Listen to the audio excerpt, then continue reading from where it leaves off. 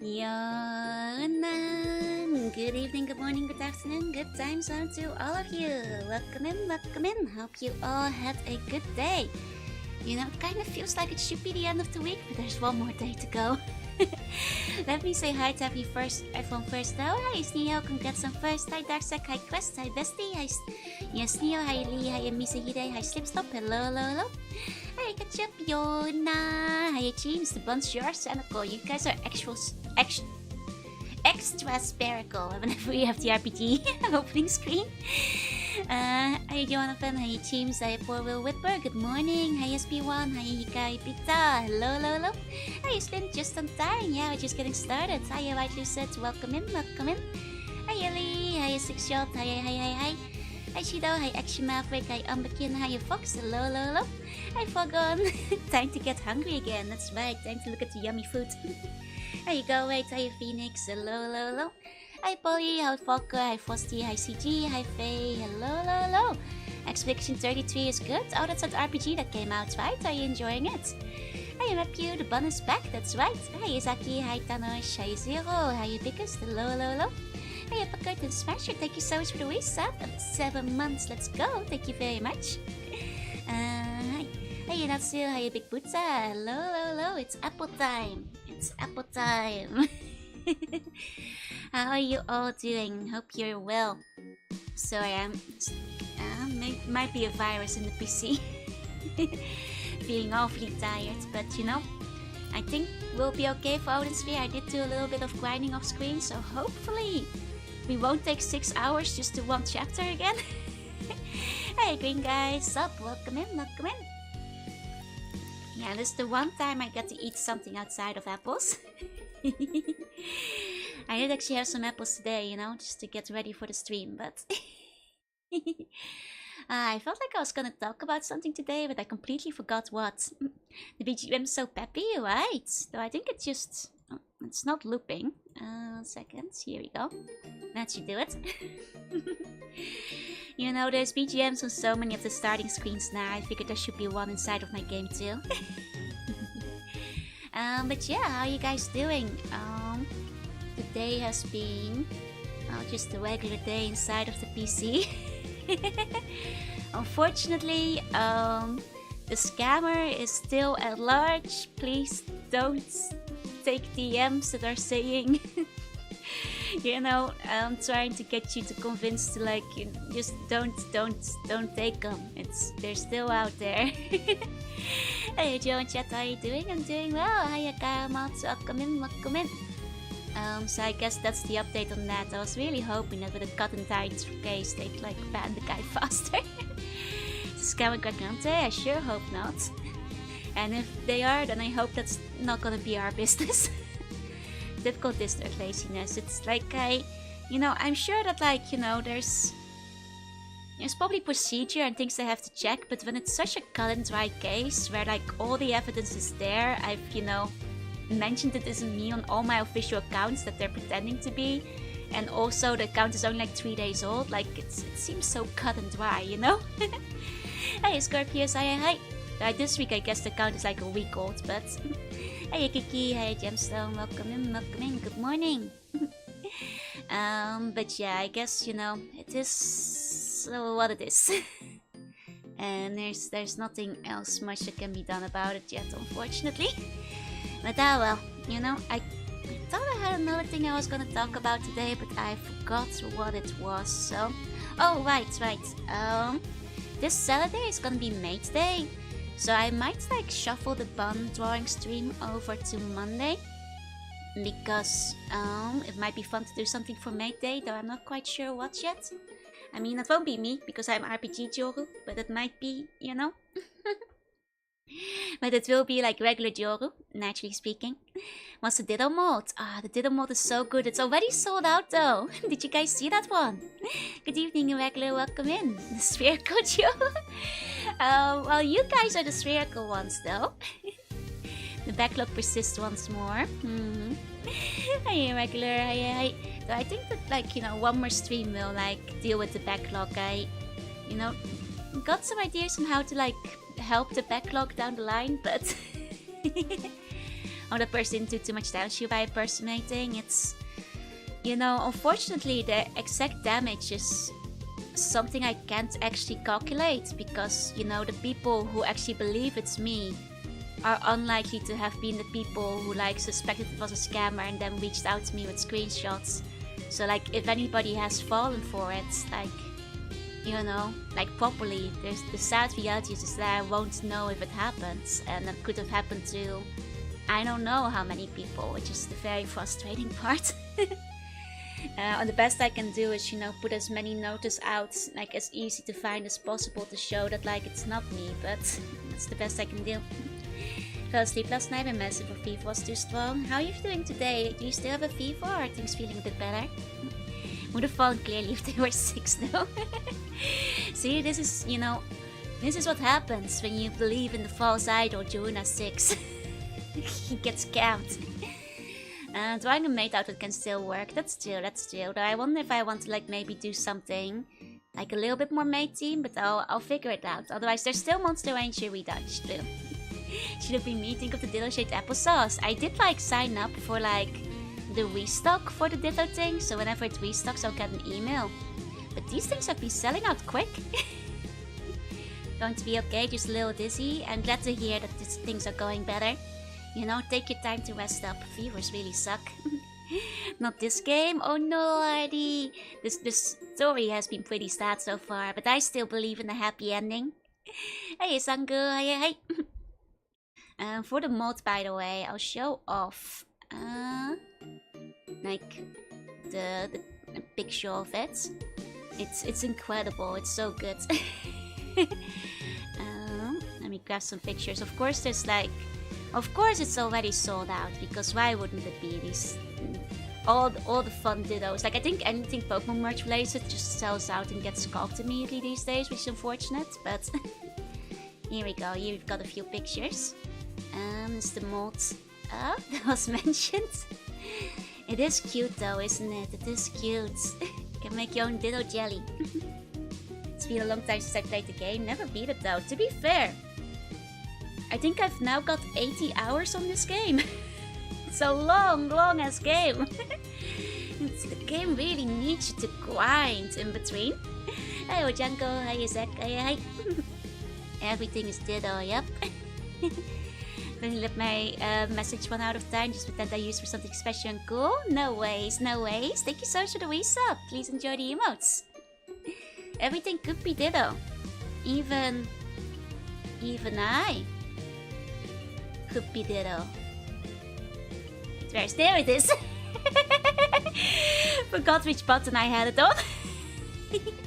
Hey, you know, welcome in. What would you put in the ditto modes? Probably like cake or something. Probably a cake or something, you know. Hey, last stories. Hey. Incredibly rare RPG duo ditto. Yeah, no, I can. You know, all the big models can do ditto face. RPG duo does look cute with the blushes. Yeah, the blush face is pretty cute too. I agree. Carrot cake ditto. There, carrot cake ditto would be good. Wet pudding would be nice. There's many things you could do with it. Oh, last nice. Thank you so much for the resub. Very close to getting rid of your skeleton. Let's go. Please enjoy the emotes. I wonder which bone will be the last donated. It's up to you. Are you raking your way up from top to bottom? Maybe a toe. Joe forcing the buns into the ditto mode because we're imperfect as we are? No. Buns are already perfect. I told you guys have the perfect shape, which is an orb. You know, that's just the platonic ideal of something cute. Carrot cake is in stock? Oh no, carrot cake is not in stock, but you know, could make my own carrot cake if I wasn't stuck in a game and only had apples to eat, theoretically. We can only dream. Dittos are perfect there? No. Buns and dittos are both perfect. Jorunna Sphere, you can put me in the mold. Hey Alvarius, hi. Do you see bunnies like carrots? I love carrots, they're one of my favorite vegetables. Wonder if they have metal ones, I could make cakes with it. I think this is the only one they have. At least like officially speaking. And so like I guess you probably can't bake with it because that does seem like it would catch fire in an oven. There's a book just out of reach right outside the PC, yep. And we need a Joe stress ball. I mean, with the recent merch release, there is the... you know, the bun is basically shaped like the perfect size stress ball. If you guys, you know, you can squeeze a bun a little bit, is what I'm saying. You know, if you got one of the bun plushies, they're very good for squeezing.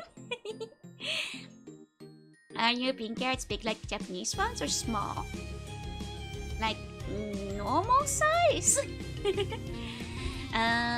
Too big that they don't have like face indents to show up in the molds. Hey, they do.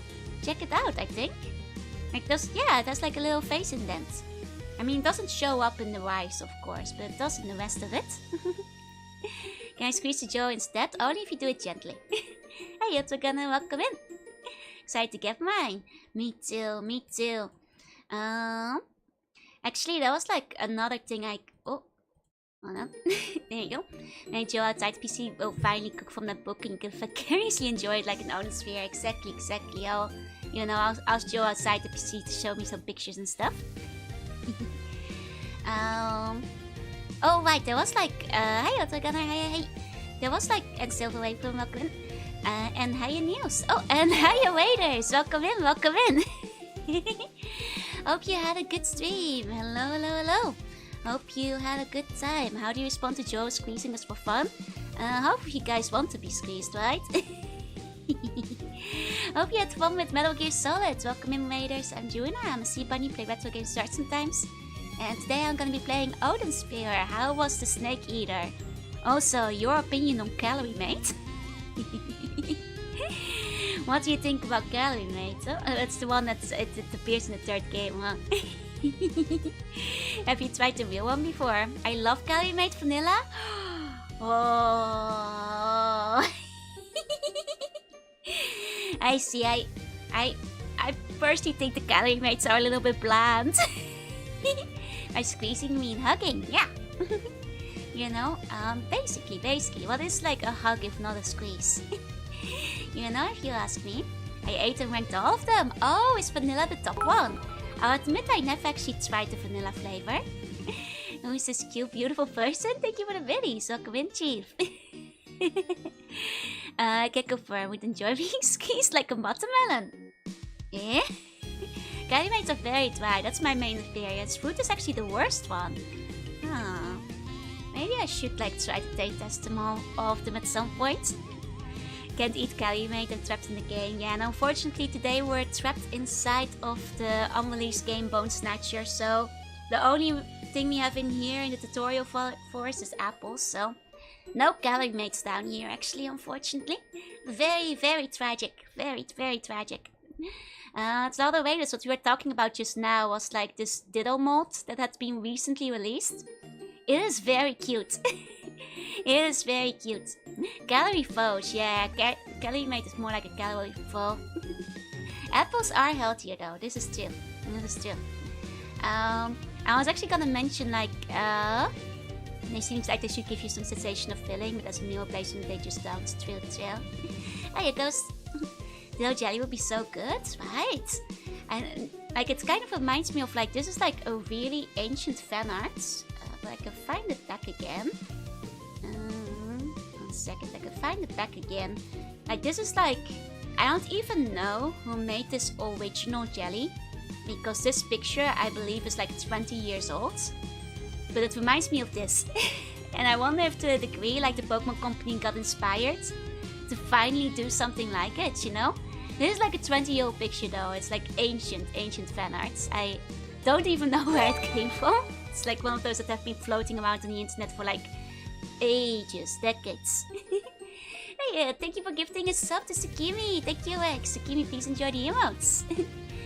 Dang dittos, right? Actually, speaking of the dittos, my friend actually went to the Ditto town today in Korea and she like snatched up all the dittos for me. And now I'm just like waiting to hear the verdict from her for like how much damage it's gonna do to my wallet. She also sent me a lot of pictures. It looks so good. I can kind of live vicariously now, though.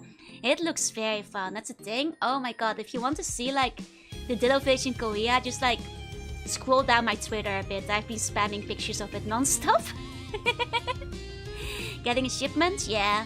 I mean, to be fair, the shipping cost might be rough, so I might just wait till she, like, you know, she said, like, she was okay with just, like, stuffing it in her suitcase whenever she goes on holiday in Japan again, because she comes here for, like, idol shows and stuff quite often, because she's a fan of, like, some idol groups. So, like, maybe I'll just, like, take it off her hands the next time she visits. Hey, Yuri. Few months of eating only rice and ponzu sauce incoming. Hey, but at least now I'm saving out on the plane ticket of going to Korea, I guess. Hey, Rex, hey. No way they're gonna test all the dittos, they've gotta do it again, surely. I mean, honestly, you guys, like, some of these pictures, right? Like, let me grab, like, one of the pictures of, like, you know, what things look like outside, right? Because, like, the outside is crazy, because they made this area where they have 100 unique dittos in all different poses and shapes. Just like 100 of them. 100 different dittos. And I look at these and I'm like, don't throw them away, give them to me. Give them to me, you know? Like, oh my god, where are they gonna end up? It's gonna be like one of those things where, you know, old theme park attraction stuff like winds up in a ditch somewhere, you know? Hi Sarahs, hi Rachel, hi Rex, welcome in. Week 1 Korea Ditto trip. Week 2 ice soup. That's kind of how I'm feeling now, like after I cannot go spending anything crazy now that I've, you know, purchased every ditto out there. Save them please, they need a good home. Like, here's like some examples of like these dittos that they're like outside. Like, how do you make 100 unique pops? They're all like in cute, like different poses and stuff. Like, they're all just like, you know, have like different expressions, different poses, so they're all like vibing. And they're so cute. They're so incredibly cute. Like, oh my god. Hey Toshi, I said, I'm like, here's a couple more. Like, look at them. Like, don't tell me, like, these are all like, you know, fairly big statues. Tell me they're not gonna like throw them away.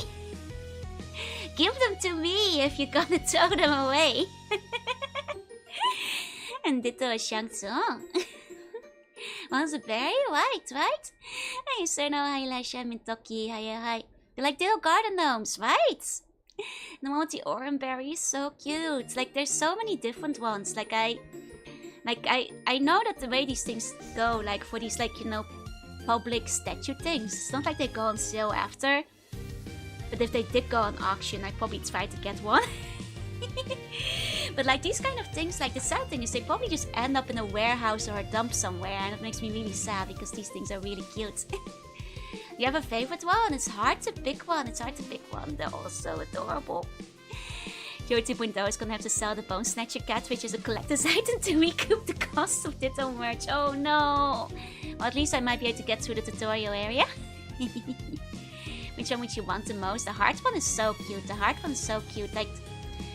Like, unfortunately, nobody has made like a list of every single one of the 100 dittos. So I can't like compare them properly, I'm afraid. But let me take a look at some of them again. Like, it's very hard to like pick a single one because they're all so cute. Okay, here I've got like some more pictures of where you can see some more of them in one shot. Here we go. This before Ditto starts, so it's dangerously expensive. Like, yeah, but oh my god, look at how cute they are. Look at that cute. Yeah, the Ditto Pikachu and Lepers are very cute as well. This guy was getting it like 3,000 for a rare Ditto statue. Joe is simply not playing it. The game is also unfinished. But like, look, they even have the Ditto bench. Like, I don't know what my favorite is. Like, that little shy one in the bottom left corner is really cute, but I like the one that's in the middle that has like his little hands in front of his face going like, hee. Like, it's like, you know, it's like a little, it's so cute. And like the one that's like, these are all so cute. These are all so cute. Hey, hello, welcome in. Like here's I'll show you guys. Here's a picture of another angle from it. Like look, and like the guy with the nana berry. And there's the woman who has like his hands in front of his cheek going like gasp. Yeah, and there's also a Pokemon Go AR picture here. I'm grabbing these off Twitter, by the way. Now Joe will replace Buns with Dittos. Buns can't be replaced. I could never replace you with Ditto. Besides, I like Ditto the best when it's not transformed. The yawning one wins for me. It's cute, right? There you go, MIA. Hope all the Buns are doing well. Here, I'll show like what's scam because like there's 100 of these. Like I bought for the furniture Ditto. Like the one that's like so bashfully putting his little arms in front of it, like it's, you know, it's like, you know, introducing itself to your parents. Like it's so adorable. And the one that's laughing and like, oh, they're so cute. They're so cute. It's just a Kirby that ate the bench, so he ate the car. Well, Ditto will do it too. Ditto will do it too. Yeah, it's like just a cute little polite Ditto. It's like, oh, he's so polite. Joe opening the illegal bun auction to convert buns into Ditto funds. I would never get rid of buns. Never, never. Pretty with Ilo Facebook too. Thank you. But yeah, like, wait, here's like... did I already show this picture? I think this one I didn't show yet. Like, look! It's so cute. Hey, Michael Gunn, hey. Assuming you've dated Ditto before? I think that's bestiality. I don't go there.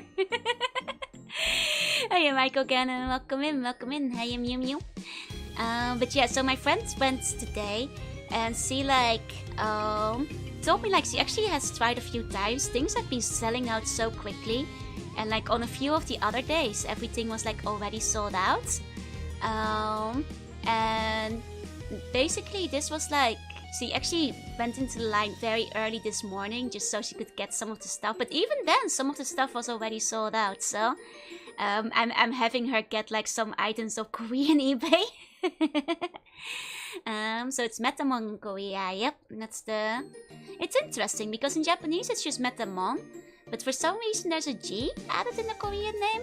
I guess it must be like a, you know, pronunciation thing. There you go, friend. Hey, welcome in. Jessie considered it. Oh, Jessie was getting kind of desperate, I guess. What am I looking at? Did you start an amusement park? God, I wish this was my own park. God, I wish I could be there. No, this is the Metamon pop-up project that's in Korea right now. And it's so cool.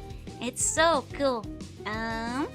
But no, it's in Korea, which is kind of far away. A friend of mine went to like pick up all the merch and stuff. So she has gotten me the merch and I'm very grateful.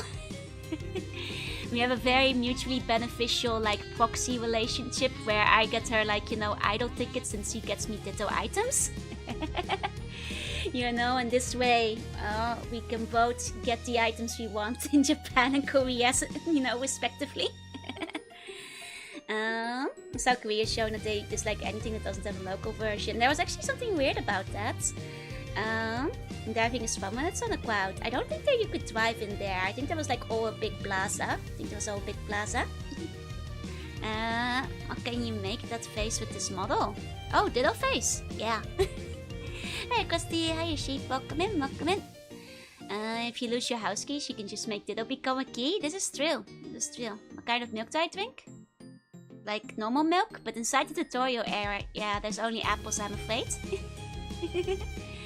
That's Jessie, so I got confused. Isn't it without an I? I've only seen... Wait, hold on. Pretty sure it's Jessie James. Because it's like... yeah, it's based after like the famous like train wobble, right? So that's... Yeah, it's just an E. It's without the I. Oh! That's strange. So they do write it with an I. Huh, the original person. And it's without. I thought it had no I either. The outlaw.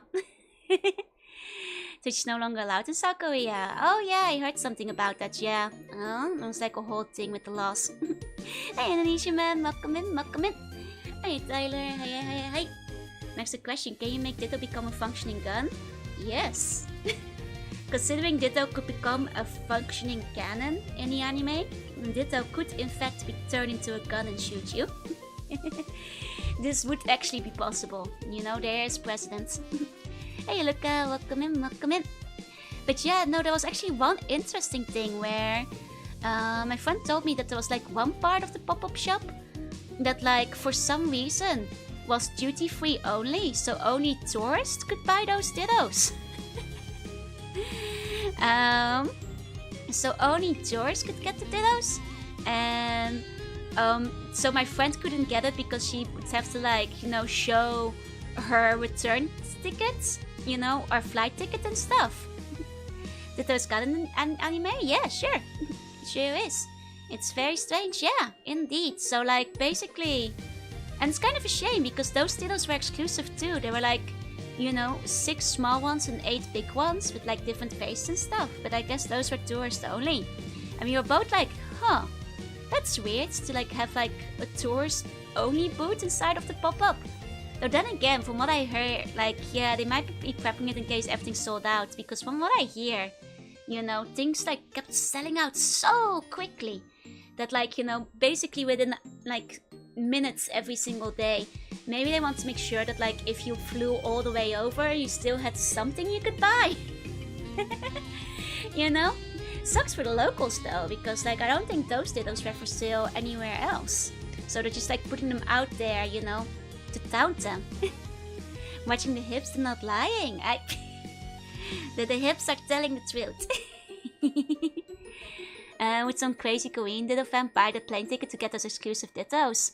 I think you have to prove that you don't live in Korea, so I think you'd have to probably show your passport and like your plane ticket.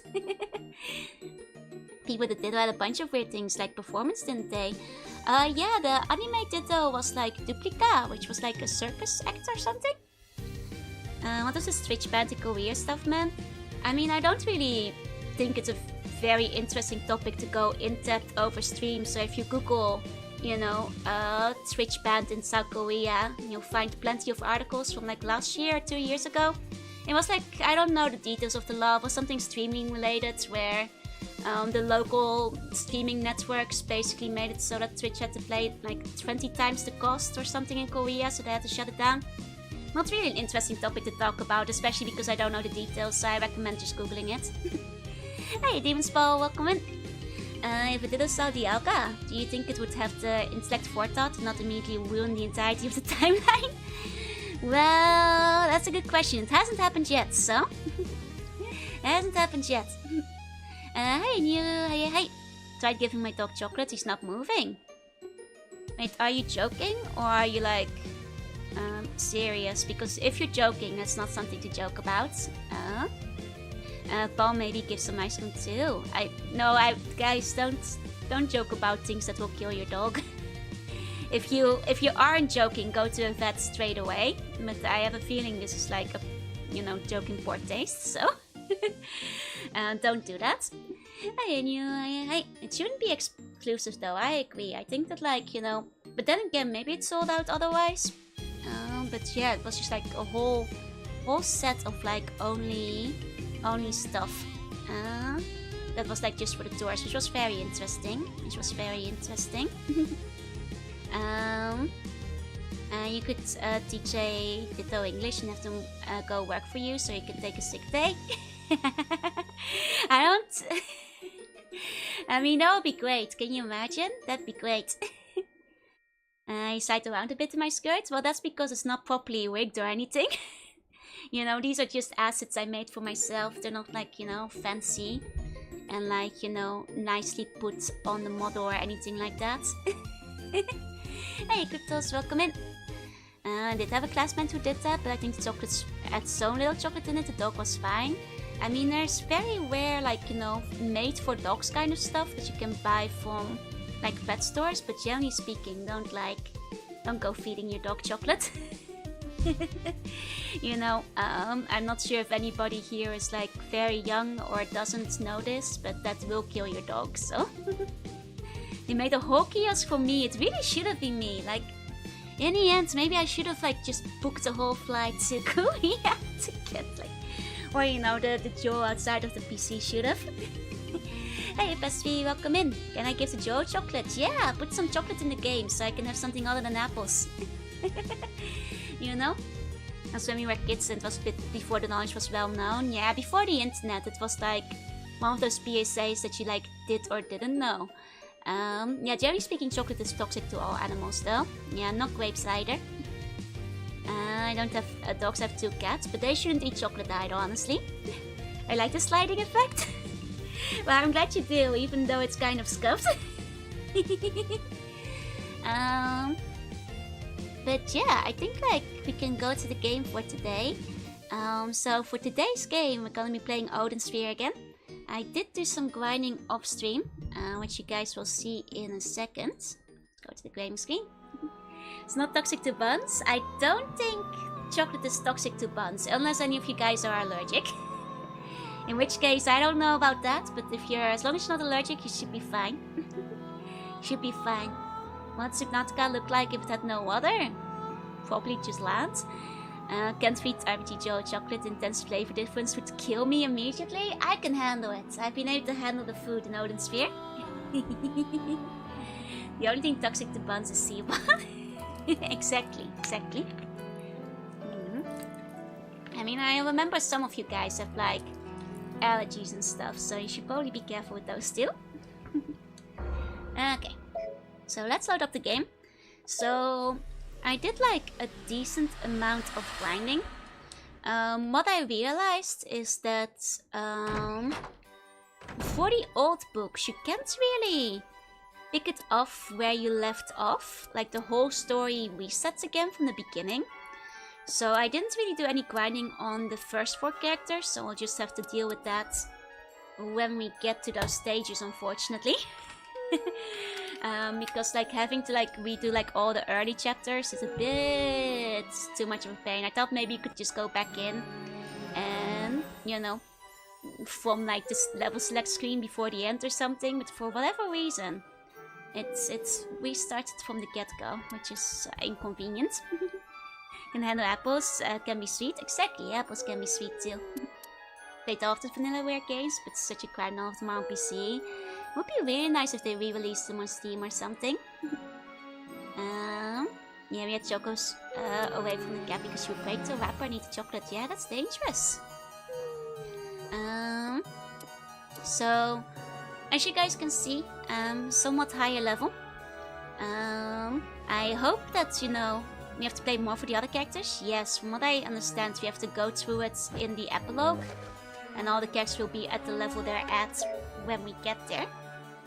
So, no, we haven't finished. Well, we finished their stories, but it's gonna be like one big character combined epilogue. So what I did is a bunch of grinding. My levels are higher. I also made a bunch of elixirs. Like you know, I don't want to spend another 6 hours on a single chapter. So I got elixirs, you know, elixirs galore. I think like 30 elixirs. As well as some regular healing items. As well as like a yogurt. And, you know, various other food items. But I think hopefully the elixirs will carry us. One of the longest series I've done is... might be Odin Sphere, unless we count all of the battle networks as one, in which case I think battle network 1 through 6 still beat it out, but... Can I have one? Maybe. We don't have anti-fog potions, no? Hey Clem, hey. So you didn't bother with that miscreant potion seller then? They have no respect for warriors. They have no respect for warriors. But yeah, we have 5 emergency cookies, 4 tarts, and like 30 elixirs. Yeah, Battle Network is 6 separate games. But they were technically re-released as one. Fallout 2 at the moment. But Fallout 2 I think is actually equal in number of votes compared to Odin Sphere. So I think Odin Sphere might still be beating it out. Because I think we're actually on like part 14 for both of them. And I think Odin Sphere has gone longer with like longer videos. I think Odin Sphere still like wins out. Also because I think Fallout will probably only take 1 or 2 more streams, but I'm concerned that this one will take like 3 or 4, so... we'll see, we'll see. At least the grinding game is fun. I think there could be slightly less of it. You know, like I feel like... I really like the story in this game, but the one thing that really does hold it back is the fact that like... in between every chapter the game expects you to grind for 2 or 3 hours. It's like, you know, if... It would be nice if you could just keep playing the game instead. So name some number of games. Yeah, this is the same number of streams. But I think Odin Sphere is still the longest series so far, technically speaking. I think that's been over 70% of my time here. Yep, it's also been very stretched out. We can also do the Drakengard game. I did hear those have a lot of grinding. I did hear that those get pretty bad about that too. Hey, Jalapeno. Yeah, I heard that Life Tracer fixes the grinding a lot, but the original is rough. Do you think they need all of the characters? I mean, I think the characters, like the story is nice. I really like the interacting story where all the stories intersect and stuff. So like, I think all the characters are absolutely necessary, and I think they're very nice. But it's what if you need those elixirs for the final boss? It's okay, I'll make extra elixirs. I hope I made too many anyway, so I can carry some for the next boss.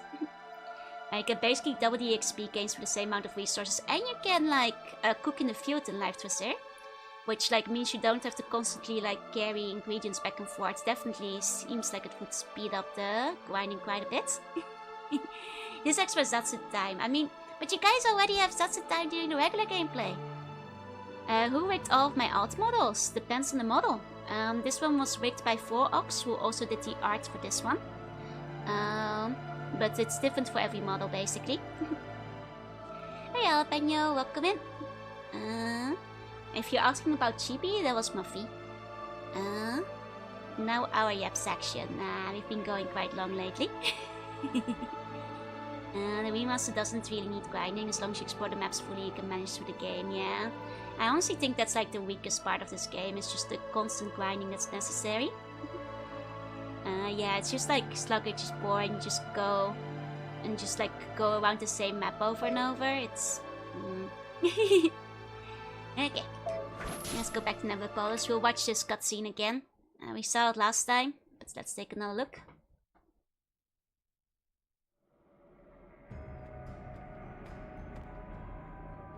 ご機嫌うるわしく、陛下。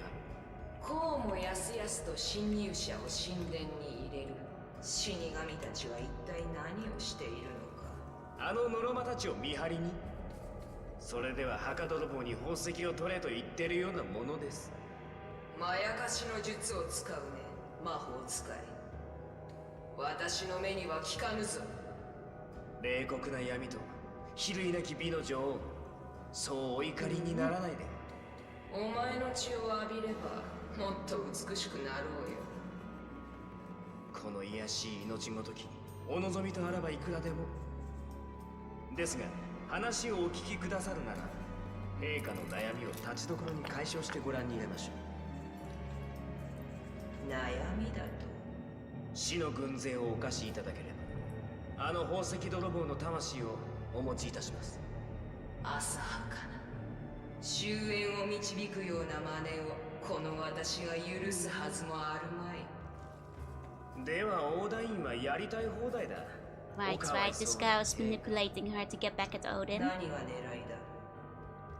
死の軍勢が地上に出るのはわずかな間、魔法使いが陛下の目を盗み、死者たちを連れ出しただ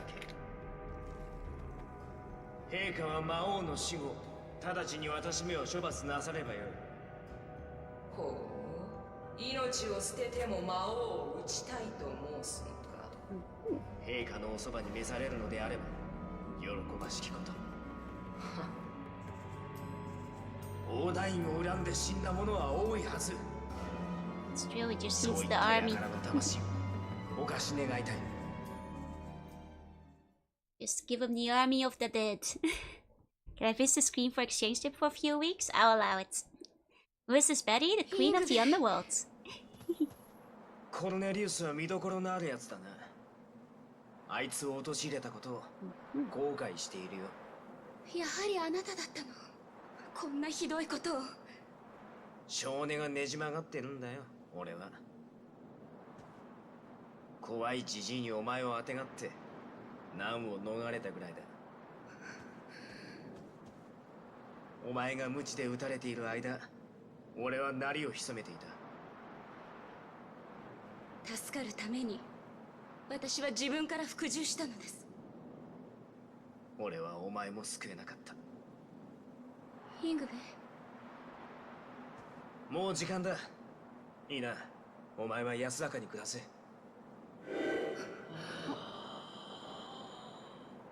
あの化け物女、約束通り魔王のもとへ兵を出したか。俺の言葉を真に受けたようだが、秘術を見たらさぞ驚くぞ。死神どもがこっちに出てくれば、あいつも忍びやすくはなったろうさ。タイタニアから秘術の書がなくなったと聞いたわ。まさか。待って、イングベ。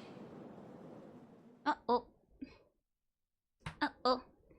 Is the Queen of the Underworld stuck? Well, she is the Queen of the Underworld, so she can't really leave her, you know, kingdom. Kind of like Hades, yeah.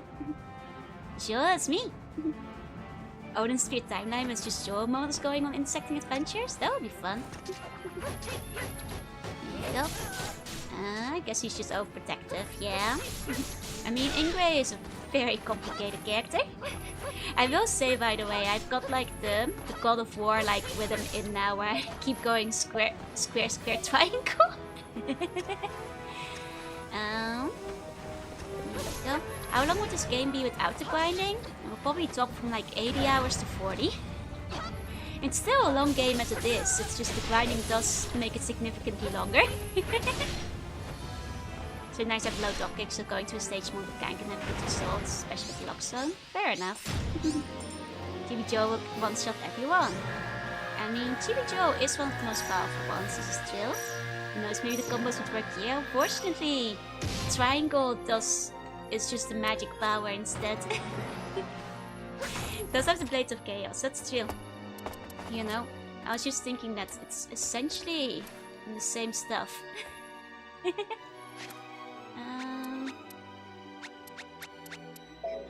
Let's take one of the mulberries. Take one of these. No circle cuties, at least not yet. At least not yet. I'm just gonna, you know, get my material ready. Do I already have like another one? No? Okay. So for people who don't know, this is how you make elixirs. I haven't been doing it too much during the regular gameplay because it's a pain. But you know, I'm just being more prepared now. Get a bit lost on chronology. Before I pass Mercedes' story, I might have to check the timeline for that because I'm not entirely sure whereabouts we are ourselves. So this is...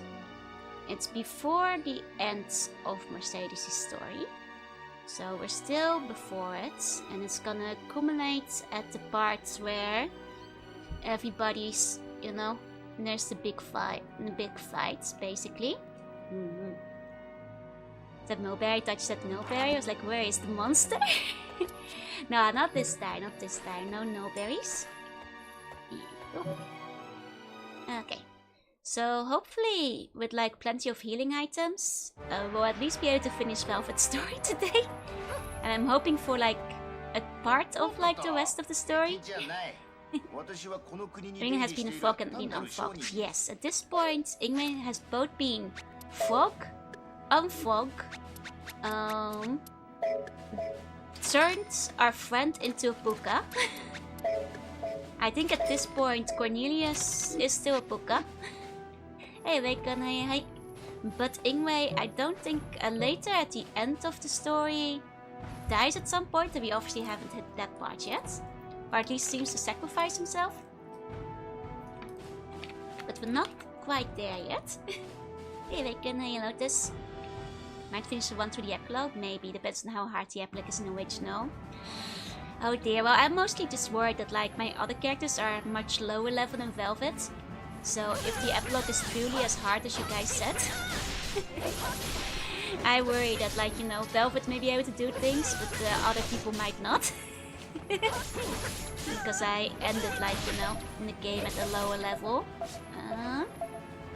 with them than I did with Velvet. Though to be fair, I think the level had to gradually go up a little bit between each story as the stories got harder. But, well, might have to wait and see. 20 hours of grinding. I mean, hopefully once the epilogue starts it will be easier to grind. Or, you know, at least you won't have to like redo the entire story to do so. Yeah, only Cornelius and Gwen should be initial. Yeah, they're still a little bit low. On the low side. At least Cornelius has like a decent attack. Yeah, and the other two are OP even at lower level. Well, it's mostly Gwendolyn I'm worried about. Because her story is the first story, so she kind of, you know... Oh, it's the easy mode, but... Remake the epilogue isn't particularly hard, but you need to grind for resources between ones of it, because they don't restock. I see. Gotcha. Don't restock in the shops and stuff? But I don't really buy stuff in the shops very much to begin with, though. So maybe I'll be okay on that point. Here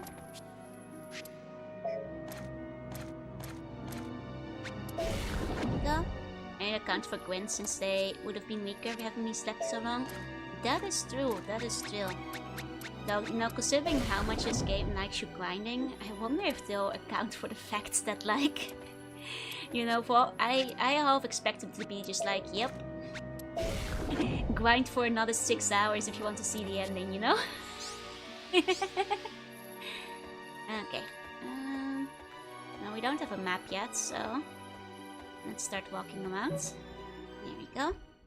But at least I have like the healing ability now, so in between battles. Basically means I only have to use my healing items during boss battles. Because I can at least heal in between. Do you like the combat system? The combat system is fun. You know? Nothing wrong with it. It's just that like, you know, off stream I did like 3 hours of grinding. And it is just, you know, at some point it is just doing the same stages and the same bosses over and over again. Going back and forth, it gets a bit like, yeah. You know, could do less of that.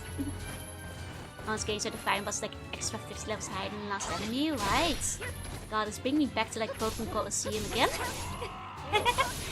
Where that's basically what happens with the final boss. It's like, you know, the last, you know, enemy of that point was like, I don't know, like level 40, and then like the guy's like, final boss was like level 70 on every Pokemon or something. I forgot what it was exactly, but he was certainly a lot stronger all of a sudden. Well. Yeah, you should have grinded Gwyn to the max before clearing a story. I mean, to be fair, at the time I didn't know. I didn't know it was gonna be necessary. You know, if I knew that was gonna be a necessity, I would have like looked up yogurt strats earlier. Or at least I now, you know, now figured out that yogurt is the way to go. But if the game kids can overcome the level gap with skill, I mean, to a degree, but you know, you guys have seen me fight some of these bosses at like, you know, a big level gap. And if you're not high enough level in this game, you are taking like 0.5 damage with each hit, you know? So, I mean, you're doing like 0.5 damage, so you're gonna like just be like, even if you're doing like a perfect game and you're not like getting hit at all, you're gonna spend like 3 hours just chipping away at the boss battle if you're under-leveled. Which is like the main complaint, you know? You can't even really... I mean, sure, you can overcome the skill level with like, you know, skill. You can get over the gap, but it would probably be actually fast to grind at that point. Think you have to kill more baby dragons? I wonder if the baby dragon will return again in the final boss fight. We've already killed quite a few baby dragons, so maybe they'll be back.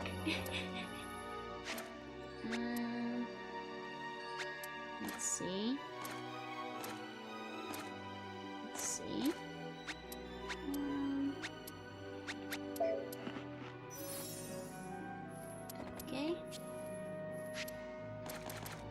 do have all of these, so start putting more seeds in it. Imagine if the final boss is just 3 baby dragons. I mean, that would be a good way to wrap it up, though.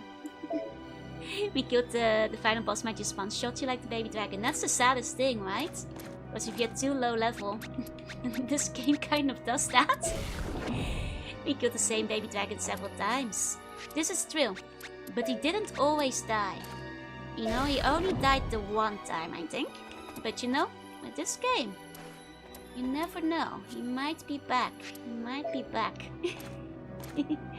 Sooner or later, you may see him again. Hey, snoozing. Welcome in, welcome in. Okay. Take those. Okay. Let's keep going up. We don't really know the route yet, so... Here we are. Hey, hey. Now looking for a map. The final boss is the baby dragon, but this time it's time for the time wizard. Oh my god, he's playing Yu-Gi-Oh! He's gonna activate Time Dash and become Big Dragon. I forgot the exact name, like the Elder Dragon. I know the one. And I know it's impractical, but I wish there was like, you know, baby dragon, like, you know, time skip forms for more cards. Like, I know in the end, practically speaking, they really can only really put the ones in from the anime. But imagine if there was a game and there was just like one time skip form for every card. Yeah, 1000 dragon or 1000 year dragon, something like that. Exactly. That would be fantastic.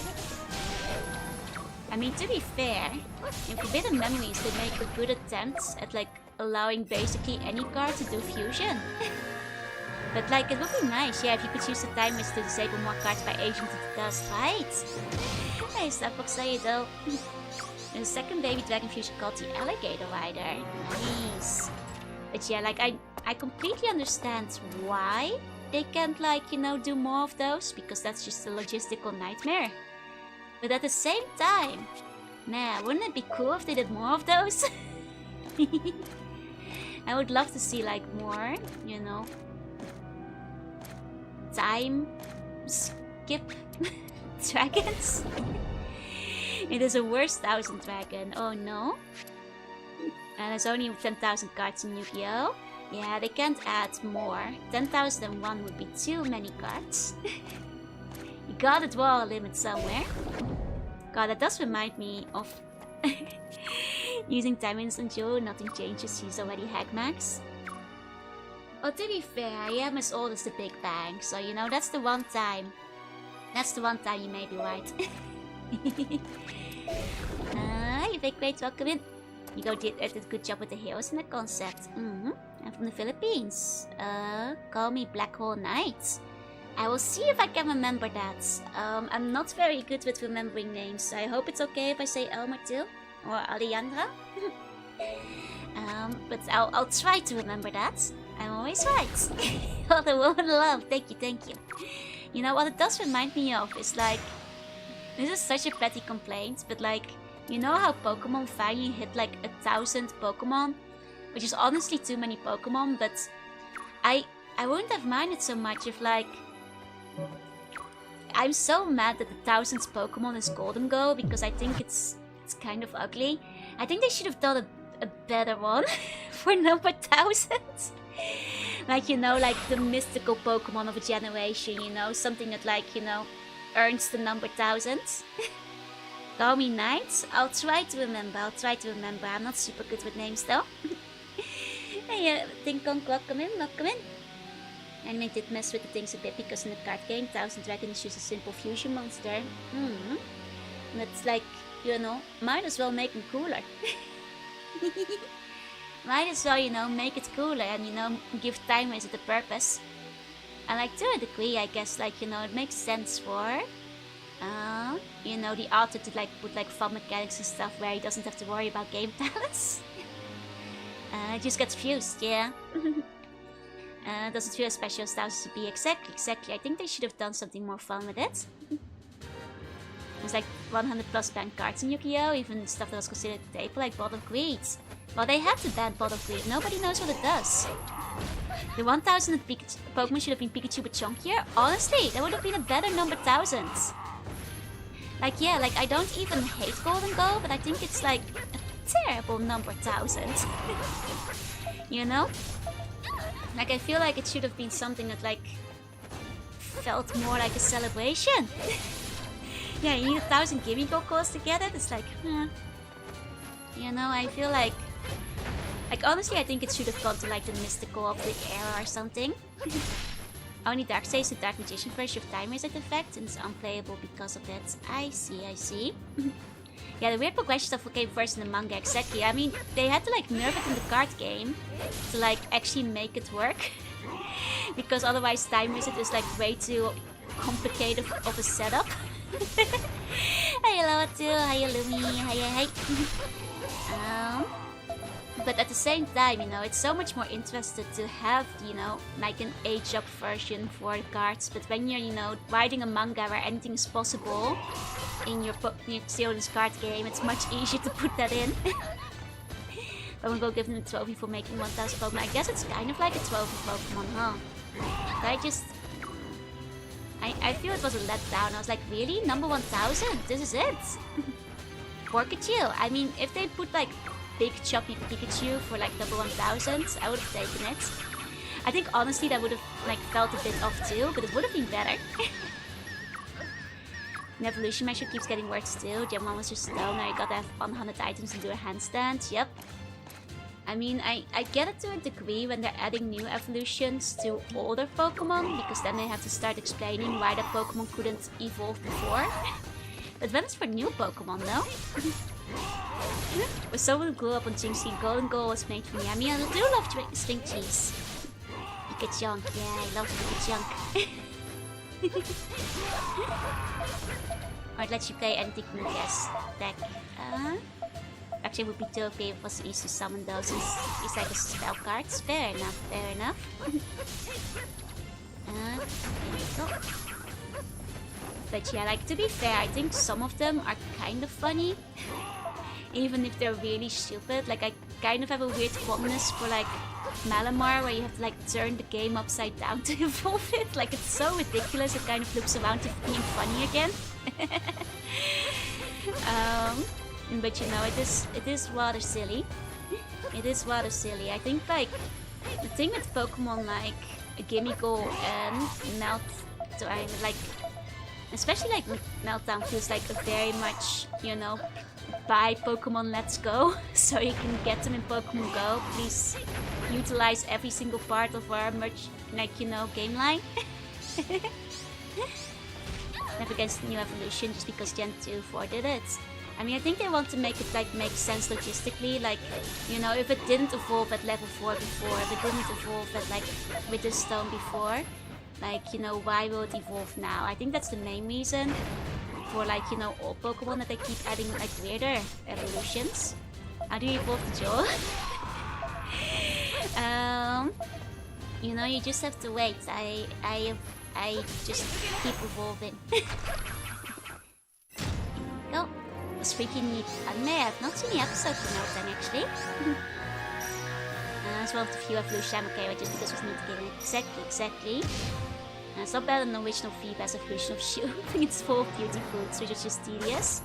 I mean, to be fair, I'm okay with the Feebas evolution, mostly because I think it makes sense in context, because it does like the ugly duckling story, and it does like the whole thing where, like, you know, it's introduced in the game that has the beauty contest, so like, you know, making it one of the like best contest Pokemon makes sense that like you're evolving it for the contest to make it worth fighting for. But you know, fighting the V-Pass, exactly, fighting for the V-Pass was the bad stuff.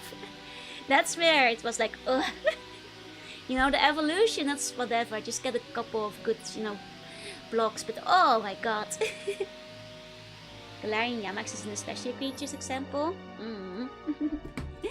Like, I think, like, you know, where they get very silly is, like, for example, you know, some of the, you know, like, Hisuian Pokemon. Where they have to, like, to actually be like, why have we not seen these in modern day? It's because you have to have a certain move and then evolve it on a Friday, you know? Hey Skeletor, hi Faisal, hey. Your form changes, this is why my mom is fond of Deoxys. This is true. This is true. Yeah, after many days of my hive here and there, animating JoJo's Steel Ball 1. I'm excited for it too.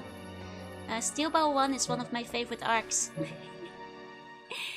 I have a soft spot for Steel Ball 1. It's like, honestly, I think one of the craziest arcs, so I'm excited for people who have never seen it before.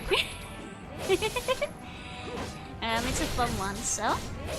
Yeah, the Assyrians just went extinct, but then they have to make a reason for like why they are back now in the game. You know? Why you can still get them.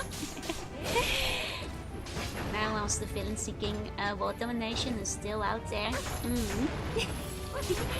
I mean, honestly, I don't mind. Like, what was the ice cream Pokemon that you have to spin a bunch, and depending on how much you spin it, you get like a different color and stuff.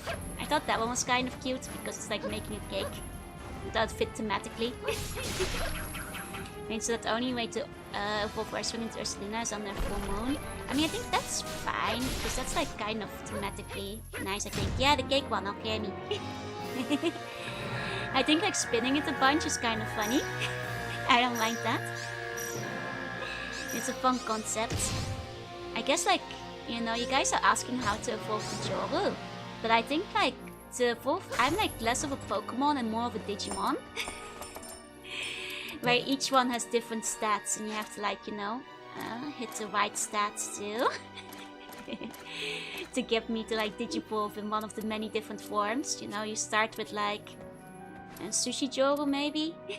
As a base form, and then work your way up from there.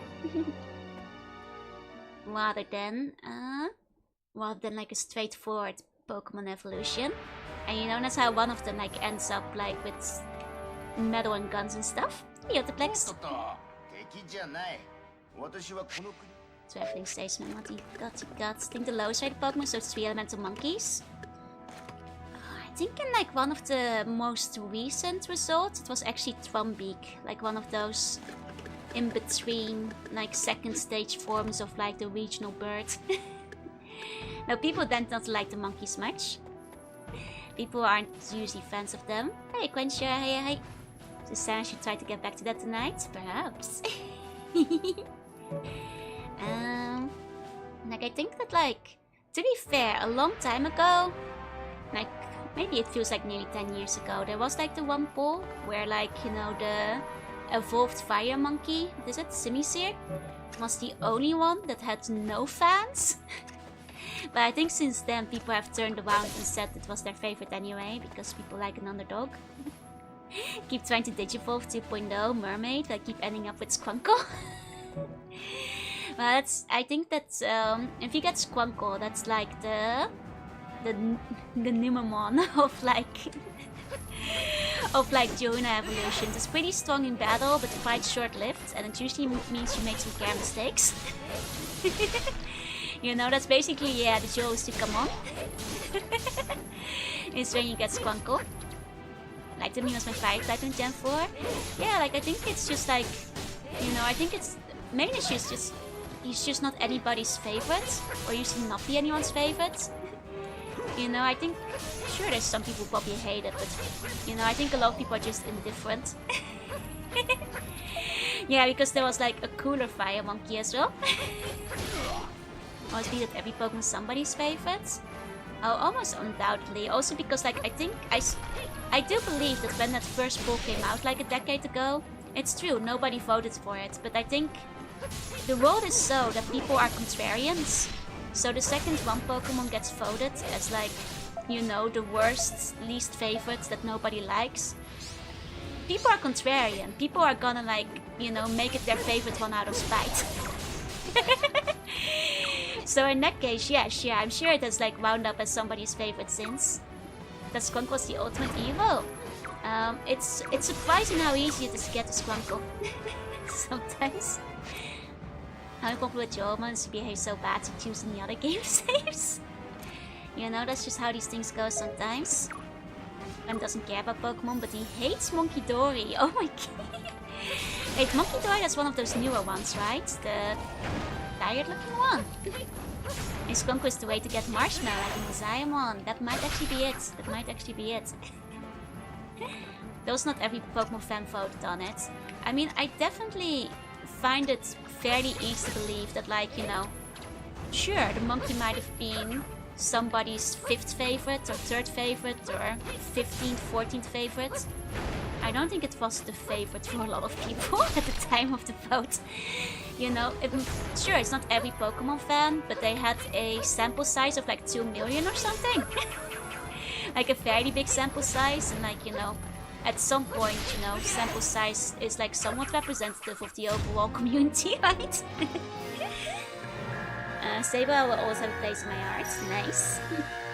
One which Pokemon could be the least favorite multiple years from now. I mean, apparently, currently it's like one of the birds, but... There you go. This Pokemon's Trash L pointing at 12-ish. Don't call Mama Slug's cat trash. Yeah, that's my mom's favorite Pokemon. So what Digimon form do we get if we keep feeding Joe burgers? Good question. You probably get Joe with a burger. You know, as in many of the fan arts where it's Joe holding a burger. That's its own form, you know? That's its own standalone. I'll get a sip of my drink while we're eating. So far so good though. So far so good. I think that, like, you know, considering I can heal relatively good in between.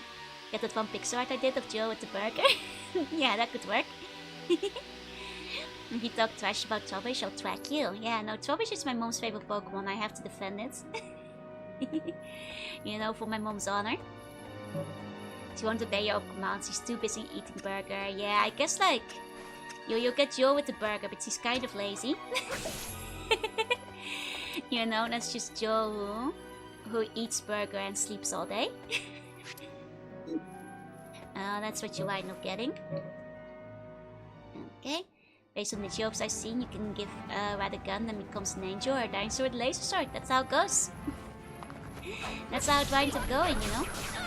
And then one of the forms will have, like, you know, a bigger gun. And will be made half of metal and half of gun. And there's usually like a little bit of dinosaur left in it. Because the Berg Redeem disabled. I forgot to be enabled it. I'm kind of forgetful. Especially on weekdays where I've been kind of busy and sleepy. So I keep forgetting it is disabled currently, yeah? And more likely will become Little Poop. I mean, depends if you make too many care mistakes. Thought Joe was already a Joe that eats a burger and sleeps all day. I mean, that is basically just a standard Joe, yeah? But it's okay, because in her sleep, she does a lot of battling. And does, like, you know, protecting the universe, so sleeping is an important part of her duties. But, you know, will she help you in your, like, you know, link up Digimon battle? That's a question. Might be disobedient like a Charizard.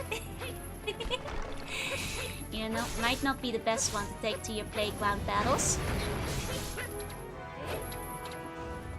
Uh-oh. There we go. Nice. I can hear there's like a carrot or something down there. I forgot how many carrots are in this stage. I think it's because, like, we don't actually get to go to this stage very often. Like, of course it was in Gwendolyn's area, but I feel like out of all the stages, like, this one is the one you visit the least outside of Gwendolyn's story. Which means that carrots, like, basically you always go get them from the forest instead. But I forgot, like, this castle is full of carrots still. You just never get to go here. I had to grind a lot of carrots when I was, like, leveling up upstream. Both for, like, you know, the foods, as well as for, like, the elixirs. Yes, go, welcome in, good morning. Oh. Yeah, see, there's the carrot. There's the carrot. Thanks for grinding. No problem, no problem. I want to at least get into the epilogue today. At the very least.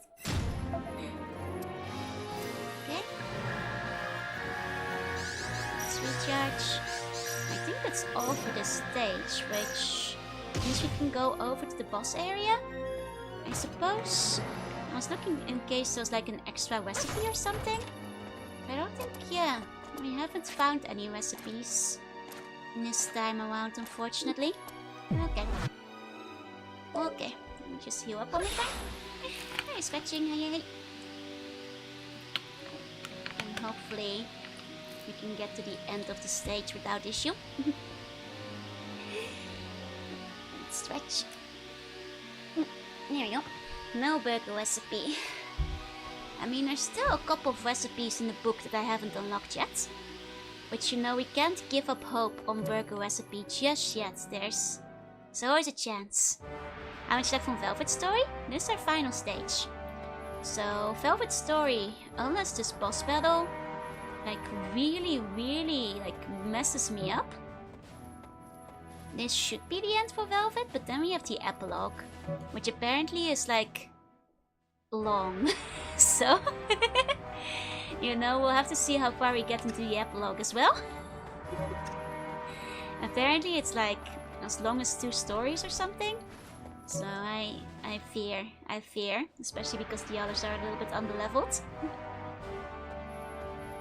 Okay, let's go back up here and see how things are over down here. Okay, so one more stage and we're to the boss battle. So I wonder if we're gonna be fighting any army of the dead to like stop Ingwe, or if we're gonna, you know, fight evil grandpa. Now considering we're, you know, in the Valkyrie stage, you know, I'm this close to wondering if we're gonna fight Odin anyway. But I bet on another evil vizier, you know. There's many evil viziers in this game and we've killed some of them. And a lot of them started coming out near the end of the game, so it does depend on your rank during combat, yep. The thing is, the recipes you don't usually get from the combat. You get it just in general from like the overworld, you know. Like it's like preset for each of the stages. So I think that like, unless you missed in a stage, you'll still get it, regardless of your rank. Fighting Odin in this game? Nah, of course not. Like I don't think any of the recipes are locked behind like high rank. At least not from what I've noticed, because like the recipes you get tend to like respawn every single time you go back to a stage and replay it. For some weird reason. You know, it doesn't just like stay gone once you've already grabbed it once. But that does make me feel that like all of them are just like tied to location rather than rank. So like I think I've made relatively sure to like open up every stage. So it's possible that some of them are still locked away in the epilogue. Though I will admit that like I think during Gwenling and Cornelius I wasn't as thorough yet with like getting to every spot. So if I missed any, I think it would have been over there. This game reminds me of the game based on Ring, The Legend of Nibelung. Ooh, nice. Nice. I've heard like... made to play set in the future. I don't think I've heard of that one, but it does sound interesting. It does sound good. It does sound good. It's not good. Oh no, it's bad! Oh, that's a shame. That's a shame. Nice.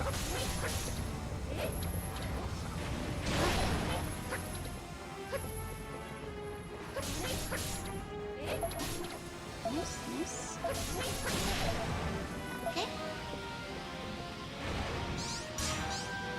Here we go. Oh, another round. I mean, I guess it's the final stage before the boss battle, so it makes sense that they're gonna throw it all at you. No, I'm gonna make them all come out. Might as well, I guess, use my yogurt here while we're at it. There we go. And then get extra EXP for my eating items. I probably should have started doing this earlier in the game. When I first got the recipe for yogurt, it just seemed too mendokusai. But honestly, like the yogurt is actually easier to make than I realized. So I probably should have started making yogurt much sooner. He's not constantly trying to stun you and fog you, exactly. Like, honestly, in a funny way, even like before I leveled up, I noticed the stage was a bit easier. And that's because there's no wizards here. And the wizards were the worst part from the last chapter. I don't want to jinx it, but these guys are significantly easier to fight. Because they don't do status effects. They're not poisoning, they're not stunning, they're not fogging, they're not setting you on fire. Yogurt is the lifeblood, yes. Exactly. I should have started using yogurt sooner. I would have leveled up faster. But you know, that's something I know now. Once we start on the epilogue, if I do need to like level up the other characters, I can use yogurt. You know? Oh. Wrong direction. I'm like a low effort toggle that just replaces Joe with a fog PNG. Oh, like the graphic design is my passion PNG. Oh wow, this is a long fight. It's okay. Like I said, that's why I got my yogurt. Definitely jinxes, the boss is gonna be an evil wizard again.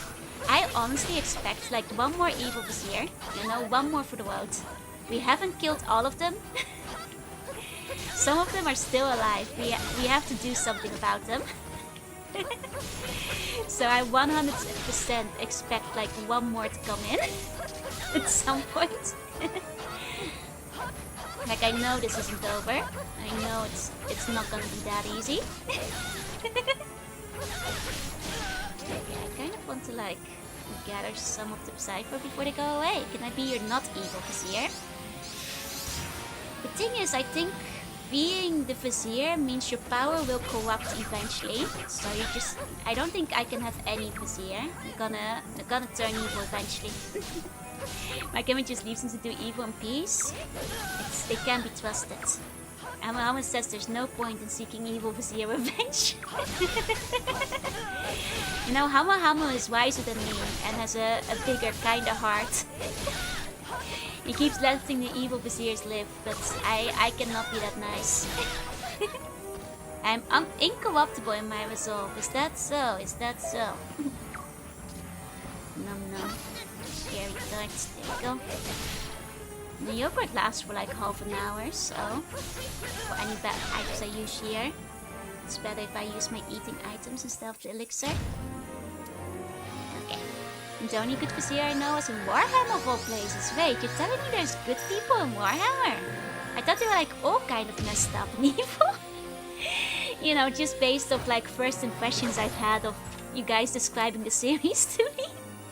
Oh, in fantasy? Not in 40k. Okay, so fantasy has a couple of good guys? I see. Now viziers are fun. Salarymen on the other hand? Well, salarymen, if they have swallowed the float stone, must be put into the crater.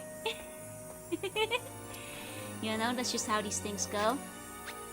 I guess I can make like ultra yogurt if I use my milk. Oh no, I didn't mean to use the milk like that. Oops. I was gonna combine it with the yogurt. I forgot. Ah well, it's okay. After Joe sells the float stone, then I get to float. Life's unfair like that. Don't start the who's good in 40k conversation. I thought they were all bad. Oh, the tower kind of good? That's why they keep getting screwed over. Fair enough. The Skaven are the goodest, nicest guys. Yes, I see. Blended Joro? I cannot be blended. I shall not be blended. I will prevent it if it ever happens.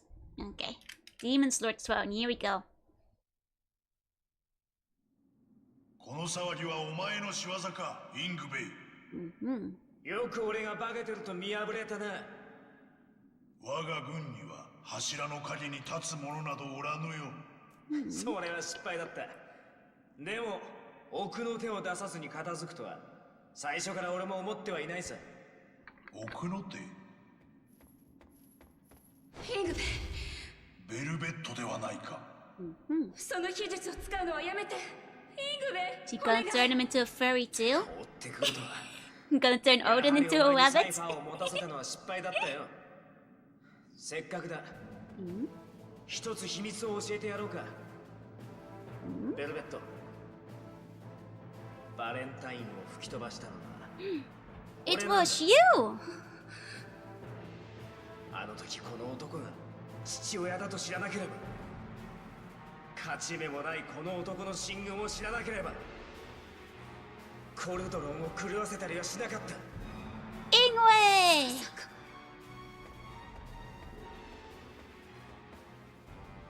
こんな大それたことになるとは思っていなかったんだよ。お前はそのサイファーに守られ、呪いと災害を免れた。俺が助かったのはコルドロンの影にいたからなんだ。王国が吹き飛ぶ様子を目の前で見ていた。そしてわしは助かった。お前の願い通りにな。分かった風な口を聞くじゃないか。父親一人を助けるために国を滅ぼした俺がどんな気持ちでいたか知るまい。お前が俺を見下ろして何と言ったか今でも忘れてはいないぞ。よくやってくれた反逆者。これでコルドロンは私のものだ。 Gasp. 他にも兵がいたのだ。お前を息子と呼べるはずもあるまい。覚えていないだろ。俺など気にも留めずにあの時欲に満ちた目でコルドロンを見ていた。まさかそれが理由でエルファリアに指輪をくれてやったのか。お前に渡すぐらいなら妖精どもにやる方がマシだ。弱った魔王軍にはさぞ答えた。貴様。犯した大罪は命であがなうよ。俺は呪われて滅びよう。母の呪いを俺一人で背負えるというなら喜んでいくさ。やめてイングベ。だがコルドロンとお前だけは俺の墓穴に埋めてやる。バロールとやらを使ってみろよ。ダークオーバーの秘術に勝るというなら。What? Ingwe! Wait, are we fighting Ingwe as the final boss battle? Excuse me! Oh my god! We're fighting Ingwe and he's oh my god, he became the giant Cerberus. He went super furry. Oh my god, Ingwe! I'm confused, we're all confused. He double thrust like the triple crossing. Oh my god, he turned himself into the furry.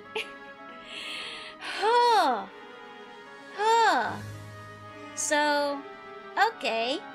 Man, Ingwe, you've got a cool design, but you gotta stop doing whatever you're doing here. You gotta stop doing what you are, Ingwe.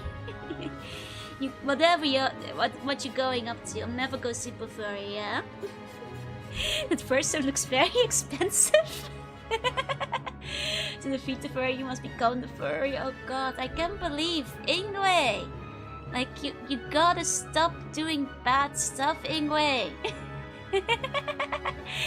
You gotta stop doing stuff like this. To all us that came in during the cutscene, I hope next I saw you have come in.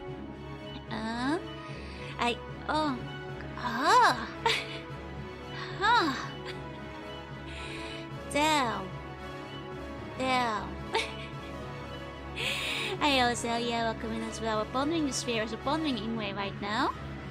General Oldworld Warhammer Fantasy is pretty great with many good and not so good guys on the order side. I see. And even 40k has some that are well intentioned and honorable. Gotcha. He and Zeus are probably friends. Nah, I think their egos would start clashing. At least he's not an evil vizier, this is true. Will Odin help us at least? The sphere is kinda strong. I'm pretty sure Odin is gonna make us battle him by ourselves. Like, we've never had like an NPC on our side yet, I think so. I don't think the game is programmed for that. Oh, the whole story was lying to see if I was willing to start giving him a chance. Because, you know, he had kind of a somewhat sweet romance going on with Mercedes. So I was willing to like start forgiving him. Hey, can you speak? Welcome in, welcome in. Like, I was willing to, like, understand and be like, hey, maybe he's just doing it for his own reasons. But then he becomes a giant furry, and now it's too late. No, he's gonna peace out just like his history as a father, yep. Don't give up yet, it could be a boss phase too as an evil vizier. This is Trill. This is Trill. So, are there any second phases? I don't think we've had a second phase yet. But then again, we're about to hit like the final end of the game, so anything could happen. For one, this is the first time we've seen this boss. Like, is Ingwe the first unique boss that doesn't show up in any of the other boss battles? Like, aside from the few boss battles where they fight each other, like the occasional boss battle where, you know, you fought some of the other player characters, which usually only happens once per person. I think Ingwe is the first one that's like unique to only one storyline, because for the rest of it, it's just the same dragons, the same viziers. You know, the same sub-bosses and everything. Hey Sully, hi the funky, welcome in. How goes the grind? It's going well. We just had a shocking revelation with Ingwe over here. And I'm super on fire, but it's okay. I got healing items, so I think we should be able to handle this just fine. What's the curse? The curse of becoming a furry. The curse is here in the Mother's Notes. So it's the inevitable curse, and that shall be thrown upon you. The Godwin will bring the Armageddon. Basically, it's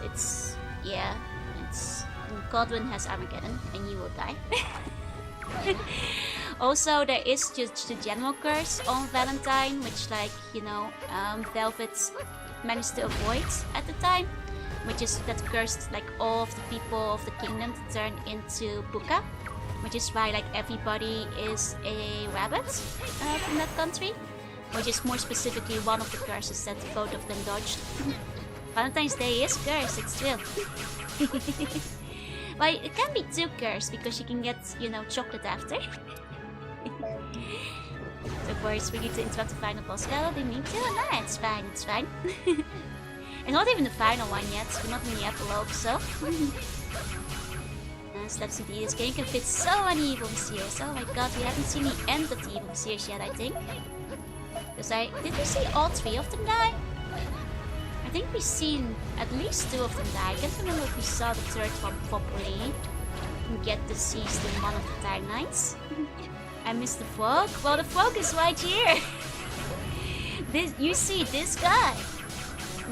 It's like one of those like scam ads. Can't believe it. Before and after, 100-day difference. And on the left, it's like a picture of a frog, and on the right, it's a picture of this guy. It's not a curse, it's a prophecy. Yeah, but there's a curse on Valentine, which is, you know, the kingdom where all of them became puka. Killing the frog. We are killing the frog right now. Hey, Virtuoso. Hey. We do fight Ingwe in Gwen's story, but he's disguised as Velvet. Yeah, no, but I mean specifically this boss in like big furry Cerberus form. You know? Excluding like the times that we fought the other characters. Oh, the curse makes sense with how many evil wizards there are all over the place. Trill. They all died. Also one got turned into a rabbit. That's Trill. Kissed the frog the wrong way. Kissed the frog incorrectly. Now it's a big Cerberus. Okay. Let's see the epilogue.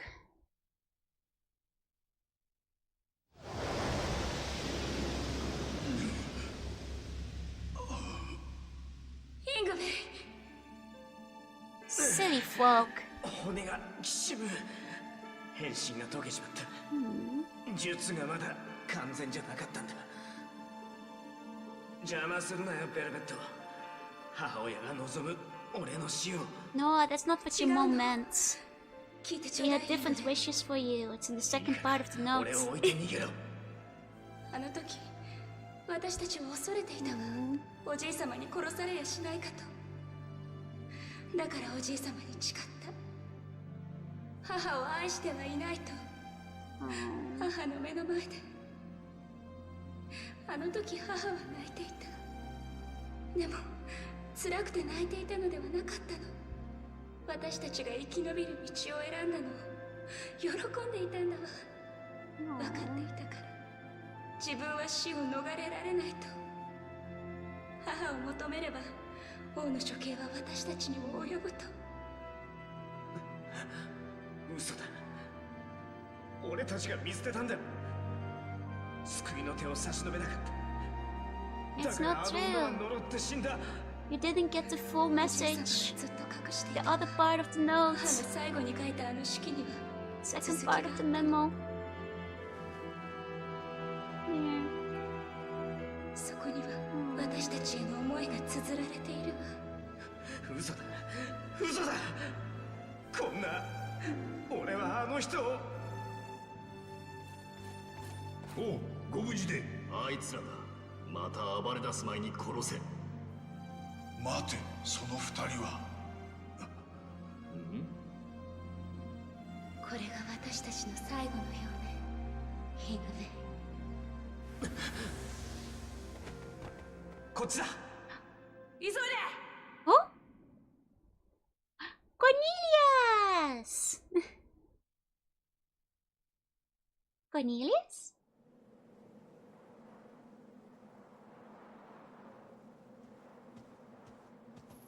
コルネリウス様。またイングベイのことを考えていますね。あの後ベッドから姿を消して行方が知れないが、 So big a あの男の misunderstanding. ことだ。またふらりと現れるに違いない。父を見かけませんでしたか？重傷なのに目を離した隙に。先生が。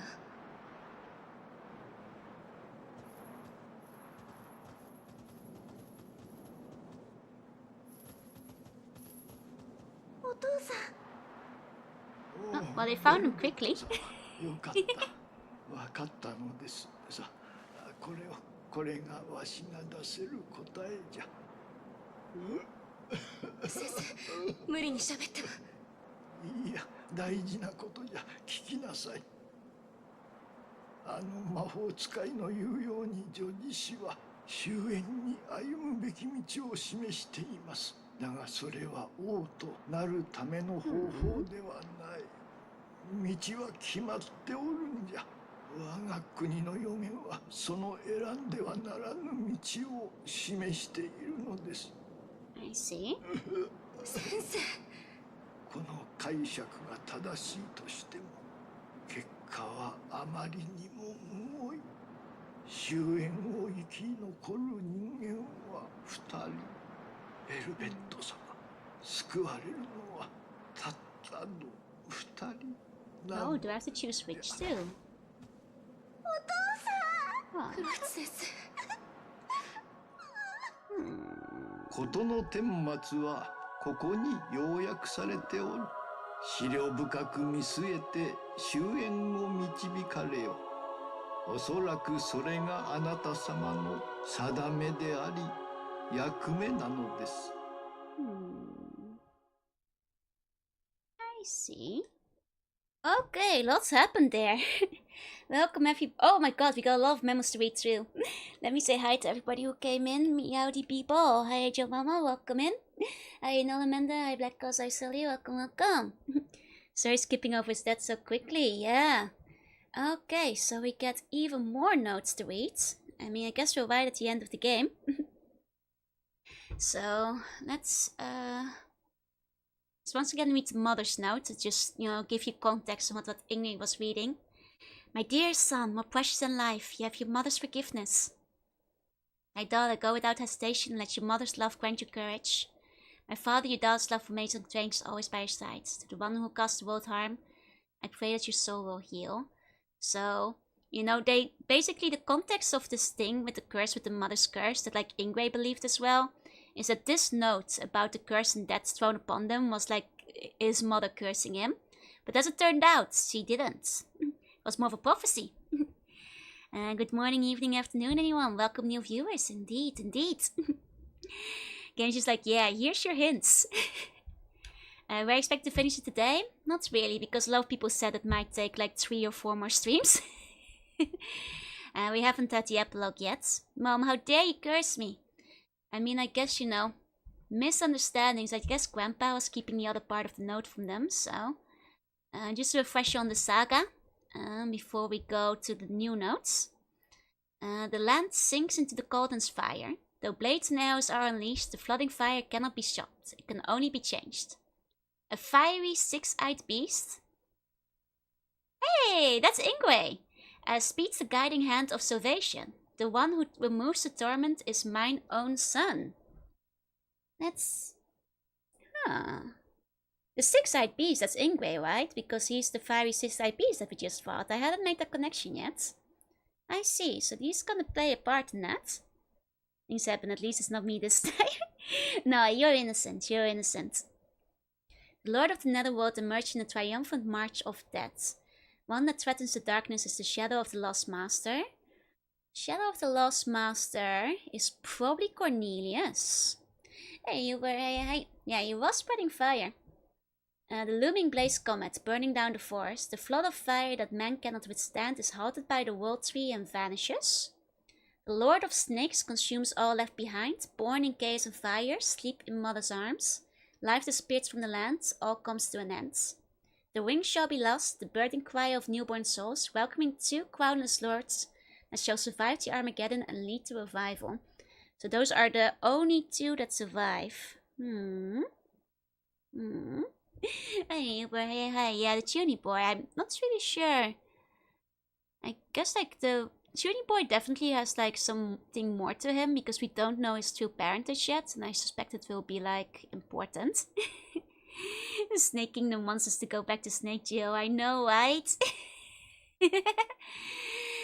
Okay, let's start reading these. So, Quois is... Oh my god, these are long memos. Okay, let's start. Okay, let's settle in. Let's start reading these. Quois' memo. Saga Psalm 2. A fiery six-eyed beast speeds the guiding hand of salvation. The one who removes the torment is mine own son. The six-eyed beast must be Darkova, the three-headed demon beast. Sorry. This section is based on the prophecy by the great king of Titania. So, was Darkova the one we just fought? Bless you, thank you, thank you. Bless you, thank you, thank you, thank you. Thank you, Abby. It's a fever. Therefore, the one who removes the torment is my own son is thought to refer to the bloodline of the Titanian royal family. Okay. I mean, Titania royal family, that is Cornelius, no? Unless there's another. Let's see. And if the beast feeds on man, then most likely no human can defeat it, but it's unthinkable that a non-human would be king of Titania, unless they had been cursed to be a little bunny rabbit. As of course he is cursed as we are and is no longer human. Okay, that checks out. That checks out. In instance form, current was called Beast of Darkova or something along those lines. Makes sense. That's good. You guys are welcome. Okay, so... The fiery six-eyed beast speeds the guiding hand of salvation. The one who removes the torment is my son. So... That means Cornelius should have fought Darkova instead. Though it was Velvet who did. Well, maybe it will come back again in the epilogue. At least you get to be a bunny rabbit, it's real. Okay, one that threatens the darkness is the Shadow of the Lost Master. The Unleashed Frenzy of Death. Sometimes he's odd about these phrases. Odette, Queen of Death, has no master. The Lord of the Netherworld is not Odette, then what being can emerge from the Netherworld? Only King Galen, who has changed in the Netherworld, comes to mind. Will he lead the army of the dead to his own country? So this I guess refers to Ingwe, because he's the one who asks for the army of death to rise again. From Odette. So I guess he is kind of like the Shadow of the Lost Master because he's a descendant of the grandpa.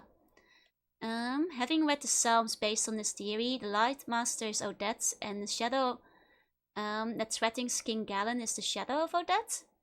Bit complicated. I've heard that there's a swordsman who bears the shadow of that in the Fairy Kingdom. Oh, so this is... Okay, no, so instead this is... it's Junie Boy. It's Oswald. Okay, so Oswald is then... The one that threatens the darkness is the shadow of the Lost Master. Okay, so that's actually about Oswald in that case. I mean, Oswald does, you know, threaten the Netherworld. Okay. The looming blaze comet, burning down the forest, the flood of fire that man cannot withstand, is halted by the wall tree and vanishes. Evidently, King Ong's army from the Fire Kingdom will sweep the land at Armageddon. The saga states that Mancat cannot resist, but the wall tree destroys the army. Yet this world tree exists only in myths. There's no such tree in this world. The second clue in the prophecy scorches the throne's surroundings. Does that mean the throne itself does not get scorched? If so, it could be suggesting that the one on the throne is able to face the flames. I mean, King Onyx would be able to face the flames. I knew we shouldn't trust the Fire Nation, right? Oswald is the beholder of the shadow. Okay, so... Interesting. You know, we saw pieces of the Fire Kingdom, but we never interacted with them that much. Mostly just like, you know, pick up Gwendolyn. King Onyx is the one who causes the flames. But then who seated on the throne?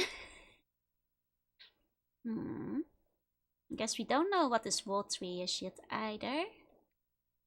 The cauldron is of course the cauldron. When the princess's efforts are in vain, the nightmare repeats and the Armageddon will begin. So our king will trigger it. Okay. Though blades and arrows are unleashed, the flooding fire cannot be stopped. It can only be chained. The only weapons that can destroy the cauldron are ciphers, and something that is not a blade nor an arrow can chain it. We are newcomers to this land, so we are not of the ancient blood. I mean, this is very clearly about Velvet, because she is both ancient blood and she has chains as weapons. So, she is the one that must, you know, chain the flooding fire then. The one who controls the cauldron is Valentinian, who holds a cipher made of chains. Yeah, okay. Well, I guess I didn't have to come to that conclusion. The game just tells you it's Miss Velvet. Okay. Okay, it just tells you that one. Gotcha. Here we go. Hey, Bonnie. Hey. What else you use the chain for? Murder. I have the baby dragon. Master Cornelius saw in level 10, as the king said. Then it will be an eternity before it matures and devours the world. It's written that the dragon's growth is slow yet inevitable. Born the chaos and fire, sleep in mother's arms. What is the mother that puts the Lord of Snakes to sleep? With the dragons Hindle, Wagner and Belial gone, it is unlikely that the mother is a dragon. It's not an evil vizier. Then what's the mother in the Psalms? In the prophecy, the phrase devours the stone of blood can be taken to mean a red magic stone created in the cauldron. Even if Leviathan can be stopped by the red stone, the Armageddon cannot be stopped. The Demon Lord must have made Balor in anticipation of this. I see. Hiya, Pony, welcome in. Okay. Welcoming two crownless lords. The last psalm explicitly states that the world will be revived. The Demon Lord and the Maki have taken this to mean that whoever survives Armageddon will become the new kings of the world. The Demon Lord sought victory through wars, and the mages tried to control Armageddon directly. Yet they were all mistaken. The two lords that survived will be chosen from the 5 challengers of the disasters. So it does sound like there's only 2 people who get to survive. You, Davy? Thank you, Davy. Who are we fighting? I guess the concept of Armageddon? Like whatever this cauldron is gonna call forth, I guess. Lots of fire is what I'm getting from it. Lost in the stars, there's so many riddles, right? I'm sure things will become clearer as we go through them. This makes me think that, like, because you guys said there are different endings to the epilogue, that there might be multiple endings where different sets of people survive, or I might even have to pick which ones live and which one die. The 2 lords are said to be crownless. I suspect that lord is not meant to suggest royalty, but something else. Finally, here's the conclusions and my findings. This conjecture from Psalm 5. Life disappears from the land, all comes to an end. One can only imagine a barren world with a tiny population. By crownless lords, could this be the ancestors of mankind in the New World? If so, it will by necessity have to be two humans, a man and a woman. Then we can presume that the mother in Psalm 5 can be understood as the one who defeats Leviathan becomes the mother of the New World. Everyone other than the two humans will perish. How can this be anyway considered salvation? I hope that I have misunderstood the prophecies. Yeah, if only two people survive, you're gonna run into like, you know, a genetic problem very quickly. You know, we must use our OTP. Oh my god, is it gonna be like... Well, it's gotta be Oswald and Gwendolyn, because like... but Cornelius and Velvet are really cute too. It's gonna be hard to pick the OTP. Poor Mercedes. I don't think we get to pick Inway, so Mercedes is getting left out here in the shipping wars. Genetic bottleneck extreme, right? There's a true ending for the wheel prophecy and the different ones based on mistakes. Okay. I think you are supposed to go through the epilogue multiple times through the different endings, so we'll wind up seeing them. Hey, look, hey, can Cornelius and Velvet have a child though? I mean, I think so, once they lift the curse, no? Or maybe even without lifting the curse, I don't know the logistics there. Magic cures the incest problems or something. God, I hope so for them. The Norseman does have an Adam and Eve. It's what the two constant fire elements are named after. I see. Can we have a Yuri ending? I don't think so. The prophecy is quite clear. The Wise Man's Prophecy. There's a theory about the prophecy of the Armageddon, left behind by the three wise men. The forward pages are an excerpt from the literature. Via a secret route performed by the now lost Valentinians, King Galen has turned into the three-headed demon beast. Oh, so King Galen, when he was the demon beast, also became Cerberus. I see. As in the prophecy, King Galen will save the world. The Lord of the Netherworld in Saga's Queen Odette. The looming blaze is the infernal King Onyx. The King of Titania releases his mystic power, overpowers the other nations, sees the cauldron in the Netherworld, and the Fire Kingdom will go to war. The three great dragons will be eradicated, and the end shall come to us. But fear not, the world will be saved in the end by the arrival of a new king led by a guiding hand. That's me! I'm the guiding hand. The original manuscript written by the three wise men cannot be found. It must be mentioned that their theory is only an assumption based on prophecy.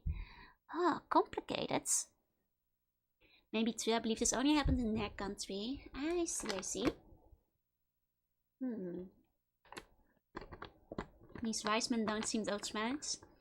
Not very wise men. It's a Vizier's interpretation, but as we established, they were morons. I mean, I think this is our clue for how we're supposed to do the ending, but let's just go in. I don't trust the prophecy, not enough evil Viziers inside of it. I think the evil Vizier wrote the prophecy, so... you know, there's like a degree of trust we can put into it, maybe? Okay. Now, there's a sixth book. In the Armageddon, each character will have the statues in their respective characters. We versus P starts to prepare for the final battle. Wait, seriously? Okay, no, the reason, like, I knew that you could grind up, but the reason why I'm like, ugh, seriously, is because if you revisit any of the 5 previous books, it puts you all the way at the beginning of the story. So you have to go through the first, like, 4 chapters before you can even get to the cafe to like level up again, which is the reason why I haven't leveled up the other 4 off stream, because like, yeah, check this out. If we go to Gwendolyn, for example, here, it puts us all the way at the beginning of our story. Like, look at this. Like, it doesn't let you, like, it would make sense if it put it all the way at the end of the story, and instead, you know, allowed you to go to all the places, get straight to the cafes for grinding. But no, it's like, it's dumb. It makes you like play 4 chapters again first before you have access to the cafe. No chapter select? I don't think so. Like, I'll see if there's a chapter select, but I don't believe so. You can easily skip and breeze through it at your level. I mean, the thing is, even if you can easily skip through it, that's still like retreading like 3 or 4 stages. Which is, and the remake does put you before the final chapter, which makes so much more sense. And the updated version is on average just a better game. I have heard so that they mix a lot of stuff. could really grind before the Armageddon. Oh yeah, no, you can surely grind right now. But you have to go through all the chapters first. But yeah, that's something that changed in Left Sphere, because like... Let me see if we can skip forward. I guess I haven't tried that. No, you can just rewatch the scenes, I think. Yeah, you can only rewatch the scenes, so you have to like replay the entire story before you can even get to the rest once again. Which is like, ugh, why would you want to do that? Well, let's see how far we can get with just what we have. Otherwise, I'm gonna have to do a lot of off-screen grinding, I think, if we're underleveled on some of these. You know, because if I had known that, I would have made sure to like level up a bunch before finishing every chapter. Oh, 1 second. Sometimes it doesn't recognize the disc on the first try. Let me restart it. It's a bit stinky sometimes. I think the disc is just a little bit dusty, actually. But yeah, no, I'm glad they fixed that in the remake, because that is definitely a bit of an annoying, stupid decision to make you go all the way from the beginning again. While if on-screen grinding, I mean, if I were to grind this on screen, there are certain other games that probably aren't get started for like another 3 months, so... You know, I don't think you want that. I don't think you want that. Okay.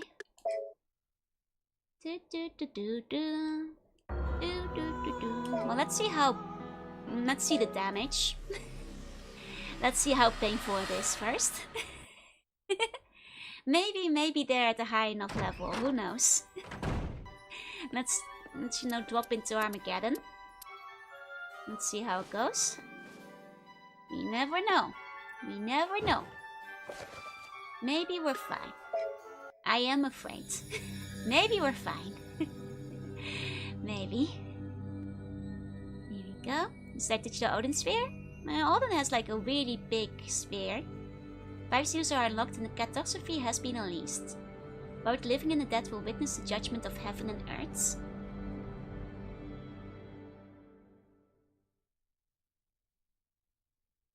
PST. So PTSD is the original coffee? It is actually. I'm playing it on the regular PlayStation 2. You have a separate save here? No. 変身が解けてもダークオーバーの魔法は続いている。分かってはいたが、こう心を蝕まれるとは我慢できない。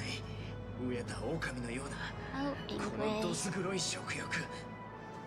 ベルベット、お前ですらうまそうな肉としか思えない。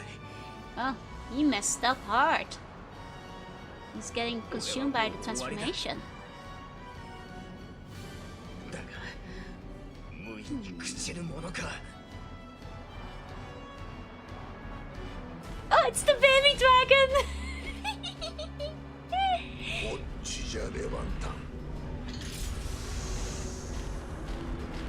Oh god, he's putting the baby dragon in the cauldron. Is it gonna like time wizard it? Fast forwarded like a couple thousand years? Oh dear. Oh dear. I see how this is going. Is that what the cauldron is for, huh? The hyperbolic time chamber. So no.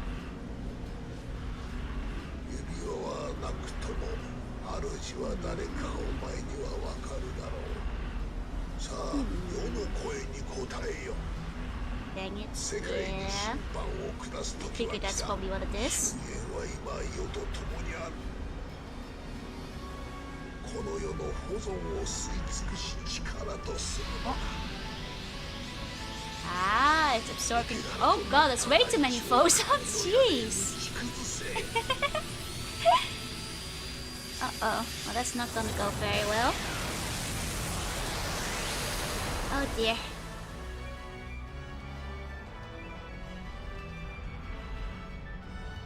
ひどい姿だな。これがあのバレンタイン王の慣れの果てか。生きていたのかイングベイ。こそこそと隠れ回る小心者。あんたこそ冥界ではオデットの故障だったそうじゃない相変わらず口だけは達者だな。とても高潔な我が血を引く男だとは思えぬ。か。そうかな。よく似てるぜ。力に狂っているところなんか特にな。力？お前に何の力がある？見せてやるよ。ダークオーバーを。タイタニアでの恐怖を今一度。まさか大事な決勝路をガラクタにしてやる。捨て身で世に挑むというのか。そうだ。嫌な話だ Okay, ろ。 so Ingrid is still 国を trying to 滅ぼし help. た狂気の王子はその命で残った仕事をやり遂げるんだ。 Aw, go Ingrid, go! Oh, he's becoming a werewolf again. You got this. Land of Despair and Misery. まただ。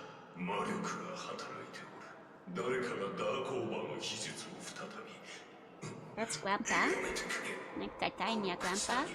知恵の渇望が湧き立ち、まがまがしき閲楽が心を狂わせる。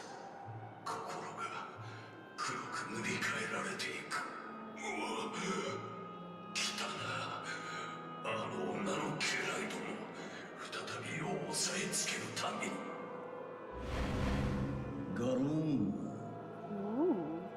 その腕を枷で縛り付けていた。 Oh yeah, because the queen got killed by Gwendolyn. Also, oh, because he's killed, he can be set free. Ooh.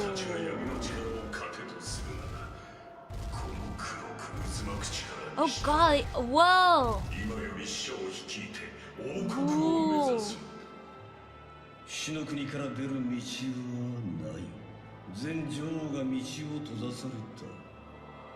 なんだと。ご安心なされよガロン王。出る方法ならありまする。何者だ。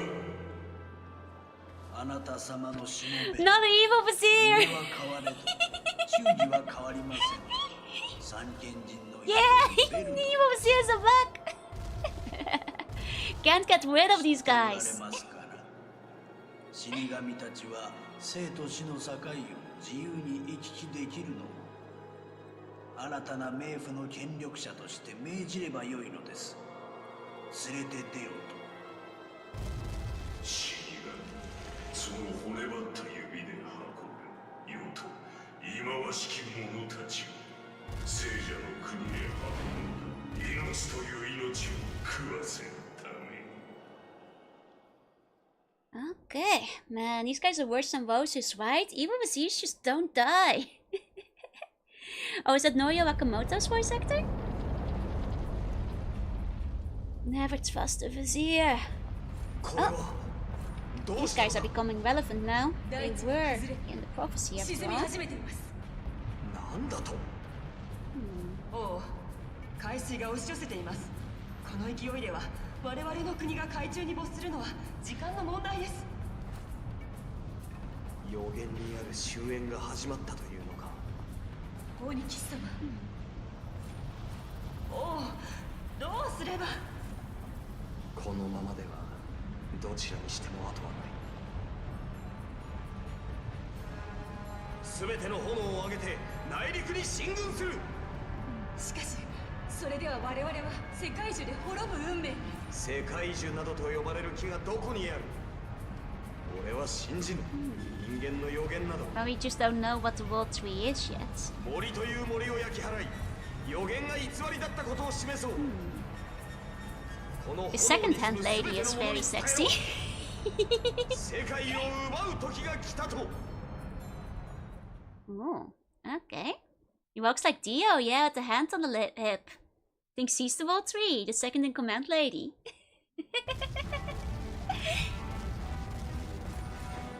オーダイン様、このままでは。ガロンが冥府の王だと。我が軍は残っている部隊はどれくらいだ。すでに小野兵隊は全滅です。ワルキューレ隊が門が破られ敵が王宮になだれ込んできます。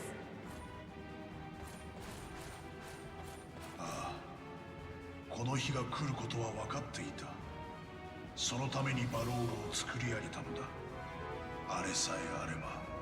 来たぞ。我が命で王を守らん。 Oh, yeah, there's the army of the dead. Oh. God, they're so creepy. They're very cool looking though. I never get the chance to look at them like calmly in battle because I'm busy mashing, you know? But the designs are very cool. Man, the fact that they spawn like on top of the spears, so disturbing. Oh, did he win? Oh, so he did live. あれほど多くの死神を一度に見れば、どんな戦士も血の気が失せるだろう。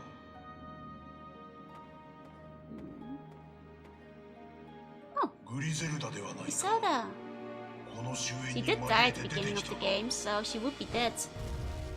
お前には父親らしいことをしたことがなかったな。お前のために死ぬのならそれもよかろう。これからはずっと一緒にいられそうだ。満足か、グリゼルダ。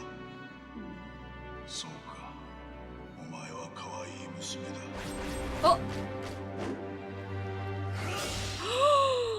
Oh my god, that's how Odin dies! We're not even the ones who do it!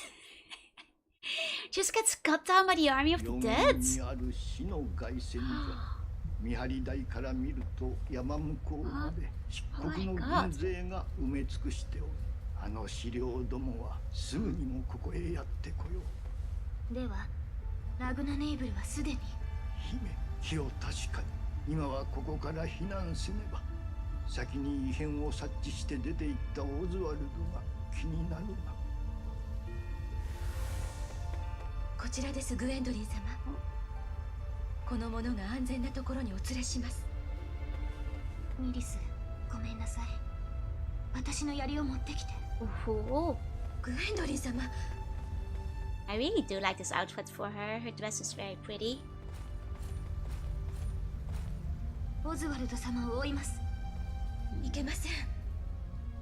心配しないで。私はワルキューレ。追い詰められたら空に逃れます。さあ、お前たちは行きなさい。姫、落ち合えるのならホルン山で。来るわ、急いで。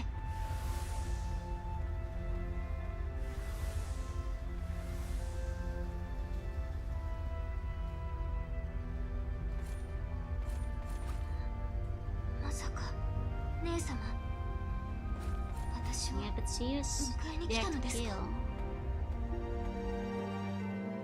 Knock down the 王 crown. 冠を打ち据えなさい。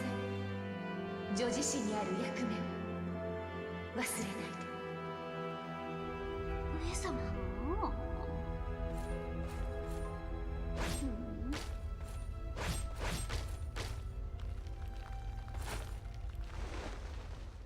Huh. Oh man. Oh man, there's so much happening. There's so much happening. Oh my god. Oh, there's so much to take in there. Odin Sphere. Oh yeah, Odin is the problem in most of this game, but for once not for this end. Oh, Gwendolyn X Mercedes. Oh, but he has a really cute husbando though. The art style is very pretty. The art style is so pretty. Agreed. Man. All of Odin's scheming ends in nothing. You weren't even the ones who killed Odin. You chose Velvet. If that's true, no spoilers yet, okay? Besides, we probably want to see at least one of the bad endings. This does seem to be mostly Ingrid's fault. Ingrid really escalated this near the end. I'm sure somebody would have... Well, okay, evil Grandpa would have probably activated the cauldron regardless. And other evil Grandpa would not have escaped from hell had Gwendolyn not killed the Queen of Hell. But even so... Oh, you're wearing the costume, that's why. Hey, old bastard. Hey. They don't let you recheck the text while you're in here. Fight the six-eyed monster.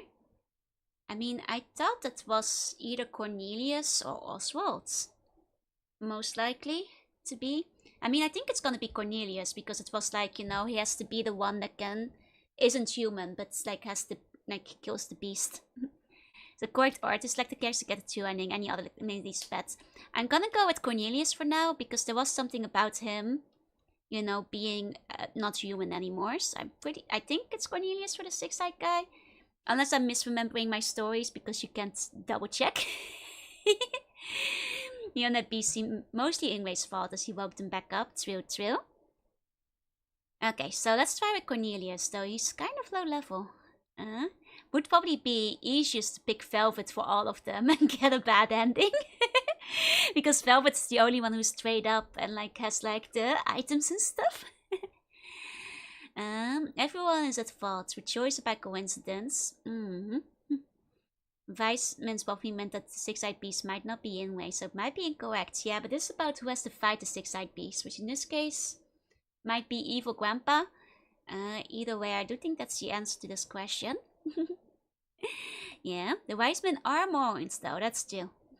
Are items shared? No, they're individual per character.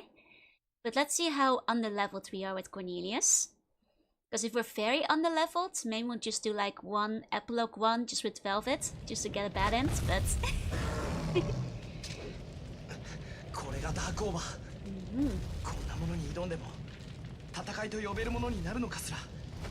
Oh, so it goes straight into battle. Oh dear, so you don't even get to grind the overworld in the epilogue, huh? I see. I see. その通り。誰だ？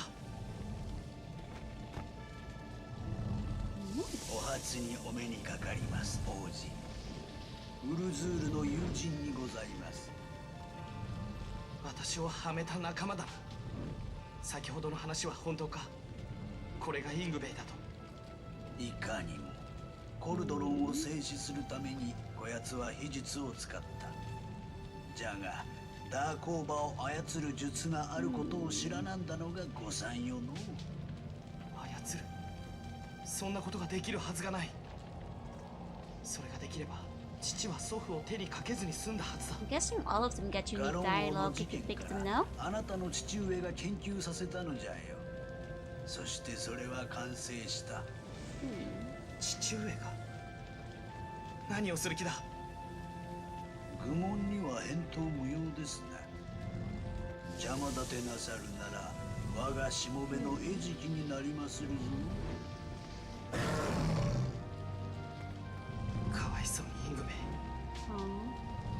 お前こそ。Well, he's not quite innocent in it, but all things considered, not quite. 剣で魔獣に挑まれたのだ。恐ろしいものか。待っていろ。 今楽にしてやる。 Protagonist sounding voice from the bunny. I mean, he is basically a protagonist. Time to cut the pizza, yeah. Didn't one of the prophecies say something about a beast that can be killed with sword or arrows, and we have to fight with Velvet? It's not this one. It's the one with that was like, I think that was the fire. Would that be fought by Velvet? Do I plan to do all the ends? I do want to take a look around them. Man, compared to Velvet, this man has no healing items on him. I fear the worst. To get the bad ending, you actually have to win the fight. Yeah, that's why I said I do it with Velvet if we're too unleveled with these guys. We can take another look at the prophecies though, yeah? There you go. Like, yeah, no, this is the... Yeah, I'm pretty sure it would be Cornelius for this guy. Yeah. Maybe Cornelius is a good bunny. He's a good bunny with no health items. Use the steed of the lamb. I mean, oh, we don't actually get to see the map in this one. That's okay. I'm gonna spin ball over here. Well, of you to think you can keep using the same character. I see. Uh-oh. Uh-oh. Man, we're not doing a lot of HP. I have a feeling we are probably gonna have to grind. the other guys up. Because, as I feared, we're kind of low damage. Would be a plot twist if the bunny man misinterpreted possibly. I mean, maybe, but I think that, like, you know, if they're giving us incorrect clues, that would be unfair. So I'm sure that the clues are correct. Need no HP, you have the strongest move in all of Mega Man's real drill. I mean, even his burst doesn't do very much. He also doesn't have overload in his, like, attacks yet, so... Oh, you can do a Velvet only one, I see. And that probably means we are gonna have to do a bunch of grinding with all the characters. Which means replaying their entire story again, which kind of sucks. How much food do we have? Not enough to be fighting this entire boss. Like barely anything. And also quite basic stuff. None of the big healing items. Pretty sure, you know, we ate all of those in the final boss battle of, like, you know, his route. So, realistically, we're not gonna defeat this guy. We're gonna have to go blind. He's stronger than me.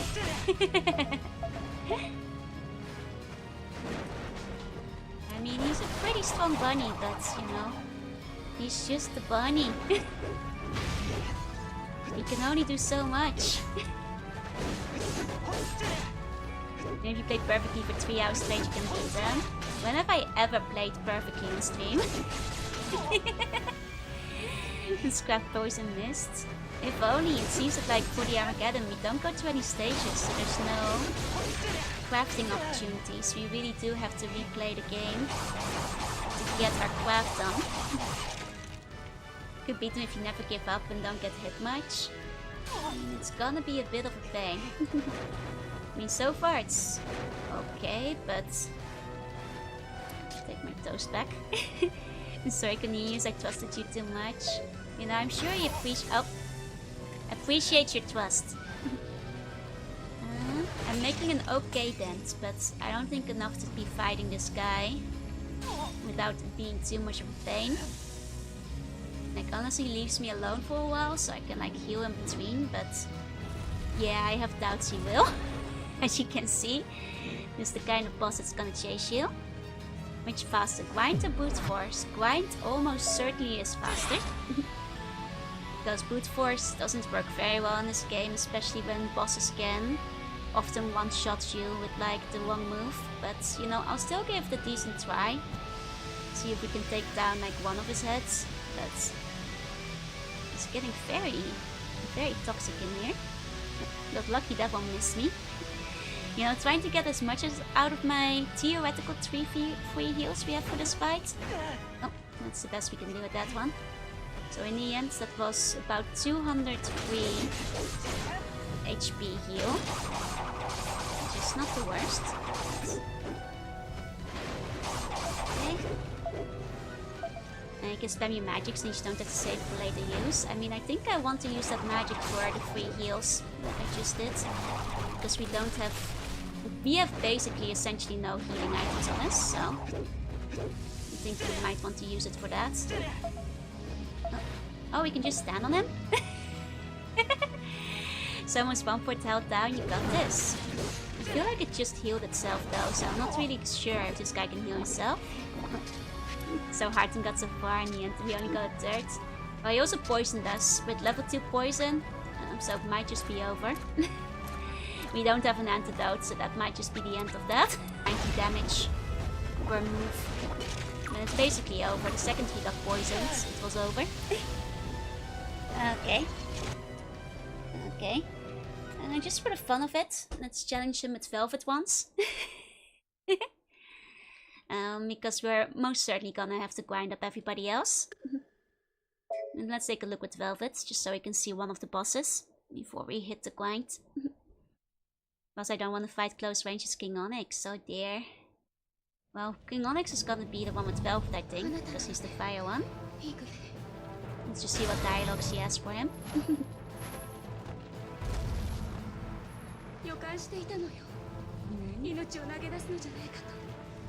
生きておったか、バレンタイン王女。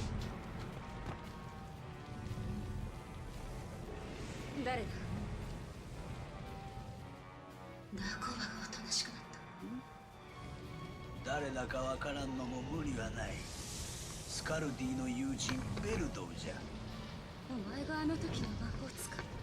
こやつにかけられた呪いの恩恵で死んでも正気を失わず術も使える。イングベイに何をしたの？変身は彼の意志。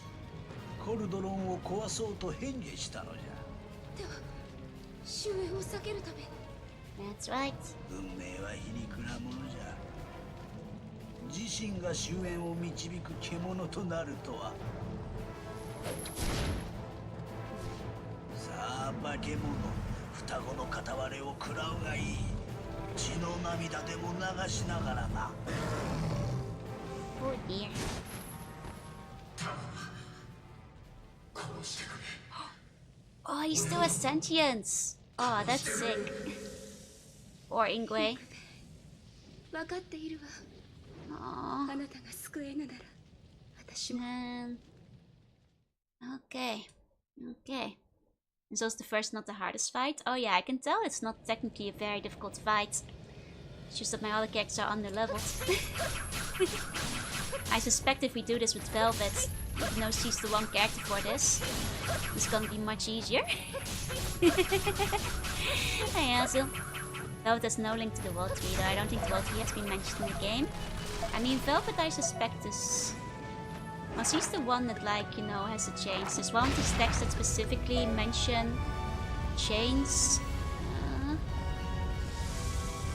I forget which one. There's one that's, like, specifically about chains, and it's definitely... Yeah, this one. The flooding fire cannot be stopped, it can only be chained. So she has to do something. Something for the flooding fire. Evidently. But I guess the World Tree is the one that has to defeat King Onyx himself, so maybe there's another fire thing going on that Velvet has to take care of. The closest thing to a World Tree I suspect is probably Mercedes, because she's a fairy. And fairies have things to do with trees. It's in the context of the Cauldron. So Mercedes will probably have to deal with that then. We might find out more. Oh, so the pop energy potion you? Okay. That was just like stinky looking. You melted him? I mean, that's what I'm saying. Like, Velvet is probably at the right level to be doing this boss. But she's also the only one of my characters to be at the right level to be doing these bosses. Which is a shame, but at least we'll get to see, like, one of them done. There we go. I was pretty clear about 3 of the characters. That's 2 I need to assume some stuff, yeah. I'm gonna assume that the World Tree is probably Mercedes. But you know, we'll get through there. Oh, there's no jail, nope. She's just gotta go. She's got a mission. You know, the heads take about equal damage is something I've noticed.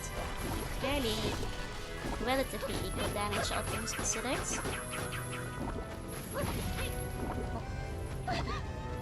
Just, I mean, I think Velvet will be good for a battle. She has 1,000,000 elixirs. It's like for whichever battle she's in. I don't think we have to, like, you know, upgrade Velvet any further. I think the other characters, probably so. The other characters require further grinding. Poison level 3? Jeez. I'm not gonna bother with the antidote, I'm just gonna kill him. Want to do some of the bad damage, you need to grind enough resources to do several boss fights in each character. Well, you guys did say you can only do 1 fight per character, right? Which is the one thing that sounds a bit annoying, because otherwise you could just do like a 1 of 6 boss fights per character. But you can only do like 1 per run. It's a bit more next eye. I wonder if I'll just do like a bad end and then look up some of the other cutscenes on YouTube instead. Because some of the bad endings do look cool, but it sounds like a Sonic situation where there's like, you know, Shadow situation where there's like 64 different routes to go through otherwise. Which might be a little bit excessive.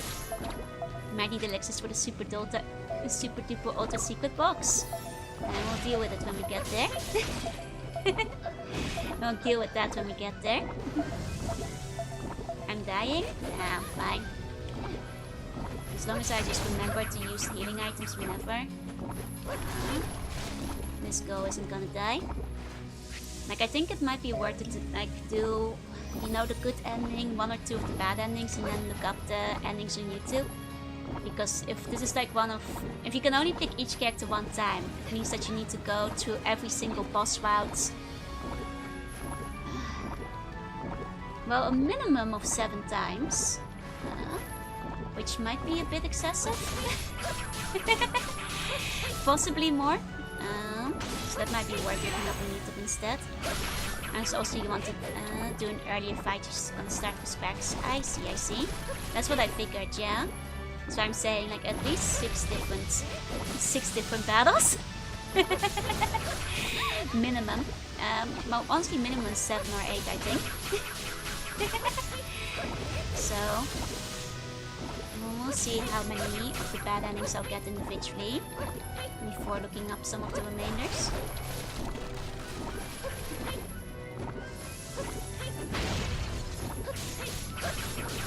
Okay. It's really interesting how each head does seem to do like go at like an equal amount. They really don't have like one dying before the other. I did one guy without whatever guys I want and then the correct one, watch rest on YouTube. Might wind up doing something similar. Might wind up doing something similar there. Doing the fights with right characters leads to the good ending. Seeing all the story events and bad ending unlocks an extra speed at the end of the good ending. I see. Got it. So if you do every single bad end, you also get an extra thing in the good end. I see. I'll consider how I want to do that.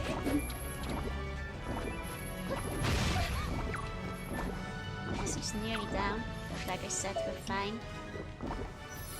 Because this guy is nearly down too. Just can't get back up here, currently, because his stupid pole is still high. Hey, Necromancer. Hey.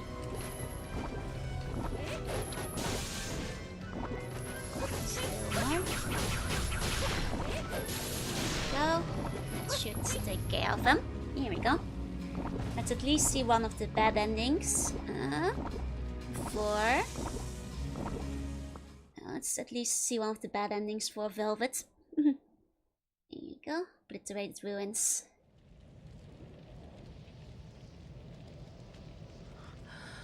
Nanda, ベルベットじゃないか。母上だと思ったのに。イングウェイ。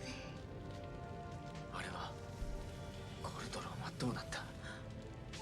頭の中が真っ白だ。思い出せない。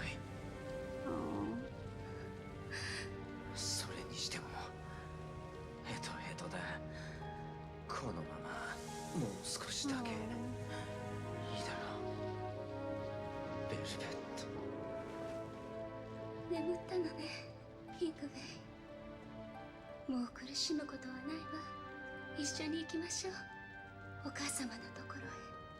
3人で暮らせるといいね。あの頃みたい。Oh, and then they die. Oh. 共に相果てたか。サイファーの力がこれほどとは見くびっておったわ。だがまだ秘術の書がある。これくらいで諦めるものか。ないぞ。どこだ。まさか落としたのか。この焼け野原に。He dropped it. 若者め。なんということだ。He dropped it. 諦めはせんぞ。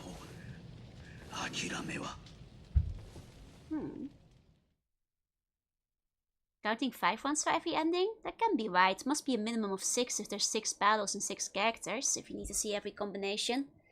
If you optimize it. Let's save in a different slot. Because we're probably not going to be able to finish this run.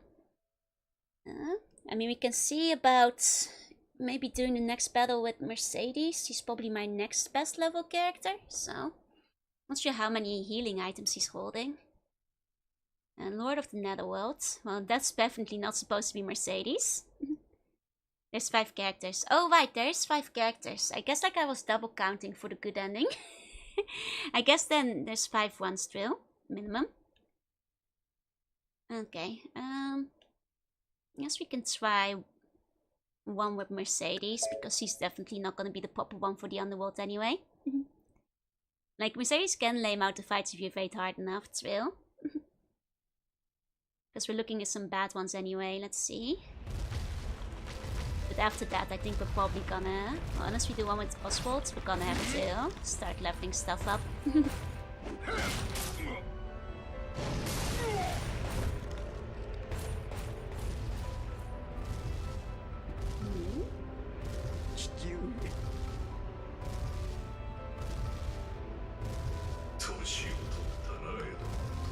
Man, he does look cool.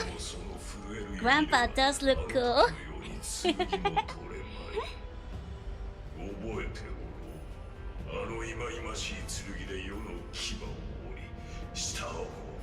This unit should be a 44 for Oswald. I think this might actually be Oswald's proper foe.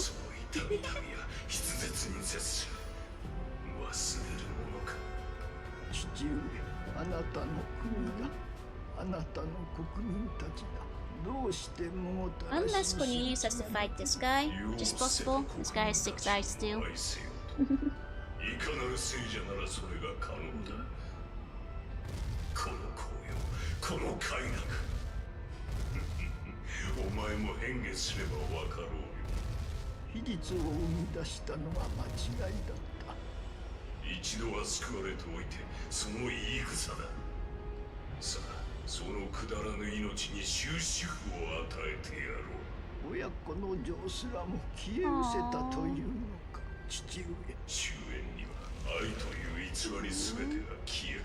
Grandpa was so much nicer in the underworld before he became a big beast. He used to be so much nicer. They should not have set him free. So the Valentine bloodline ended, spilled upon the earth, yeah. So interesting enough, Mercedes did not appear in this cutscene. You would have thought she would have shown up, but she did not. She did not. Gallons? What about it? I've got to start remembering how I use Mercedes again. I controlling Mercedes? Yeah. Yeah. My soul backlight can't possibly be this mean. Oh. So this guy is actually quite good at shooting you in the air, which makes him a strong Mercedes counter.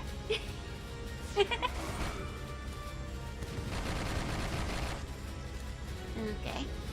Might still be okay. He does have the anti-air, but... Uh-oh. Uh-oh. Oh god, he's got the crazy anti-air. Couldn't even stick in the little zone in between. Which items do I have? She doesn't really have much to heal.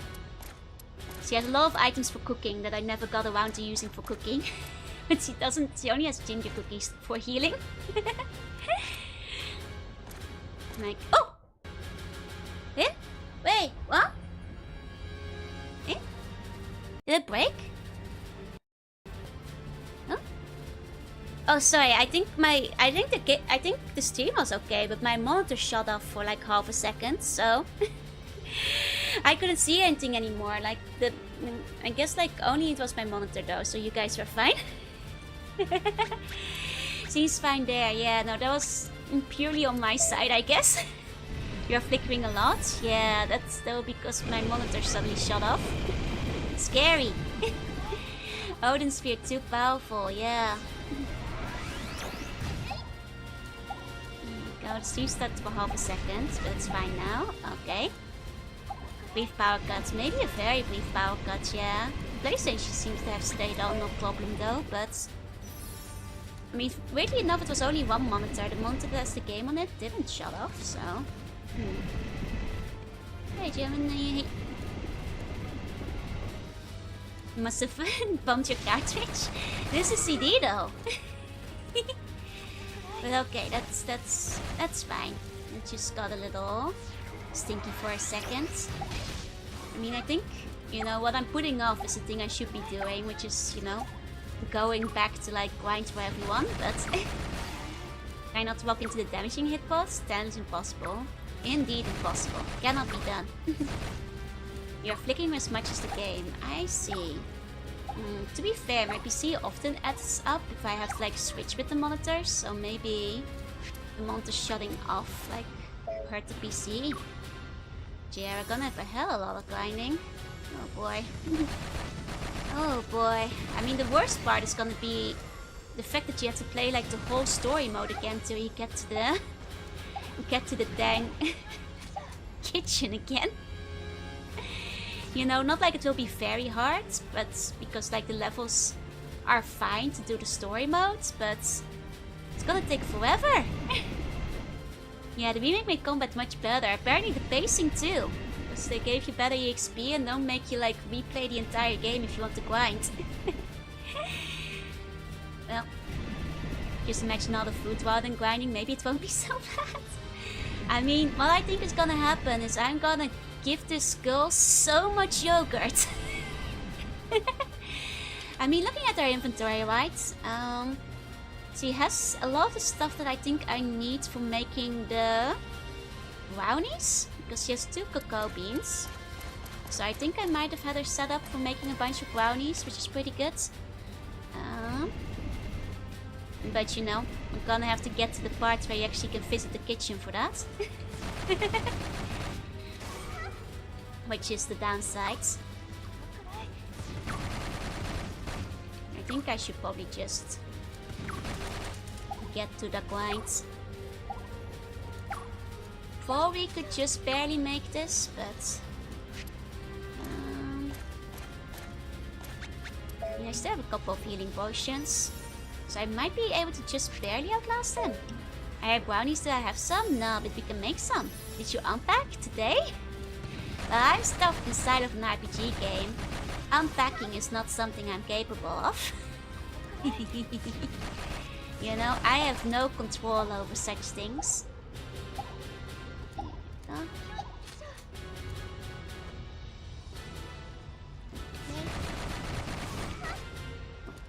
Just barely out of range. Okay. Well, maybe we'll get some brownies later. Sometimes the tutorial level gets messy though. Yeah, but you do go back into the tutorial level at the level you ended the game on. So at the very least, you know, it's not tutorial level from scratch. But it is a little bit annoying. Okay, I'm basically out of healing now. Make the kitty unpack? I don't have a cat yet. I want one, but I don't have one yet. Okay, really good. Nice, you can get it. Gives lots of level called Umi Ishi Milk. I think they forgot to put that in the game. Haven't seen it anywhere. Can you skip the cutscenes? You can at least skip the cutscenes. But you know, you're gonna have to go through all the rest of the stages though.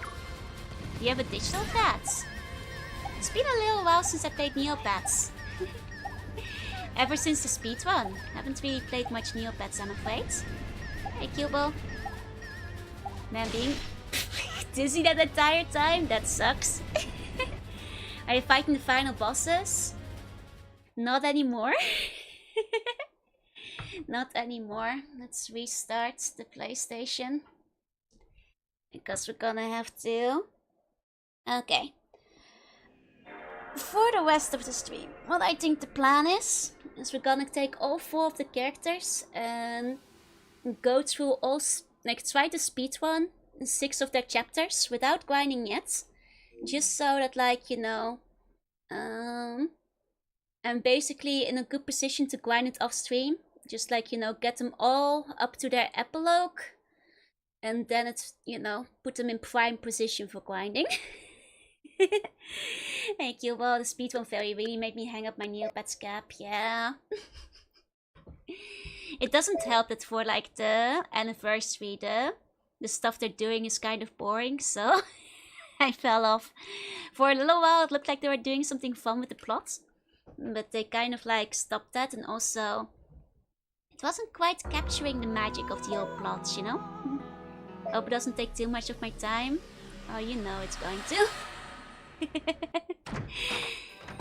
Okay. Well, let's start at the beginning. Okay, this is gonna be a speed one. Actually, let me pull up the timer. It's been a while since I had the timer. Let me see if I can find it. I mean, this is the countdown timer. Do I have one that's like... Wait, where's life splits? Can you play until points which characters and keep your progress? If they reset your progress, like regardless, I'm gonna be really mad. Because that would be truly, truly evil. So I'm gonna hope. Let's do one chapter of Gwendolyn and make sure the progress is saved after redoing one of the chapters. Because if it doesn't even save like your progress upon replay, and you're gonna have to like replay all 6 chapters to grind every single time, I'm gonna throw myself off a cliff. But for now, I'm just gonna get the speed one timer, and I'm gonna see how long it takes me to get through some of them. So I guess we wanted to go through one chapter first and just see if it makes any difference. Abijitio, it was Chibijo, that's speed one, yeah, but I'll take up the cloak. I'll take up the cloak. Okay, can't skip this cutscene. I think we can skip the one that comes after.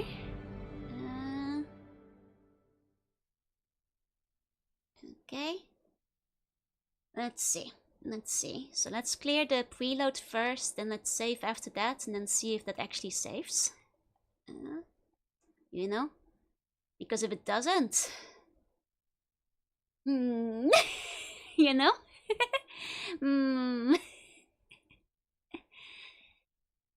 Okay. Preload Act 2. You shouldn't request basically a second job level hours just to see the story finish, right? Okay. I mean, apparently they fixed this in the remake, but this was surely a choice. The first time around. Like, you know, whether they fixed it or not, but... I'm glad at least they reconsidered it when they re-released the game.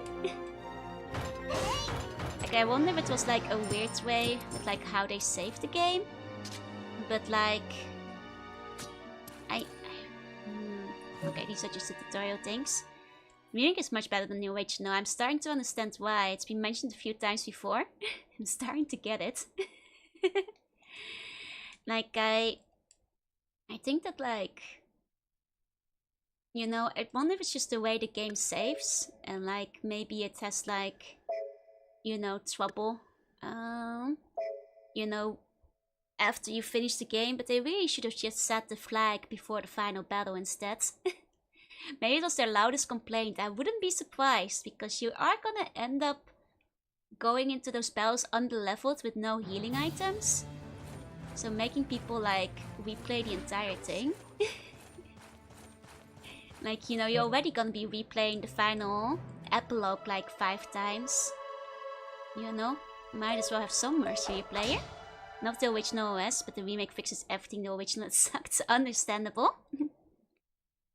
And maybe put the main stage in the last slot too before you accidentally override it. Fair enough, fair enough.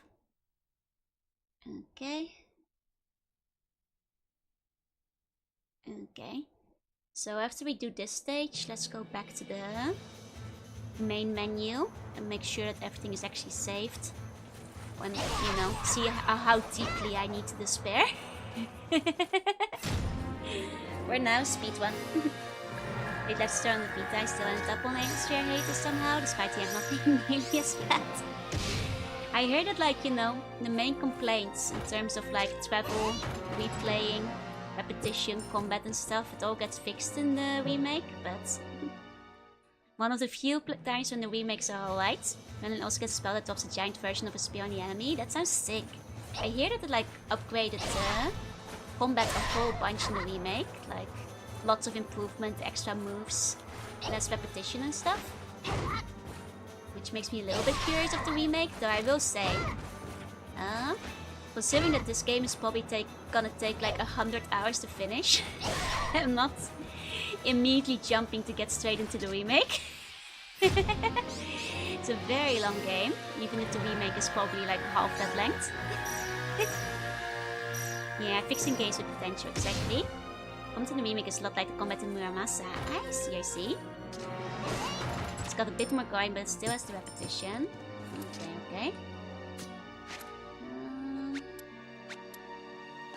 Okay, I mean, she's also carrying a bunch of items that can be used for cooking later, which is good. Let's just go for the kind of like gonna go for the fastest route here as much as we can. Okay.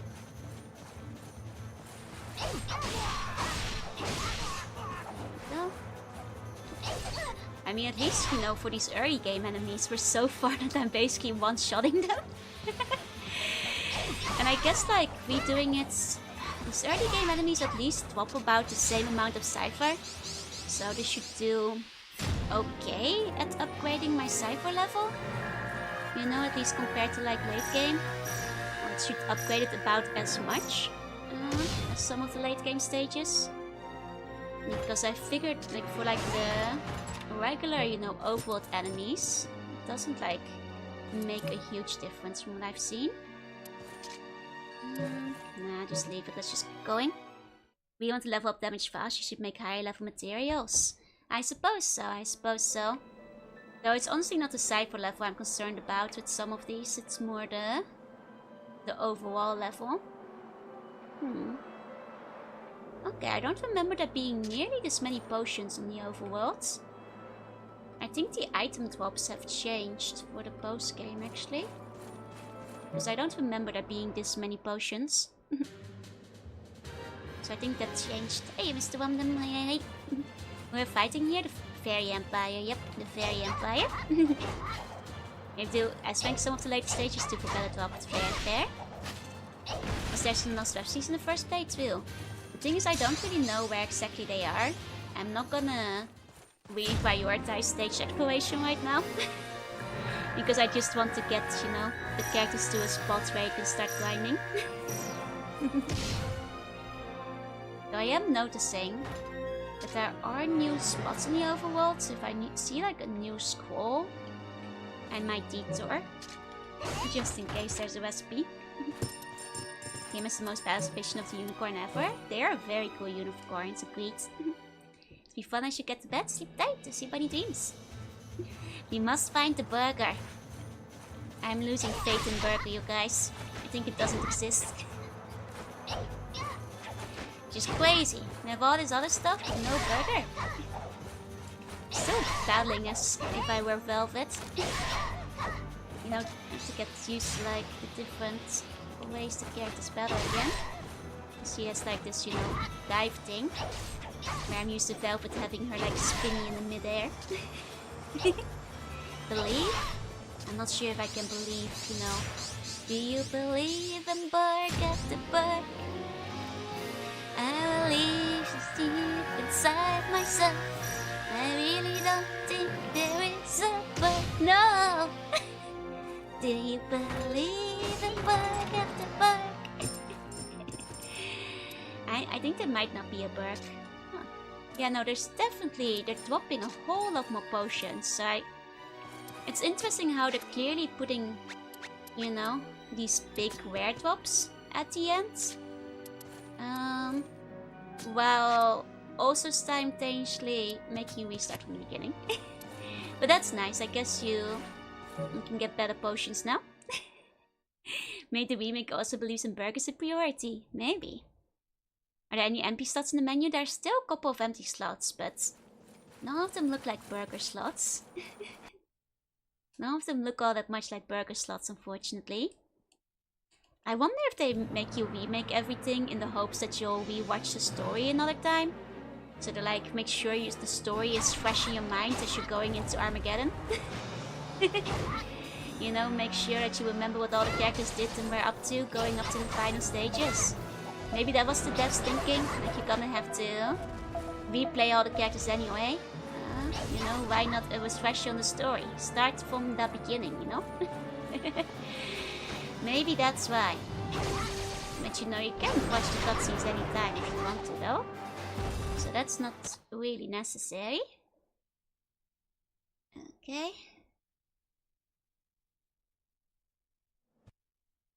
Do you think there's a Guess That Burger game show? Like Guess That Pokemon? I think silhouettes for burger would be too hard, but I feel like just like a picture of a fast food burger, I'd be reasonably good at telling some of them apart. One day I'll get burger and fries. Maybe another game. Exactly. One day. Okay, so let me restart the game and check to make sure if now the game actually starts in chapter 1 instead of like, you know, all the way from the beginning again, because that was the test I was trying to do. Can't get live split to start up. I might have like accidentally moved the source folder around or something, and that's not working. Guess we're not getting the speed 1 timer. Maybe even in Bone Snatcher, right? That would be ideal, because then would be my own game. I guess if I'm playing Gwendolyn right now, I should get changed. Should change my outfit again. 1 second. Now the Gwendolyn outfit is not as exciting. But you know, it's still, I got some of the assets for that. It's just not the full outfit, it's the difference. It's just not the full outfit. Hello. Hello. I return in base form, but let me grab the Gwendolyn essence. Would I have a burger with cucumbers in it? Yeah, I'd try it. You have multiple. I mean, like I said, the velvet one is the only one I made the full outfit for, because that was right around the time that Vtuber Studio made that possible. So the other ones are much simpler, but let me find them. Yeah, here's the clone, here's the flower. You know, at least have my Gwendolyn stuff on as we're playing her. There we go. Much simpler by comparison. Much simpler by comparison, but it's still pretty cute, I think. Still pretty cute. Also, this is my favorite. Also, it was probably my best creation with the tuny toggle. There we go. Can I quickly show the Oswald one? What I can do is this. Don't feel like grabbing the assets for Oswald right now till we get to his story, but I can put the tuny toggle on. Because it's quite good. How Cornelius got up look? For Cornelius I just made some bunny ears. So, kind of like Gwendolyn, it's quite simple. Quite simple. Okay, at least it seems like to remember which part of the act in Gwendolyn are. So I think we can do it. I think we can speedrun all 5 of the stories to their end. You know, get all of them back up to a good grinding position. And then I'll probably do the worst part of it off stream. But for now, I'm gonna speedrun this. You know, as much as it would be interesting to see the story again, it might be easier to just look up a cutscene compilation for that. Okay. Welcome back to Demon Lord's Castle. Though I do find it interesting that like the overworld maps have changed. So I guess they are trying to help you grind easier by getting like useful potions like the, you know, damage resistance and stuff without having to make it yourself. And his character design is my favorite, even if you like say this more crap with his playstyle. I think Gwendolyn is my favorite design as well. I have a soft spot for this specific blue and purple combo, because that's basically my favorite combination of colors. Also a huge sucker for wings, so, you know, I think Gwendolyn was kind of fated to be my favorite in the end. At least design-wise, like very much like Mercedes' playstyle as well as Velvet's story though, but, you know, I can't help it, she's purple. I wonder how they didn't put this in the position in the first place too. Yeah, because he's mine too. It's so pretty, it's such a nice design. Like I said, I'm gonna be ignoring items here. Our inventory is full anyway. Might only grab items if there's like rare potions. That would be like too much of a pain to make ourselves. For the most part, I'm just gonna focus on speed clearing the levels, so. You know, the best I can. There we go, there's the map. the map, the map. Okay, we're going up. Yeah, once again. They just have the random potions across the map, which is interesting. Okay, hey Zach, welcome in, welcome in. And hey Idon, good morning, good morning. Oswald steals the show among the guys, though Ingwald is close. Yeah, no, Ingwald. I mean, Oswald is my favorite out of the male characters because he's like super husbando. But Ingwald, probably among character designs, I actually like Ingwald's design the best. It's like, you know, it's also quite purple, it has strong purple energy. Cornelius is just very cute, but... Now it's Cheetah goes a sheep. Apparently it's based on some weird medieval myths. Yeah, it's true, it's true. You can look it up. There's actually a lot of funny pictures of the sheep. It's because, like, you know those plants that look like cotton? So people wondered if that's where the sheep came from back in the day. You see it in like a lot of like old TRPG, you know, tabletop stuff and like fantasy things because it gets mentioned in those. There's also, if you go looking, there are like monster girl designs based off like the plant sheep, you know, which is usually just like, you know, imagine if a plant girl and a sheep girl had a baby. And it's a sheep girl stuck inside of a plant. They're pretty good designs, honestly. I finished another art. Let's go, let's go. Let me get to the end of the stage first, though. Yeah, plant sheep girl. They're really cute. They're really cute. But yeah, no, they're good mates. They're very fun, you know. If I were to find one in real life, I would also grow a plant sheep. If I could, I would. Yeah, painkiller I have. These ancient manuscripts, I have these, right? This isn't new, is it? Yeah, no. I don't think so. I don't think so. I think we already had these filled in. Yeah, we have the whole list. How goes the running? The running goes well. There's a Monster Go Encyclopedia entry. The Monster Go Encyclopedia does have one, yeah. Does indeed have one. There we go. Not something I expect today. Hey, a plant girl and a sheep girl can have a baby. And then will become a medieval myth. Also appears in like a bunch of fantasy manga. I know that Dungeon Meshi has it as well. Because it's very much based on like old TRPG and wizardry and stuff. Which also has references to it. Oh right, this is the Velvet Battle. Yeah, our plant girl is the sheep girl. Exactly, exactly. This one with the Dark Knight look is so good. Ingwald in fashion from trying to suppress my Chioni. Like, Ingwald just has a stronger fashion. Like, the Dark Knight look, it's nice. But it doesn't quite, you know, hit it, you know? It's very cool, especially when he goes Chioni. But Ingwald still wins.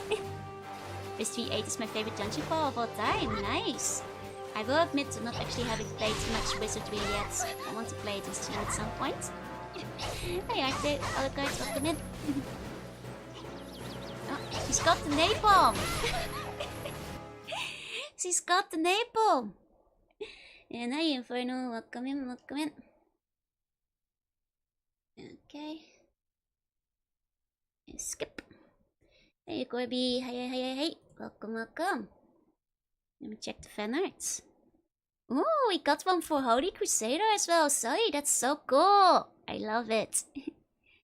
Remember when squeezing the jaw to be Dento. Do not use excessive force. Thank you. Thank you. This is an important note. Important note. Velvet is a war criminal, so napalm is no surprise, yeah? Mention plant sheep enough. What's the name to search? I'll find the picture. So, it's known as the vegetable lamb of Tartary, though it also goes by baromets. So if you look for baromets, you'll wind up finding a whole bunch. So this is like, you know, a medieval illustration of it. Let me show off the ancient scriptures. They're very silly looking. They're very, very silly looking. I love them. There we go. So this is kind of what they look like. This one's really big. Yeah, Bahamut. I changed very clean. This is my standard outfit, except for the stuff in the hair. But yeah, look, it's the sheep that grow from the plants. That's what the item is based on in the game. Velvet is a war criminal, so napalm is no surprise. This is true. And 6 and 8 are directly related, so you can just import your character between them. Oh, that's nice. That one looks like corn. Just eating my sheep on the cob. Just eating my sheep on the cob, you know? Hey, just welcome in. Imagine the boss fights play characters use your scaled up versions. I mean, that would be crazy. But unbalanced, because Velvet is way stronger than this. Than Gwendolyn is. Super long one is cute, right? And we did have a fan art that Sneo want to show off. Do not squeeze the jaw. Be very gentle, please. What happens when you don't chew properly? I mean, what happens when you don't chew properly on normal foods, right? You're gonna choke. You're gonna wind up choking. Okay, alright, we don't have to talk to these people. We've already done all of this. No search, I do not want to see the barometer. Yeah, you might have to make sure Google knows what you're searching for. Specifically the barometers. Try with an S or a Z at the end, that might help. That might wind up helping. That and corn tree out of the tummy. Oh no! Well, I don't think that's true. You know, there's all those like rumors that like if you eat like seeds, they can like sprout in your belly, and I don't think that's true. You know, there's all these like urban legends and stuff, and I don't think that happens. I don't think you... If you swallow baromet seeds, do you grow sheep in your stomach? I don't think you can grow a sheep in your stomach. I don't think you can. There's a Yu-Gi-Oh card. I'm not surprised, It's honestly... I feel it's actually one of those medieval myths that might actually be more popular in Japan than it is in like, you know, outside of Japan. Because I feel like it shows up in like games very often. Apple seeds have cyanide in them. It is true that you probably should not eat the apple seeds, you know. I'm an RPG character, so I can eat the apple whole, because that's the way I was programmed. But most people probably should not eat the apple seed whole. That makes me think of the joke where you hold gentle like a hamburger. Yeah, exactly. Or the one meme that's like, don't hold like this, you'll give her brain damage. Which ironically I've done versions of for my friends, but never do one of for myself. But but yeah, no, baromet shows up in like a lot of Japanese media, be they, you know, fantasy related or monster girl related. And it's a relatively common one, I feel. It's kinda neat level 4 normal monster support. Nice. We'll soon level up to the next level on the Cypher. Gwendolyn, which is nice. I mean, I think Gwendolyn already has overloads. She just misses the healing one. But to be fair, in the final boss battle, I don't think we're gonna need healing. I think what we're gonna want most is actually overload. So I'll probably want to like grind Cypher for any characters that don't have overloads yet. Okay, this is just journey all the way north. Got it. One counts in European myth, but shows some Japanese media more. Yeah, I guess it's... I feel like it is the influence of like, you know, a couple of like influential, you know, books, anime, games and stuff having baromets, which, you know, then influences more people to like put it in their, you know, media. Whereas in Europe, I guess baromet doesn't really show up in stories very much. Don't tap out, have a good night day? No worries, have a good night day, don't get stuck. Don't try to get any bits of wham on the cob in your teeth, chill. And good night, if you were going right. Alright, we have the cool heartbeat things here. I do like those enemies, they're very neat looking. Some of these are not as cute, no. Well, it does depend on the artist after all. It's like how everyone tries to imitate of question work. I mean, it's like one of those things where, like, you know, whether people admit it or not, everybody is gonna be influenced, you know, by the media they grow up with / consume. Which is like why a lot of fantasy is very Tolkien-esque. You know, it's like why post-Tolkien the landscape of elves and dwarves has forever changed. You know? And I think the same goes for like a lot of things, you know? People get inspired and go, you know? Let me put a baronet in mine too. Yeah, there's one of the baronet pictures with the worms. I did see that one when I was on Google earlier.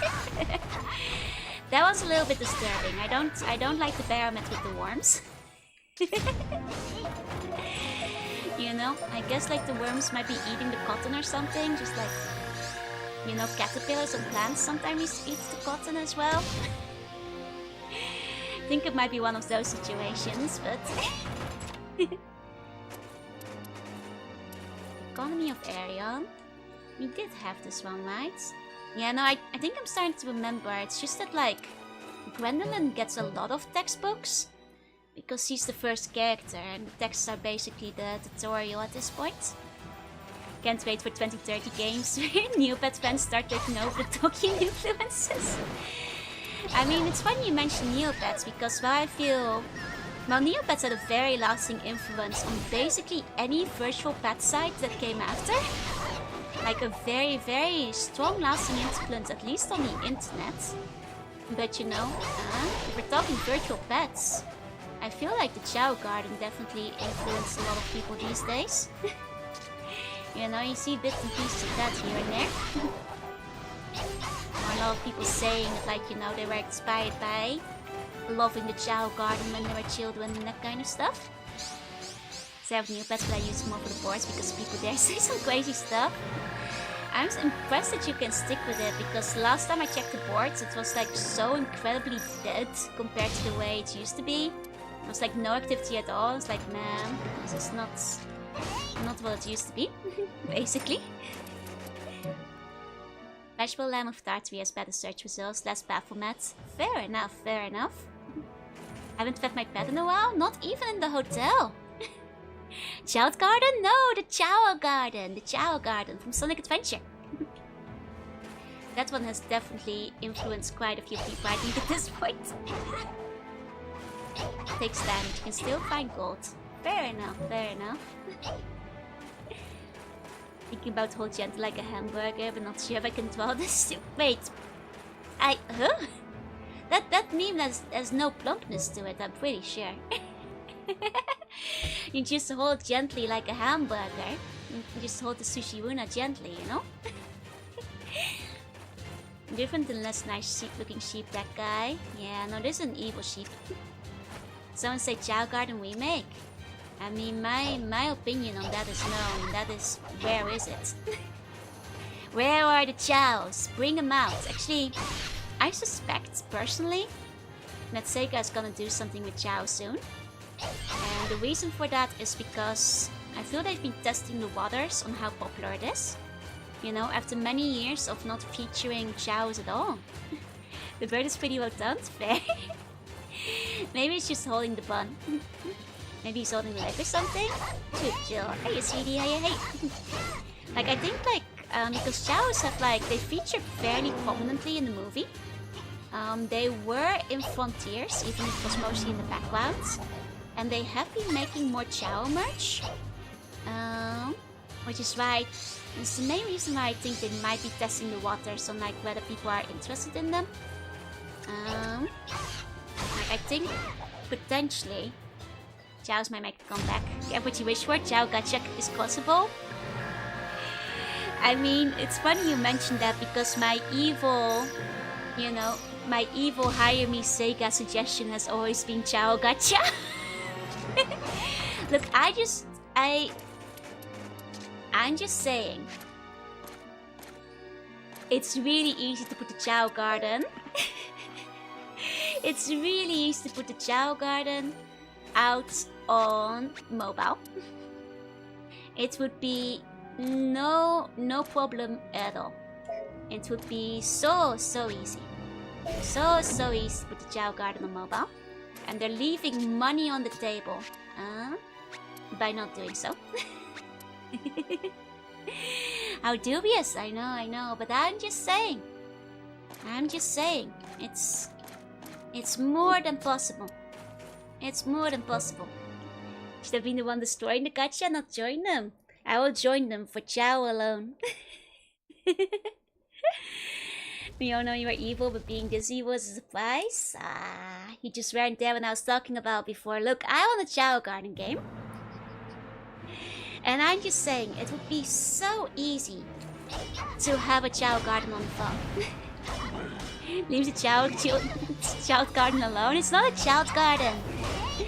I'm just saying, it's like if they are worried about Chow not doing well in the games or not fitting in with the current like, it's not a child garden. It's a Chow garden. Now, if they worry that it won't fit with the current like Sonic franchise, you can easily put a Monster Racing Chow game on the phone. You can just have like, the garden. And then, for if they need to make money from it, because on the phone and everything needs to make money, they could put like different colored eggs in the gacha, like so I can get the different Chow colors, and or you put like the little outfits or the the hats, the trumpets and stuff in the gacha or something. Figure it out. Either way, give me Chow Garden. How about child racing game like Princess Maker? I played one last year for Mother's Day. I think I missed it on Mother's Day because I was sick. I think I played it for Father's Day. I played the first 3 Princess Makers on stream. Let me get some of the butterfly. There we go.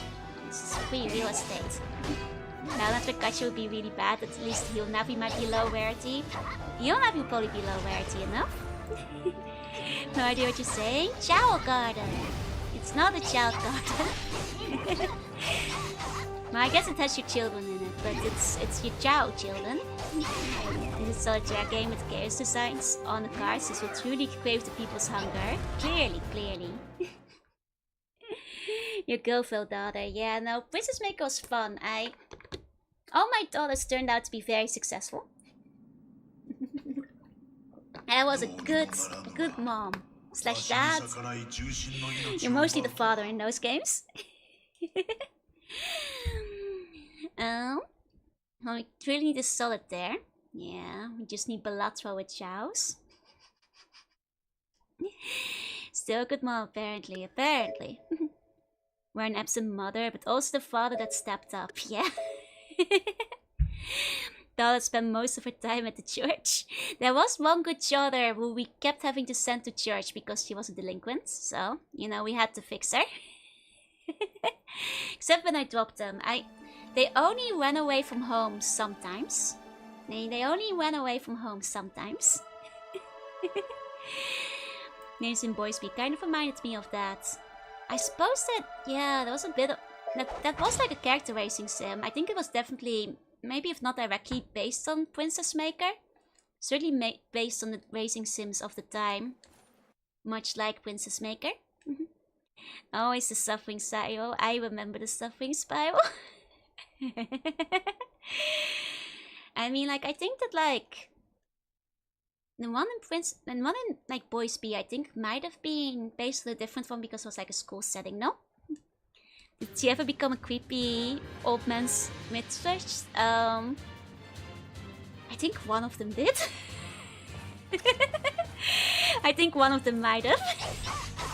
Settled for the second best after the prince. I got Balatro 3 yesterday. Got really hooked a bit.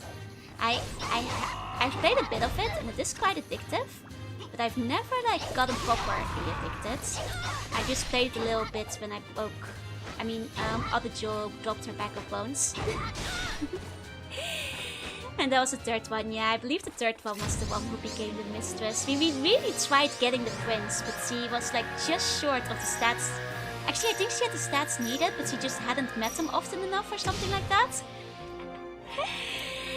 We hadn't been focused. We didn't focus enough. Yeah, Shinjo played it. She was the most ambitious one, yep. No wait, I think I forgot to pick up the map. Yeah, whatever. We'll just go through. Your sweet daughter, Suffering Spiral, Lumberjack, Tic-Tac-Toe. That's right. That's right. I mean, I think I roughly know where the boss spot in this one is. I think it's like top left or something. So, I think that's roughly the direction we go into. But yeah, no, the third one we were racing to be like Char, if you guys remember. I think you guys picked the name Char as like, and for her to be like gender bent Char Hasnable. So we were trying to make her politically ambitious, but I think she was in the position to drop a colony at the end, so. They're like Ultraman, I found out yesterday there's an Ultraman themed Monster Rancher game. I do know about it, but my Ultraman knowledge is kind of limited. I only know some of the movies, but I don't have the deep knowledge, you know? Suffering Spiral, Lumberjack, Tic-Tac-Toe.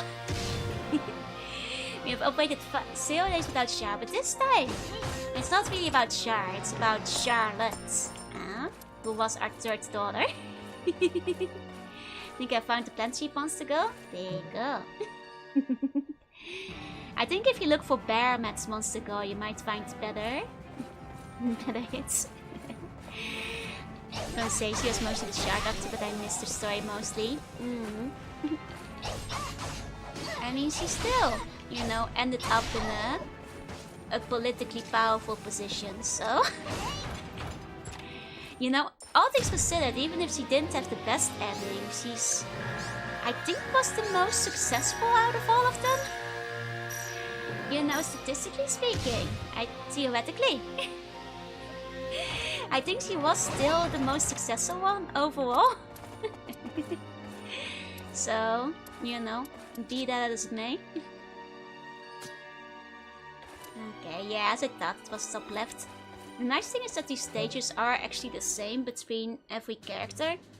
And since we just did the stage with Velvet, I had a decent memory of where things were. She was on the vegetable lamb of Darkly Monster Musume. Ah, yeah, Monster Musume does have a biomedical. Maybe it was just oversaturation, but I feel like the Dirt Daughter just didn't have anything interesting happening, no plot hooks. But she was so ambitious, so cunning. She just didn't go on that many suffering spirals. Also, the game was by far the most poorly translated. Which I think had us missing out on some of the stuff in the third daughter story, because my god, that was a very, very poorly translated. A very, very poorly translated game. I'm not sure how they did it, but they did not do it well. You know, which was a bit of a shame. I think we missed out on some of the storylines because of it.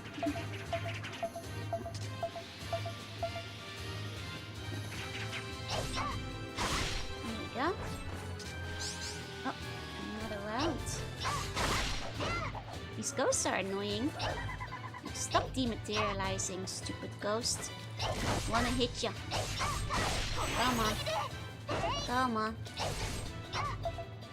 Okay. Now, I'm not really sure where the nectar comes from in the Lamb of Tartary, but I think it's because maybe some of the stories mention fruits, because I've definitely seen like fruit being included a bunch with those kind of designs before, so not exactly sure where it came from. It's not the first time I've seen it either. Let's see. Shield ring on. Hey objective, hey the funky, hey hey. Egg.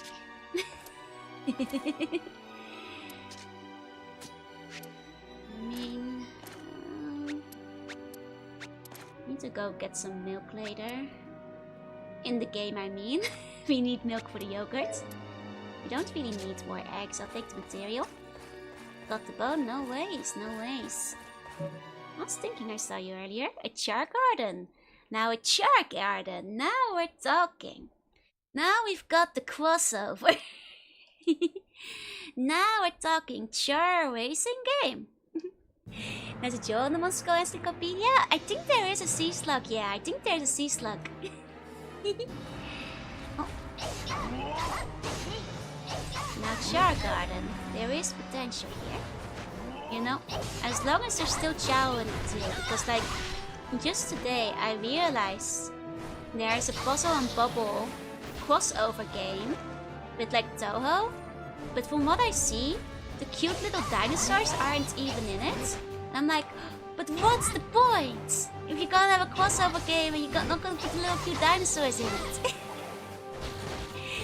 Sure, racing game for those who want to go 3 times faster. That would be a tough race. Right aside, yep. Just keeps happening. It's okay. Right now he's possessed, so it's different. And we know he doesn't really dance. What's that about Toho? They made the Toho Puzzle Bubble game, but I'm sad because they didn't include the cute little dinosaurs. Like, they could have just had the dinosaurs be friends. Or, you know, thrown some of the Toho characters at the cute little dinosaurs. I should be in charge of all Chow-related game development. I'd make it happen. I'd make it happen, is what I'm saying. Would not be in development hell if it were for me. Why am I killing our dad? He's possessed currently by his evil vizier. By which I mean he's technically his evil second in command, I guess. Spell bubble game? That looks pretty fun. Sparky a rhythm game. I mean, it did look cool. I'm just sad it didn't have dinosaurs in it. I want Shark to be in a Mario Kart, to be fire. I mean, that would actually be pretty sick.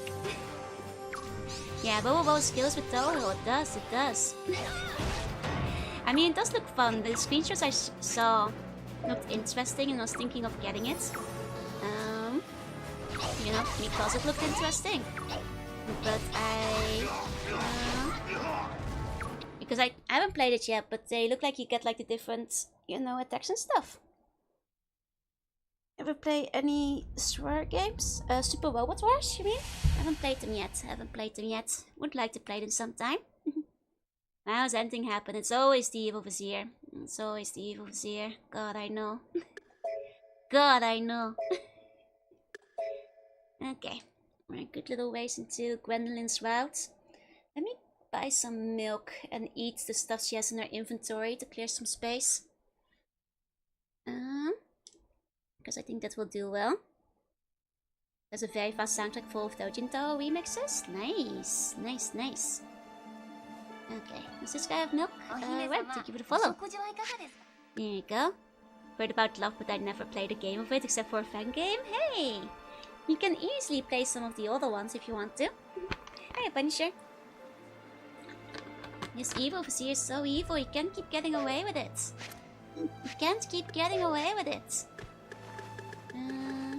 This guy is not selling milk. Guy downstairs might be. Remember doing a lot of grinding to beat the bosses, especially the Queen of the Underworld? Yep. That's what we're on.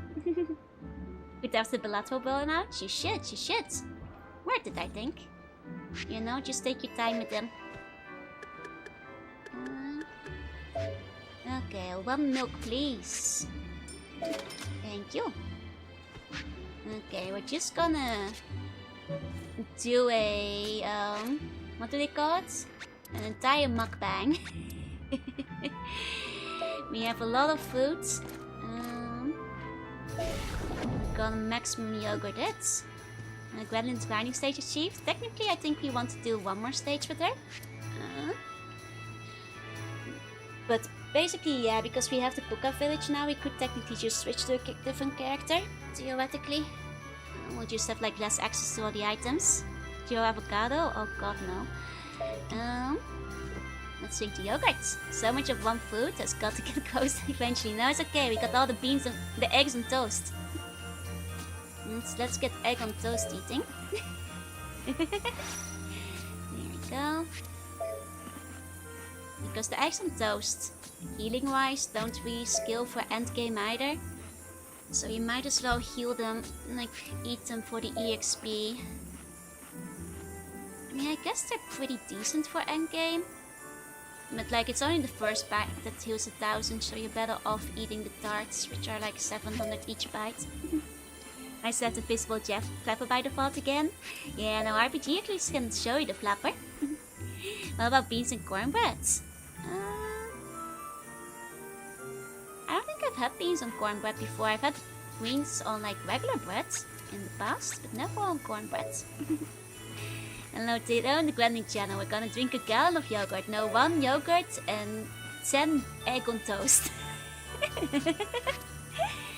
Actually, speaking of the flapper, it's funny, for my reference sheet, like every artist I've asked keeps forgetting the flapper. It's very funny. To be fair, it's not very noticeable on new models, so... Okay, I think that's all the food she's carrying. Might as well visit the restaurant and see if there's anything we can buy to make use of the yogurt while we're here. Because we have a decent amount of sweet stuff. We have some decent amount of meat. But is not what I want with the beans. Let me see what we can make. Okay, we can make an apple pie, which is a pretty good deal. It's such an important part. It's such an important part. And flapper, you talking about the thing attached to your bum? And that's my tail, yeah. People always call it the flapper because it flaps. In the same dish is fine. In the same dish is fine. I guess I could see that. Okay, I guess we're gonna go for the apple pie. We have a rewards, and this is a decent amount of stuff, so... It's a decent amount of stuff. I think after that, we're gonna want to start grinding yogurt dishes. There we go. Level up. Flapper is not the official name, but a fan-made one. It's a fan-made one, yeah. It's because you guys kept calling it the flapper. Because it looked like a beaver tail. Even as the #1 flapper, there's still times I finish the line and start calling them color to the flapper.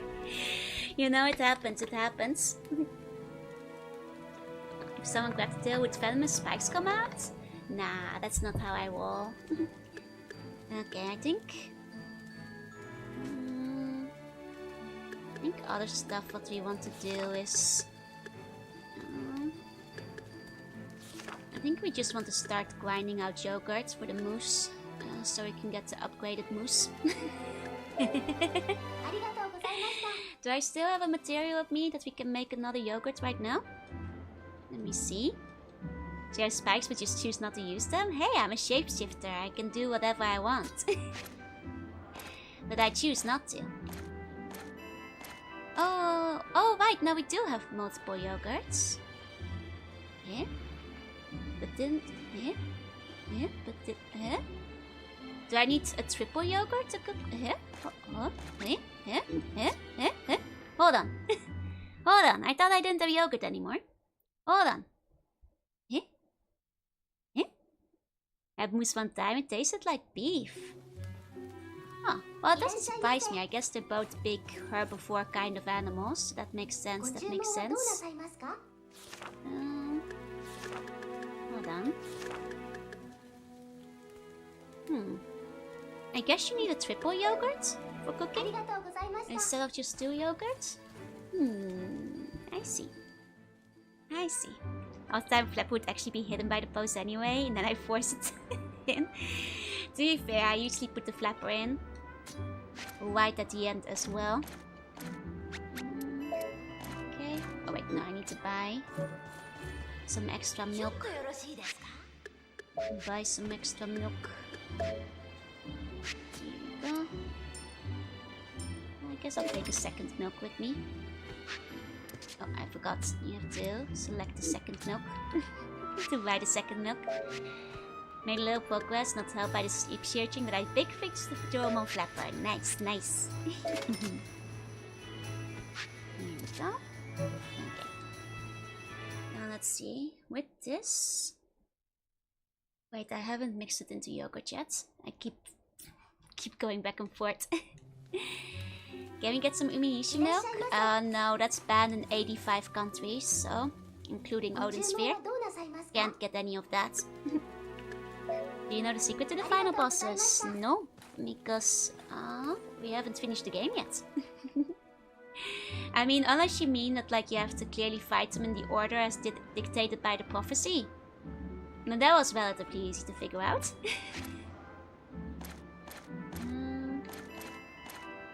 Here we go.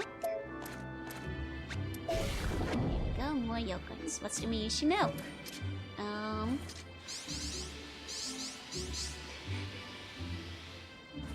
It's illegal, so don't worry about it.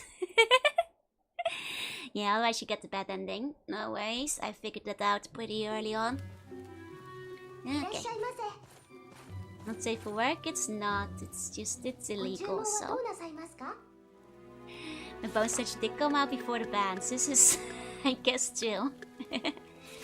And Ima Ishimok that you meant the trigger director. Yeah, that's the one you should be thinking of instead. Okay, let's make some yogurt mousse. I wonder though, what would your ultimate attack be? Flap the enemy on the face with the flapper, the secret Joe tactic of the house transformation? Skewer the enemy with the horns? My ultimate attack is obviously, you know, big shadow void of darkness that ends the universe, so... You know, there's no other way. That's what it's gotta be. Are those counters in Titania have an underground trade of Rishi milk? Dastardly, it's because I have too many evil viziers. And there are different cutscenes for each build character. Yep, I saw that when I did a quick one of them earlier. Or at least a quick attempt of it before we started grinding again. Okay, let's do one more round of Gwendolyn. And... Or then again, we might as well just move to the next character. I think it's probably fine to leave Gwendolyn at this point. Because we're, you know, we have a Puka village, which means grinding can be done. From this point, I think it should be relatively easy to find most ingredients. Grind up, make a bunch of elixirs. Joe can skewer, words are too soft and squishy. Let's restart the game and get to the next round. I mean, I could skewer if I used my powers of darkness, you know? Could not skewer them on my horns. Those are too squishy. Those are far too squishy. I'm playing a Toho fighting spin-off game, and one of my voices attacks. So launch yourself at the other player butt first. The classic, you know, the backwards thrust. Fighting game classic, you know. Even Peach has it. You know, it's a show of the true power. Oh, that's not what I meant to do. There we go. There we go. And some Joe horns look like at least they're a little widget. Yeah, but they're very squishy. They have basically totally built. It's like, you know, one of those, you know, squishy things that people make, you know, videos for on YouTube. I forgot their name because I don't know what they're called. There's like a name for them. Like, I remember at some point I kept like getting this art channel recommended to me that like would make them herself, I think. Non-Newtonian horns, yeah? This game's making you want to play Unicorn Overlord again? Do it! Hey, Kazadao. That's Cassandra's finisher in Soul Calibur 4. Little awkward when you create your character using her style. Nice. Okay. Now to get Cornelius to a part that we have the Napuka village. Bunny Corny or Human Corny? You know, Bunny Corny is very cute, but I prefer the human version. Don't hydraulic press my horns, no. Hey, Kasa. Joe turns on the darkness powers, all lights are gone. The shine on my newly sharpened horns. Lights come back down, I look down, I've been cut in twain. I like how in this version I still use the horns to cut you down instead of the darkness. Instead of just like, you know, it's the extra steps that are for style. Joe horns are for love, not for war. Yeah, no, gotta chew the horn. Not hurt them. Here we go. I should negotiate from twice benches, but bump people to death with hearts or something. Like this little girl would have washes on her butt after I have to sit down on the chair after reading this book. Nah, back when I was, you know, in the early days of Bone Snatcher development and just a very young slug. A small bit of programming data I used to read all the time. The key isn't just changing positions constantly until your positions get increasingly ridiculous. Like, you know, you're upside down and stuff. You know, it's all about changing positions. Young Takjo, the Bone Snatcher. I mean, it is funny because I have been reading like delinquent related manga, but you put your horn and release it, it bounces around and makes a wobbling metal sound. It does make a wobbling noise, but more like a wobbling jelly.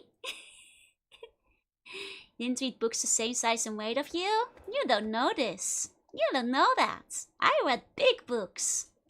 Like large encyclopedias and stuff. Have you heard of the sea slug that can photosynthesize by eating algae? Is it like the sheep one? The green one? That one's pretty cute. You know, you had like the big dragonology book. That was a big book, you know. I also in the school library had the Doomsday book, which for young Chuni Joru was like the coolest thing ever, because oh my god, a Doomsday book! Oh man, that's the real stuff. Oh, look at that. Yeah, it turns out the Doomsday book is kind of boring, unfortunately. And that book, if you guys have never seen a Doomsday book, that's like the size of a person. It's a real thing, yeah, I know, it's really cute. I like the sheep slug. It's very adorable. It's very adorable. But yeah, no, it turns out the Doomsday book, it's actually very, very boring, very dry. A Dragonology book was based on Dragonlance D&D Dragon. I don't know from the top of my head, but it had a very distinct cover. You know, very cool cover with like the dragon on the front and like the circle and like the fancy stuff. And the inside was really cool too. I think most people probably had the same one though, because I see it mentioned around once in a while. Hi. Got the Doomsday book instead. I mean, it was one hell of a book. Might have been another one. Maybe. I feel like the one I had was fairly famous though. I think one of those ones that was sold at like scholastic fairs and things. So I think it's one that a lot of people had. Will I get pasta? It's not pasta. And because good thing Cornelius is a Japanese high school girl, right? You know, Gwendolyn had to deal with him earlier too, but Cornelius is safer. Okay, unfortunately, I think it's the tentacles that we currently haven't beaten yet, because they do the annoying thing of not popping up. We might actually have to use a shine, which is a thing to do. Because yeah, we're not seeing the enemy. Okay. Do I have... Sure enough, I don't have a shine on me. Okay, do we have one of those things out here? Thank you, hey. That's hearing one. And let's see now the green tech on it. Cool. Throw when you earn the later knife. Nice. I'm not sure if I had the green dragon one. Oh, there's the tentacles. Is that the last one? No. The Jazz Jack Rabbit remake is looking weird. Yeah, no, Jazz changed. They just really changed between them. You know, the MS-DOS version and today. But it's okay, it's still pretty cool. This is like medieval Jazz. This is Ancestor before he got the gun. Back when he had a good old sword, good for stabbing things. Good old stabby swords. Nothing beats that. Okay, and we've got some annoying ghosts. Let's try to kill those as quickly as we can. Because once those go... Oh, we have to get these closer to the flames. Because we don't have a shine on us. I can't remember, did I need to use shine for the boss battle? Because if so, it might be worth making a shine. Because for people who haven't been here for previous streams of this game, in the underworld, like a lot of enemies cannot be hit if they're in the darkness. Like here. You know? Or they can only be hit when they're close to the torchbearers. But having the shine can help that. But now that I have the Mandragora, I can make it shine, so it should be okay. It should be okay. As I recall, Cornelius... No, Oswald was the one where they kept taking... Was Cornelius one of the ones where they kept taking the shop away? I think Oswald is the one where they keep taking the shop away. So I think the second we hit the shop in Oswald, we shouldn't continue. Shine Spark? Nah, not Shine Spark. Just the shine. Just the shine. You know? My guy Cornelius, he just needs a little bit of light in his life, as they say.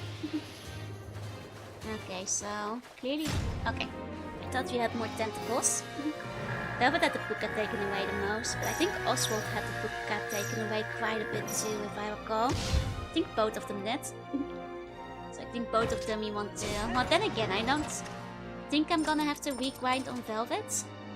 I think I have to regrind on everyone else though. So I think only Velvet is probably safe. She has like 1,000,000 elixirs on her. I think no matter the boss, he can probably tank it if need be. You know, no matter what it takes, I think she can probably handle it.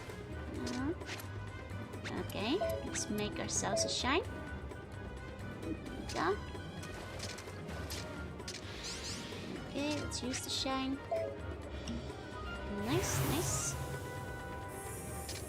Okay. Oh god, there's like 1,000,000 dogs. Good thing we had the shine, because the dogs are among the enemies that can only be killed if they're near torchbearers otherwise.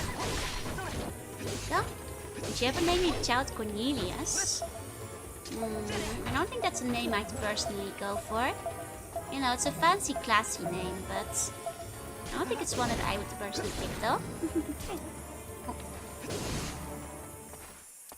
I think like these days, because you kind of have to consider if your child is gonna go to school, will they get bullied? I think Cornelius is one of those names that's like just a little bit more old-fashioned, where I think it might wind up, you know, getting the kid bullied at school. Or they're gonna start calling him Corn. You know? Velvet at the... can we transfer items to weaker characters? You cannot! Because this game wants to maximize your playtime. If you have a Japanese kid, then you certainly would probably not want to name them Cornelius. Or really a foreign name at all. That's definitely gonna cause bullying. When you 70 bars slashing match, you can absorb thousands. Yeah, I know. I know. I often forget. Jorunna has a cool name too. I agree. Even if it's just the Latin genus for sea bunny. Cornelius-chan. Oh no, Cornelius is like an annoying name to pronounce in Japanese. Name him Dogstone. I think if you name the child Dogstone, it will also get a child bullied. Cool. Now I wish we could transfer items over. We could just make a bunch of elixirs, but I think the other problem is that some of the characters are just like too low level, so they're not doing a lot of damage either. I think I want to get everybody's, you know, Cypher output at least like level 30, maybe 35, so that they actually do damage. Though having a absolute crap ton of like healing items will probably help as well, but call them Eins, Max Payne, Overlord, Little Fungus. You guys have terrible taste in names. Terrible taste in name. Yushi-chan, you gotta name your child Sea Cow. You know, it's cute when you're a VTuber, but I wouldn't really recommend it outside of that. Wouldn't recommend it much outside of that. Someone named the kid Dragonborn. Dear God. As a middle name, I hope, right? Not as a first name. Joju Kami? You can name your child Joju. I'll give you permission. You know, you can name your child Joju as much as you want. And they got Skyrim free for doing it. Wait, they got Skyrim for free for naming their kid Dragonborn? Really? The poor child. So I guess you can always change names later down the line, but... I'd name my daughter Jorunna, so she can have the official nickname of Joanna. You could just name her Joanna. That's a normal name. I'm referring to Jojo exclusively as Yumiuchi-sama from now. I'll allow it. What about Poop Feast 420? I think that should get you arrested and sent to jail. If you name your child that. That's child abuse. You straight to jail. Would I be their godmother? I guess if you name your child Jojo, I'll be their godmother. But in the end, I'm just a bunch of data in video games. I don't think I'd be a very good one. I don't think I'd be a very good one, no?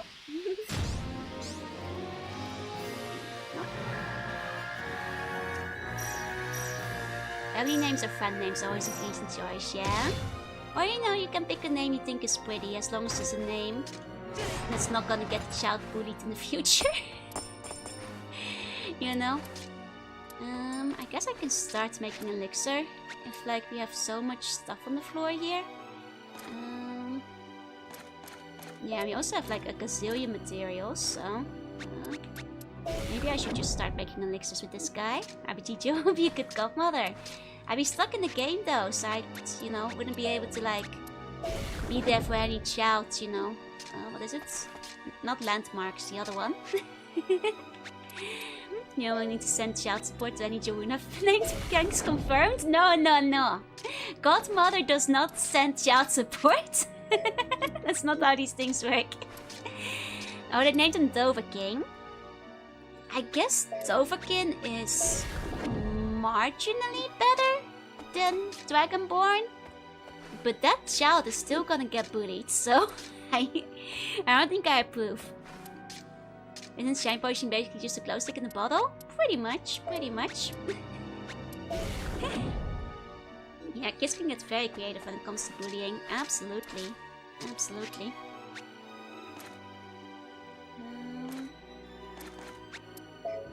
Okay, here we go. A number of years ago, there was a podcast that did an episode about what you want to name your game video game character and both out. As long as it's a normal game, right? Do not call your son, yeah, don't call your son Cloud Strife. Just, you know, if it's a normal name, you can call your child that. That's honestly the rule of thumb. If it's a normal name, it's probably okay. If it's not a normal name, don't do that. Probably convince people it's a Nordic name. Children are relentless, man. You can't subject a child to that. What about Fall from Grace? I think Fall from Grace is not a good name for your child. Yeah, it's not bad to pick a name based on something significant to how the two bears bonded. As long as it's subtle, exactly, exactly. Precisely, precisely. Here we go. Many colored flare is fairly normal. Yeah, I think that would work as a name. It's a gift from your godmother Jorunna. And the Kitchen Game spreadsheet. Beat all of these before you turn 18, yep. It's a challenge from your godmother. Set me free, finish my game. I love Grim Fandango. I still need to play it at some point. It does seem very fun. Call your son Jason so when he gets lost in the mall you can walk around shouting Jason. I feel calling your son Jason is bad luck. That's like just asking yourself to like have to extra Jason. Like like if you're naming him specifically after Jason in like Heavy Rain, it's like you're basically dooming the kid to be hit by a car, is what I'm saying. That's the best Gryffindor girl. I'm looking forward to meeting her one day. Worst name is Skeet? What does Skeet do done to you? That's such a random name. I mean, I believe you, sure, but Who's shortened it to Grace? Drill. Grace is a nice name, it's a pretty one. I guess I'll take Master Chief off the list. You probably should not name your kid Master Chief. I think people have done that. Hey, Punak, hey. How about naming them after Jason Voorhees? I mean, technically, a normal name. Probably not something you should be naming your child after. You know, it's probably you know, you can probably name your child after a different Jason. Call it XML. I don't get this reference. I don't know what that means. Dante is my top pick for a son. I think depending on the country you live in. Because otherwise that might still lead to bullying. I once talked with a lady called Joshua Graham. How do you feel about Joshua Graham? She called it cringe. Aww. Write them a giant chatty for their birthday when they're old enough. I do not encourage your child to become a serial killer. Do not set them down dark paths. Low sim infinity. I don't know what that means. Is this a mathematical equation? I don't know what that means. You probably shouldn't name your child that either. If people can't read the name, you probably shouldn't name your child that either. A friend named Jorunna, his office mate is named Loki. It's actually kind of badass. Keith is the first name of the current VA for... I see. Full circle, full circle. If you gotta name him Keith, at least go all out and name him Keith Griff. Keith Griffith. I don't know, that's probably a character I don't recognize, but... My cat's name Loki? Loki is a good name for a cat. You know, after all, cats are agents of chaos and mischief as well, so... You know, it's only fitting. Actually, one of my co-workers used to have a cat named Odin, now I think of it. To be fair, her cat looked like an Odin. Like, it was like imposing. It basically looked like it had a giant beard. It looked old and wise, so, you know, kind of worked. What about Gabriel? Gabriel is a good name, I think. Can we once name our kid Guts? We may be cursing him with a terrible destiny, but, you know, it does have guts to it. He's indeed a god of mischief, as cats do. Just name your child Jar. They will be destined for greatness, indeed. Phoenix, right? I mean, Phoenix is kind of a badass name. I'm not sure if you should name your child that, but it is kind of a badass name. Did the cat only have one eye? It did actually only have one eye. It was a very Odin-esque cat. It might have been Odin in disguise. My buddy got a cat and named him Daisy because he didn't know it was a male cat, so he changed the name to Mr. Daisy. You know, Mr. Daisy is like a very classy name, like a gentleman. Yeah, no, it was a badass cat. It was a very cool cat. You know, she used to show me pictures, like when we still worked at the same company. And like, it was like, I feel like everybody in the office had cats actually. But that aside, you know, very regal looking cat. That cat had like the air of a cat that might be a king, you know? Might have been a reincarnated king. Very regal, very serious looking cat. Very fluffy. Very fluffy. So much hair on that cat. Like one of those like really big fuzzy ones. I think it might have actually been one of those like Norwegian forest cats or something. Wouldn't be surprised if it was. My mom's favorite dog was a sweet poodle named Daisy. Aww, that one sounds cute. A mate who was at the right age to be named Shadow after the hedgehog. Was just the mother thought he was the darkest baby at the hospital. What kind of naming is that? Would have been better if he had been named after the hedgehog. Poor kid.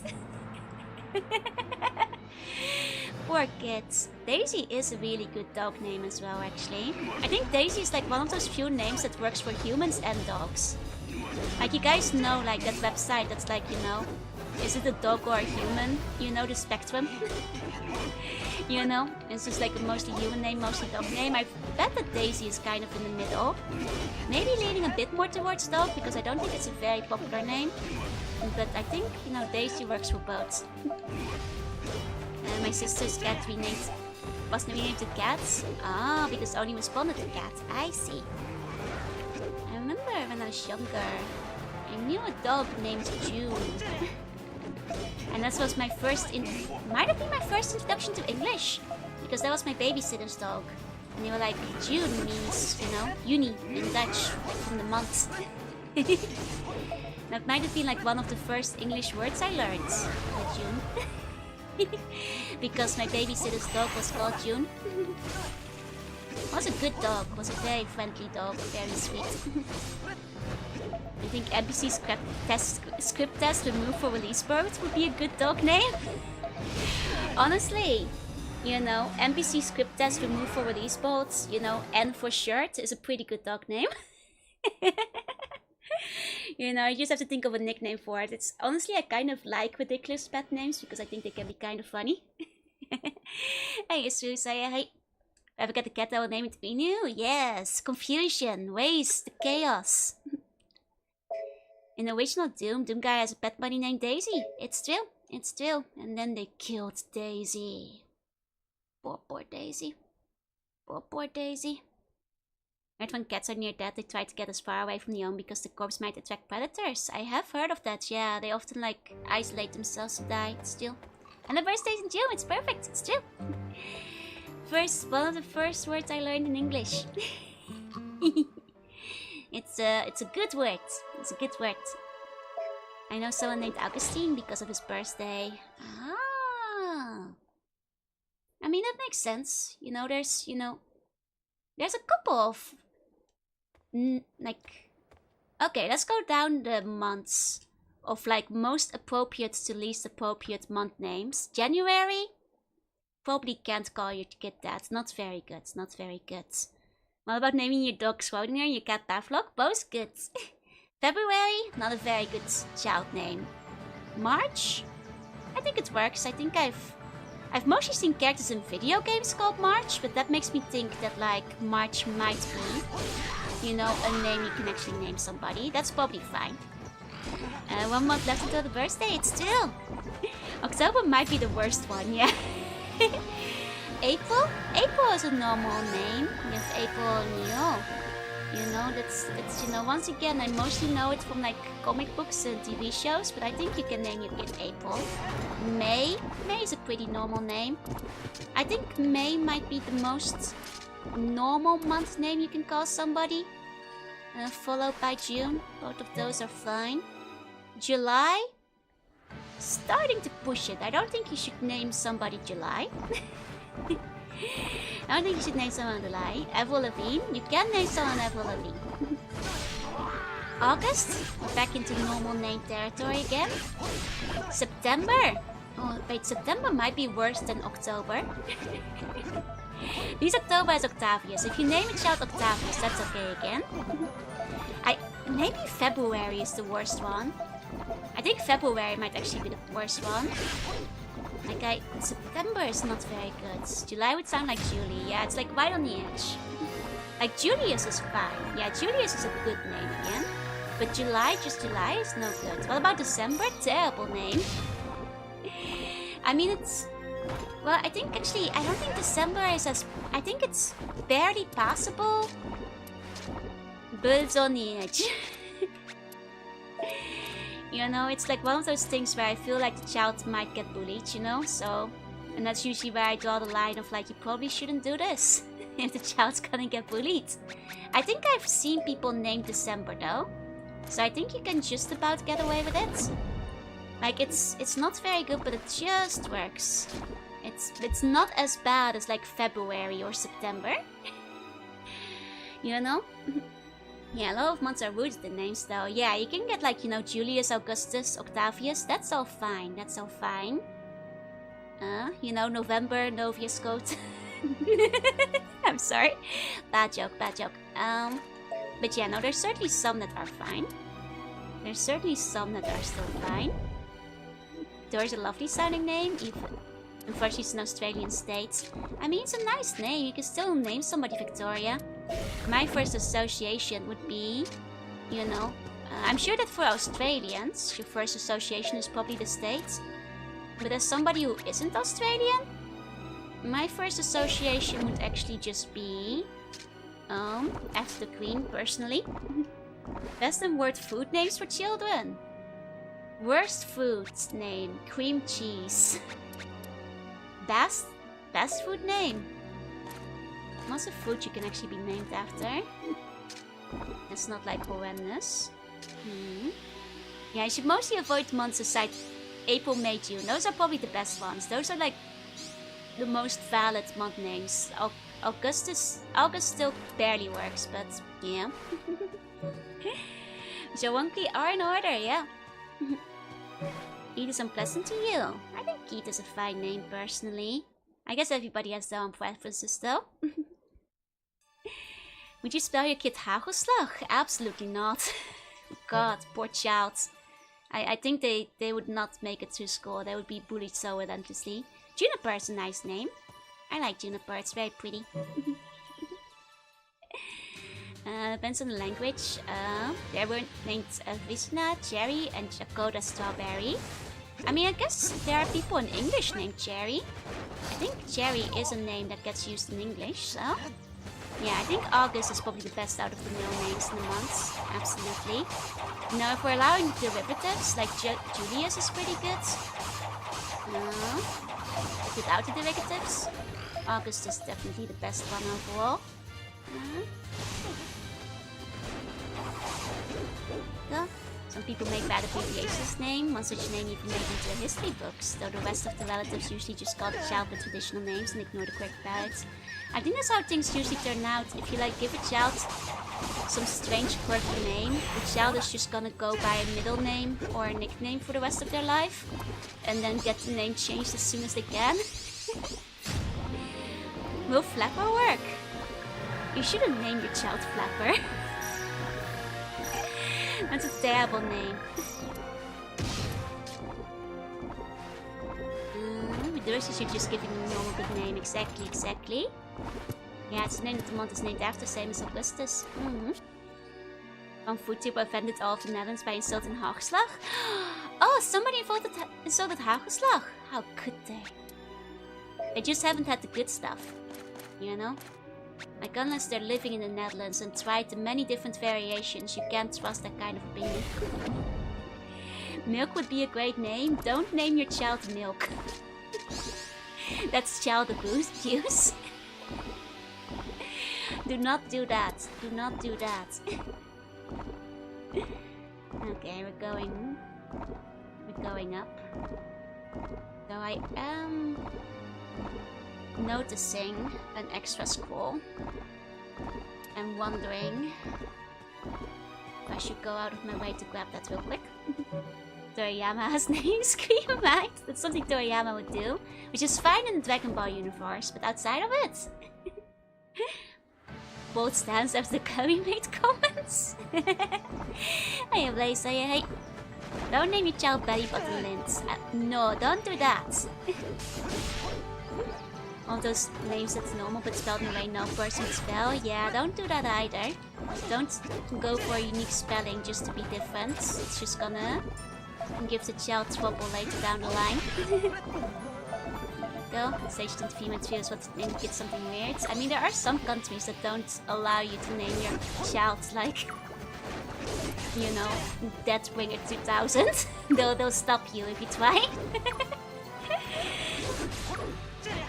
You know, depending on the countries, there are laws about it. There you go. You make me giving child raising tips? Not really, just saying don't name your child something stupid. I am not qualified to give child raising tips.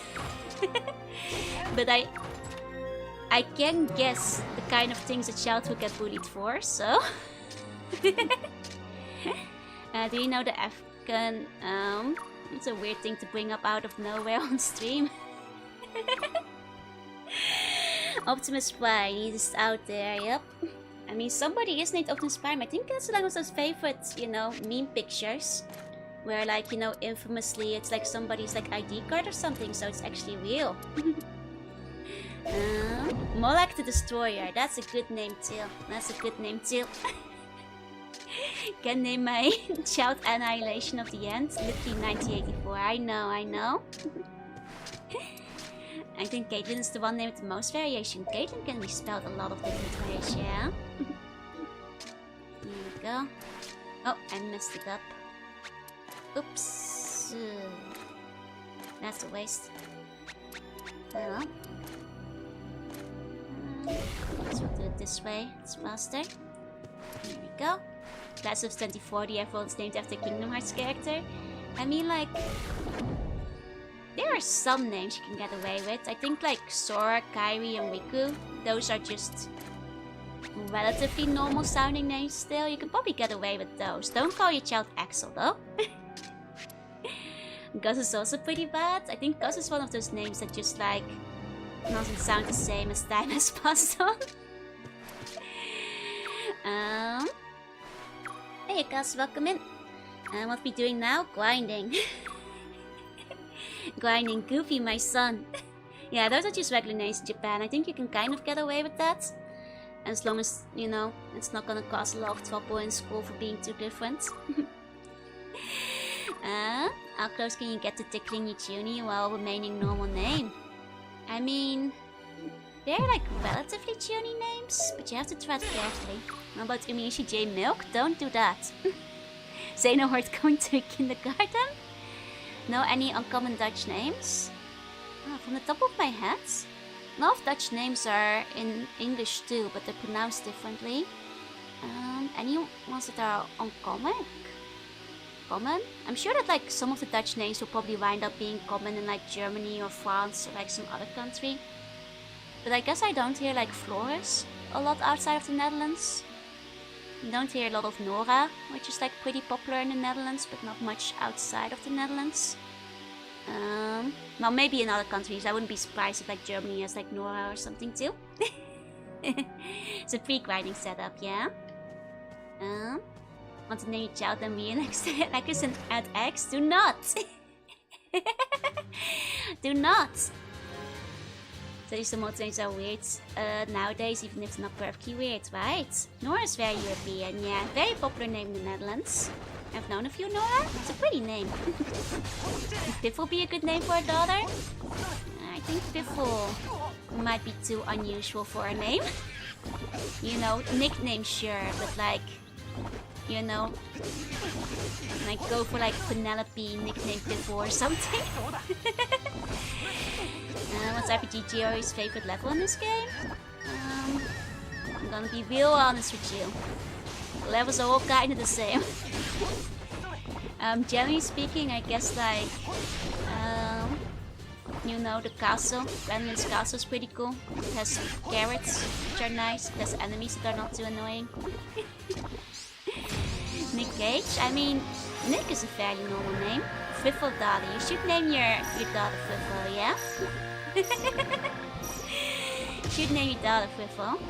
How about naming a baby girl Black Rose? You can name them Rose. Rose is a pretty normal name. Rose is pretty fine. That's no problem there, I think. Not the alternative though. God, if one of you guys say you named your daughter after me, it's... Well, I guess Jorunna has a name that kind of passes off as sounding like a real name, so it wouldn't be too bad, I guess. I don't think it like immediately would set up like the, you know, the bullying alarms. They probably just think it was a foreign name, I suppose. Finally finished cooking the karaage. Nice! We're multi-watching the streams. I hope you enjoyed them. Resident Evil fans name the kids still be fine. I mean, the Resident Evil names are pretty normal overall, right? Should probably be okay there. Pip was a great name. It's for strong for a boy, pretty for a girl. Did your belly named to Black and then your kids named to Rose? I guess. All bunch should normalize the name. Jorunna. How about Joe V. Runner? I mean, I guess that's a normal enough name. You can probably get away with that. I shouldn't call my daughter pure evil after me. That's child abuse. Don't do that. Don't do bad. That's bad for the child. Oh, but the name of evil?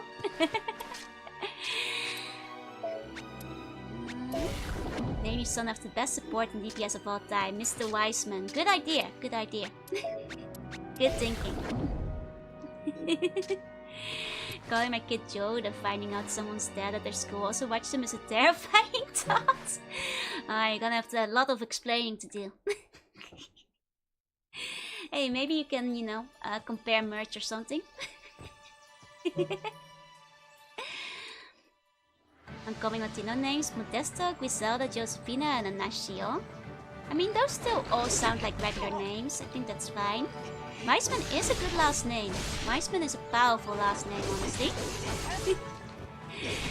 Maybe not a good first name, but Santiago is a pretty common one in Spanish, right? I think that's one that you see a lot in like TV shows and things. So I figured that one must be pretty common. I need to sleep tight, sleep funny dreams.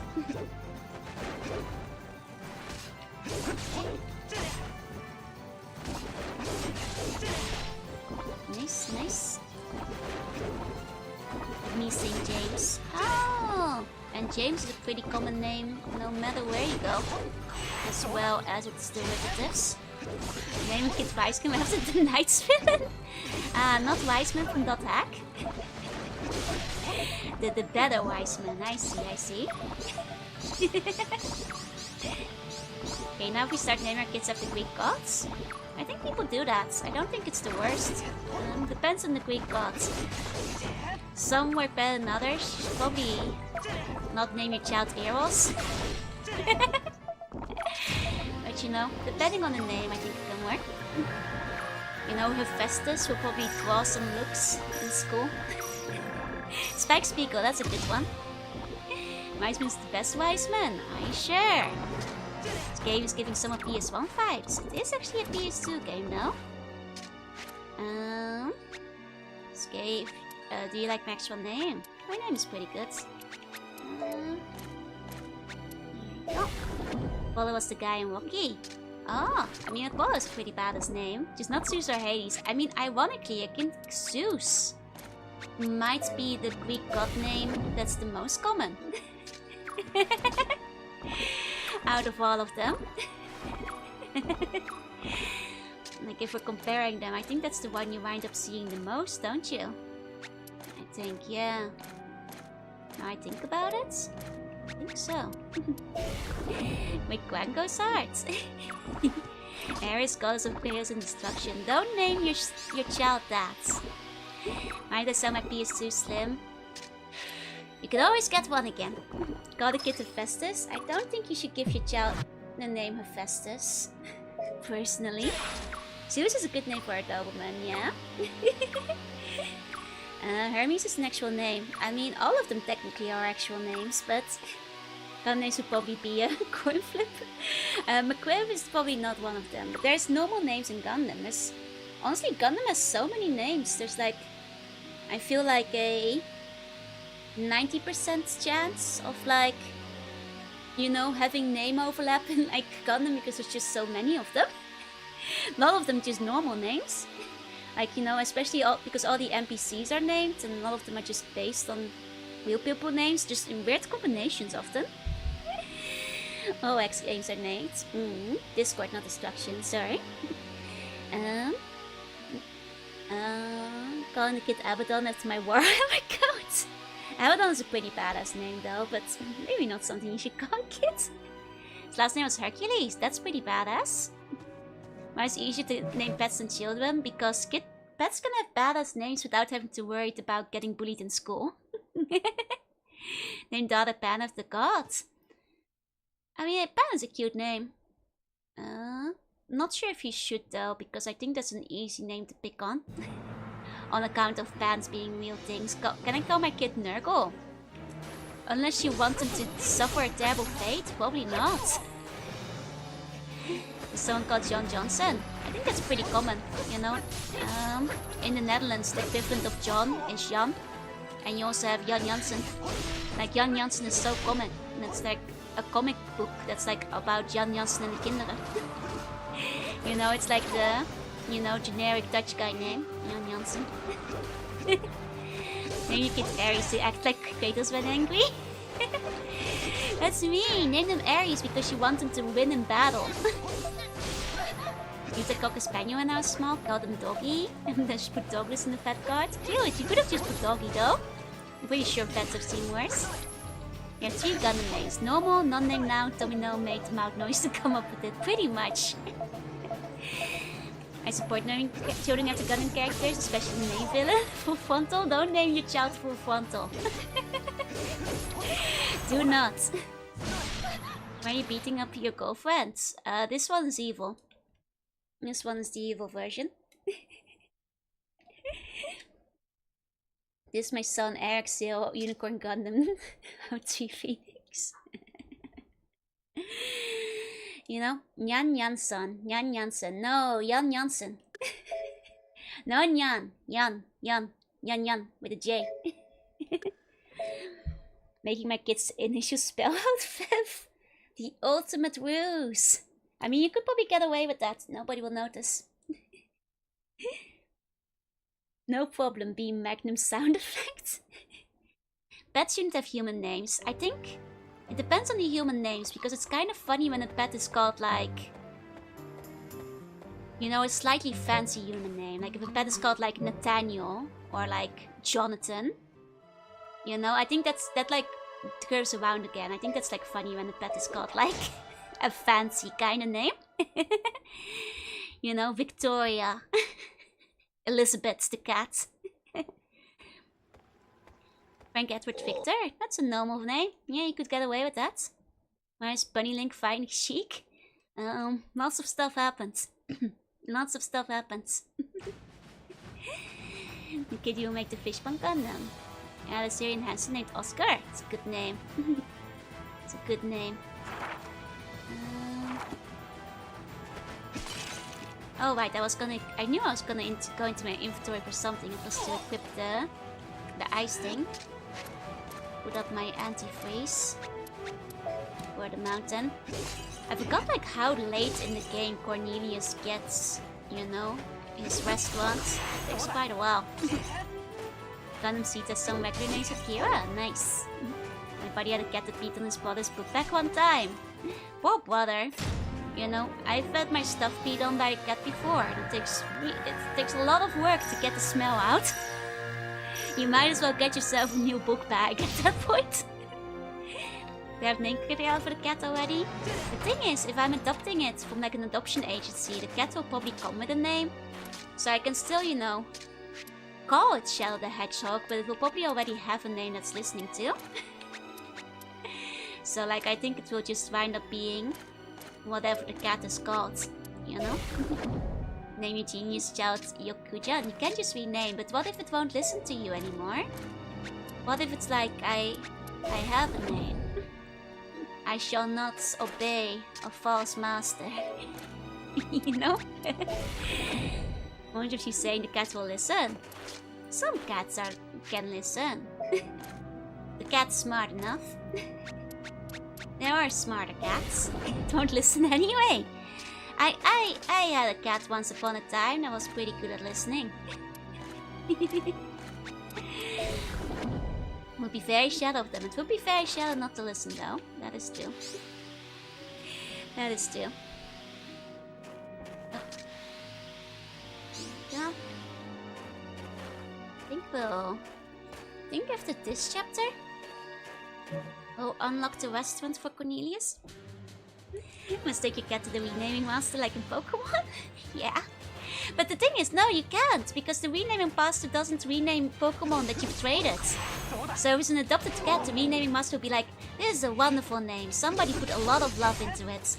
And will refuse to rename it. That's how it goes when it's traded. Rename your cat and just immediately shakes head in disappointment. Exactly. We do know their names, just don't care. Here you go. Cats will listen to the sound of pet food opening too. What if you trade it back? I think it's... I'm not actually sure because I've never tried, but I think it checks for your user ID. So I think if you trade it back, you might be able to rename it. Because the Pokemon registers the, you know, user ID overall. So I think it will be fine. Hey, Shinx, say a peek. But you can't rename it yourself though. Oi, Neko! Kitaku! Nya! Nya! Nice bones indeed. I mean, I guess it's, yeah. It could be a trending shirt if you found out. Wait, found out what? Wait, which part? Here you go. Sorry, my brain is turned off.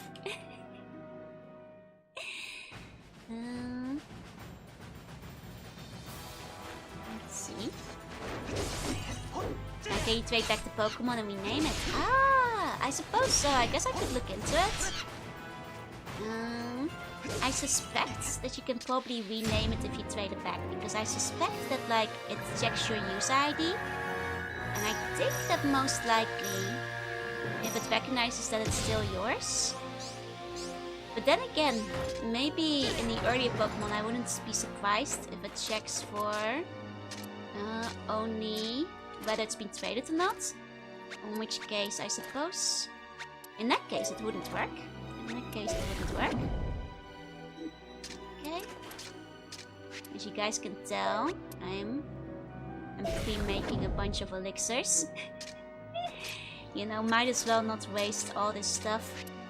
Probably gonna want a bunch of elixirs later. I wonder if it's better to do it after I've grinded for regular food to keep like space in my bag, but you know, technically, well, I do want to increase his HP a bit. But you know, it doesn't hurt to have some on hand. Should make some painkillers too, yeah. I wonder if he'll have any of them dropping on the overworld map? Because I noticed that like Gwendolyn had like all kinds of places that were now dropping painkillers. But I don't think Cornelius had that. I thought they were gonna do that for all the characters, but maybe just for Gwendolyn for some reason. Can you imagine how trending it would be if I was getting a lot of Pokemon shorts? I mean, to be fair, if you're in the algorithm to see like the Pokemon shorts, then you're probably getting them. I've never been very good at making shorts. Or what, I guess none of them have ever started trending. I know it's technically good for the channel growth, but well, maybe one day I'll figure it out.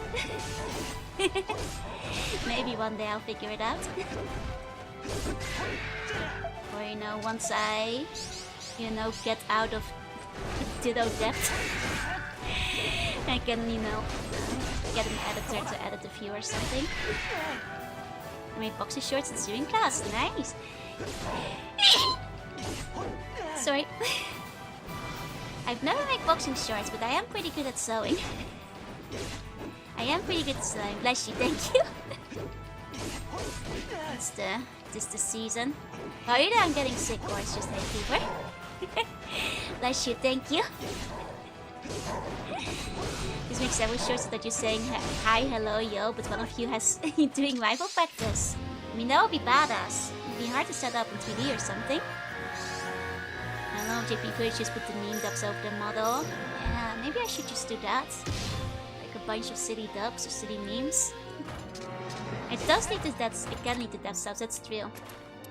Shorts often don't have a lot of conversion. That is true, that is true. Okay, let's go up. See, so sounds like a squeaky toy in my dog chases. I'm not a squeaky toy. I'm intimidating. I have a very intimidating sneeze. It's a perfectly normal one. The sound my horns make when you squish them. I mean, I'm quite ticklish, so it might actually, but it might, but nah, well, maybe. Unfortunately, don't squeeze so hard. You cannot squeeze. You squeeze gently only. Very intimidating squeak, exactly. You guys tremble in fear before. Well, I can't tremble in fear. I am the hero. I'm not the villain. That's the other Joru. Monstrous hamster sneeze. You know, I am a little hamster-esque. Perhaps. Perhaps. Okay. Healing? I mean, I think at least we've leveled up the Cypher a little bit. Do you get immunity milk from squeezing horns? You do not. All you get from squeezing horns is a jail sentence. You know? So you gotta be careful. You gotta watch out. You know, you better watch out. You better not squeeze. You better watch out or you're going to jail. Don't try to get the milk. Horny Jill? The dungeon. Straight to the dungeon. Hey Rebecca, thank you so much for showing me your face of horror. Thank you so much for the resub. Please enjoy the emotes. Thank you, thank you. There we go. Have you done a quick introduction short? I guess I haven't. Maybe I should do like a proper introduction short for myself. There's a couple of templates for those. I know like people used to do them quite frequently back in the day. I haven't seen people do them in a while, but I could probably find one of those templates back. There you go.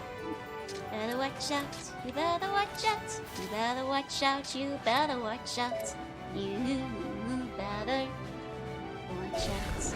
But that song doesn't rhyme, it doesn't have to. You better watch out, you better not squeeze, you better not scream when I attack your knees.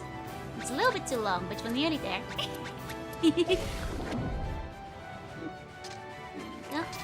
And I was gonna pull out the trigger, yeah, but there's no Q3D at the moment. my forgetfulness saves me today. Don't forget to taste ancient Jorunna. I guess so.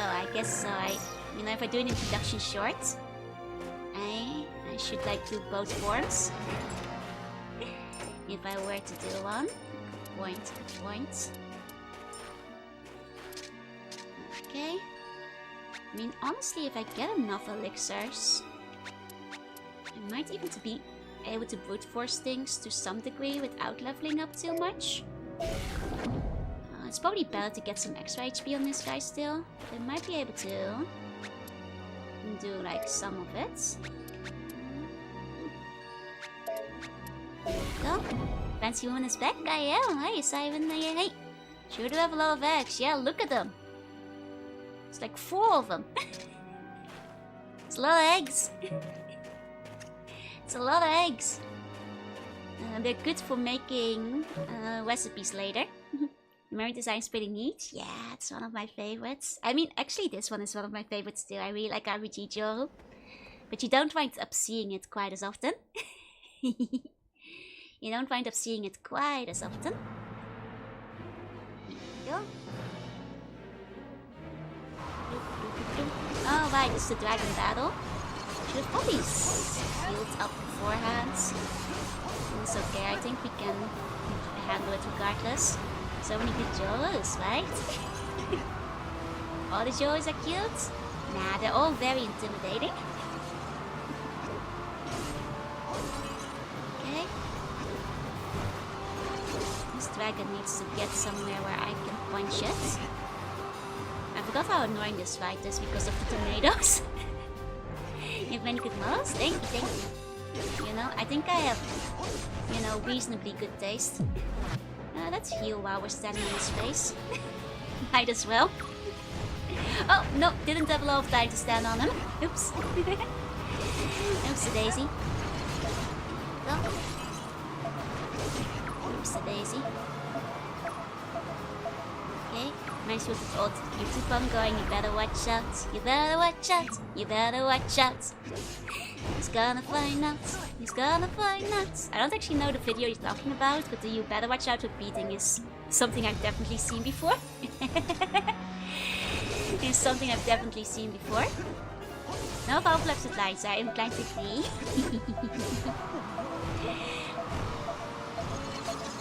It's actually kind of funny because, like, you know, a regular Joe outside of the sea kind of hinted at it yesterday that, like, the reference sheet is in progress. You know, and I got the first sketch and stuff. I'm afraid should I teach you guys? There is one forbidden sketch that was actually too thick. They had to tone it down a little bit. It was pretty good, but it was still too far off model. the forbidden hidden sketch.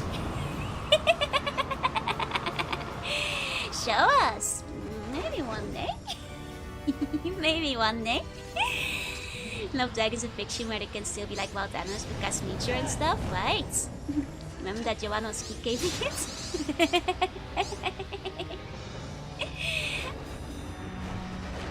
Go. Okay, Grandma got run over by a reindeer. Oh god, Grandma! No! For some reason that message didn't show up in the chat, but I did see it on the screen. It's weird because I've got live chat on. I should be seeing every message. There it is! You just put a huge delay on it. That's not teasing, it's just guilty. I might show off the regular sketch once the full thing is done on stream. I'll show you guys the initial sketch. Hey Dragger, hey. Never shows the great stashes. It's still gonna be very good though. You're gonna run over by a reindeer. Oh god, poor Grandma. Poor Grandma. You know, that's not actually a popular song in the Netherlands. I only found out about it on the internet when people started quoting it all the time. Okay, so it's nearly down. Hey, okay, so hey. Okay, with that, do we get the unlock for the restaurants? I only know it from the cartoon movie. I'm shocked that there's a whole movie for it. Okay, now do we have the restaurants? Is there not a love about the Magnificent Woman? All the heart-warming love. Aw, thank you, Simon. Thank you. It's a movie that's a guilty pleasure of mine. So, how long is it? It's a full movie. I first heard the song, I was like, man, this song sucks. Okay, but the song does describe the movie. I see. Okay, now we're in the Puka village. Very well. Can go to the next character. Oh no, because of Nostalgia Critic episodes. I see. It's pretty good by holiday movie standards. I mean, those aren't super high. To be fair. One moment. Let me restart the PlayStation. I mean, if you guys promise to keep it a secret, I can quickly hack into Jorunna's folders and give you a sneak peek of the ties that were too thick. I had to tone it down a bit because it got embarrassing, but you know, that's the other Jorunna. That's another Jorunna, but you guys have to keep it a secret though. Santa gets arrested for running over Grandma. Kid Project tried to figure out what happened that night. I see. Now this is a secret. It's only for you guys who have stuck with me this entire stream while I'm doing boring grinding stuff. You know? It's only because you guys have been so good. You guys only get to see the tie parts because the rest is still secrets. Preview. Here we go. Okay. So on 200% added squish, basically. basically. You fell asleep twice. I earned this. You earned this, yeah? Okay. You guys will get like only a few seconds though, so look while you can. Okay? 1, 2, 3, 4, 5. There we go. Spoiler's gone. That's all you get. It's very peak. That's all you get. Okay, on to the next character. Fairylands. Think I saw some flapper? There was some flapper. Neat. Counter got faster. You know, time speeds up.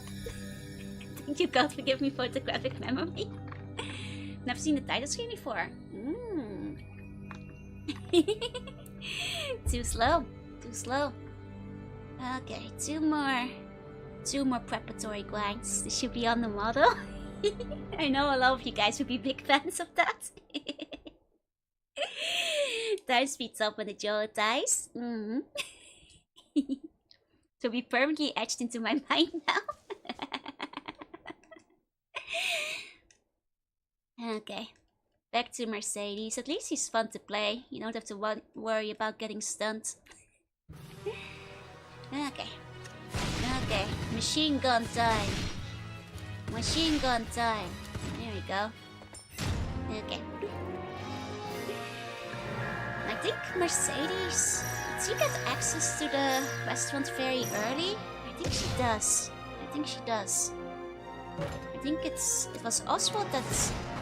I think Oswald had it early and then they took it away from him. It was like one of those situations. No more to go too thick. Yeah, that one was from the artist asking me if she should tone it down. Made me laugh. Look, it's slowly more Flander-wise. No, I did tell them to like pull it back slightly. They were a little nervous compared to the tail form. There we go. First level, jokes on you on YouTube, and I can just rewind the stream. Well, guess I can't stop you, but you know, it's gonna be well hidden away in like a boring grind fest that nobody's gonna watch, so you know, at this point I think people will have just skipped to the next VOD. It'll be our secret, okay? Put a timestamp that says like just skip to the next video. Where we go into the epilogue next time.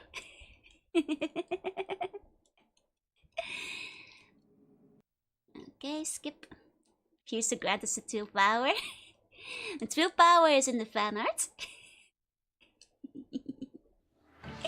Not telling anyone. That's right, that's right. Enjoy is still enjoyable and not just there for the game. Thank you, thank you. I always worry a little bit when it's just non-stop grinding like this. Because, you know, nothing has really happened except for the very beginning of the game. You know, the first hour and everything after that. It's just been re-grinding everything. There we go. Kind of guy who could easily spend a solid hour deflecting bits balls on Destiny Island. Hey, I feel you.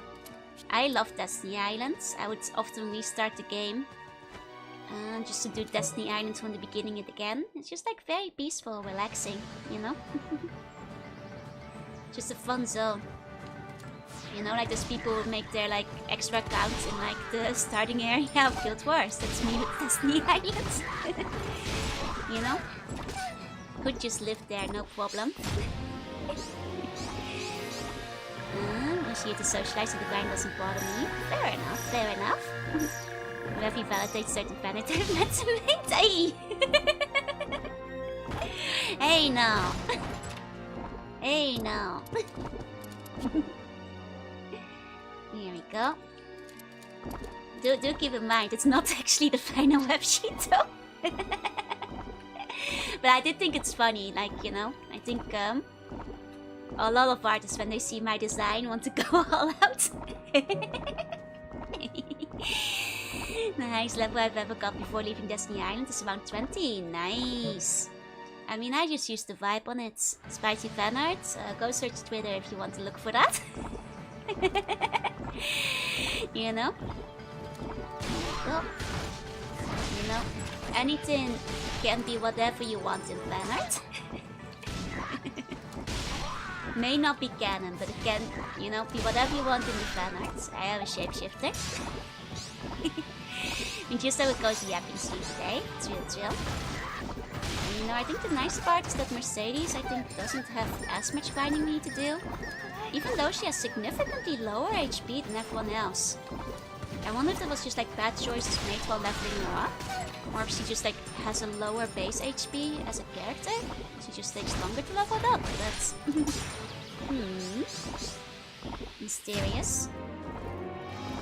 Might take a little while longer for her because I think I want everybody at least over 1000. Ideally like closer to like 1500 HP.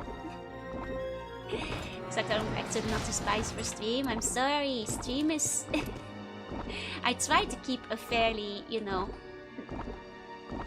safe for work experience, so... If it's too spicy, it doesn't go on stream.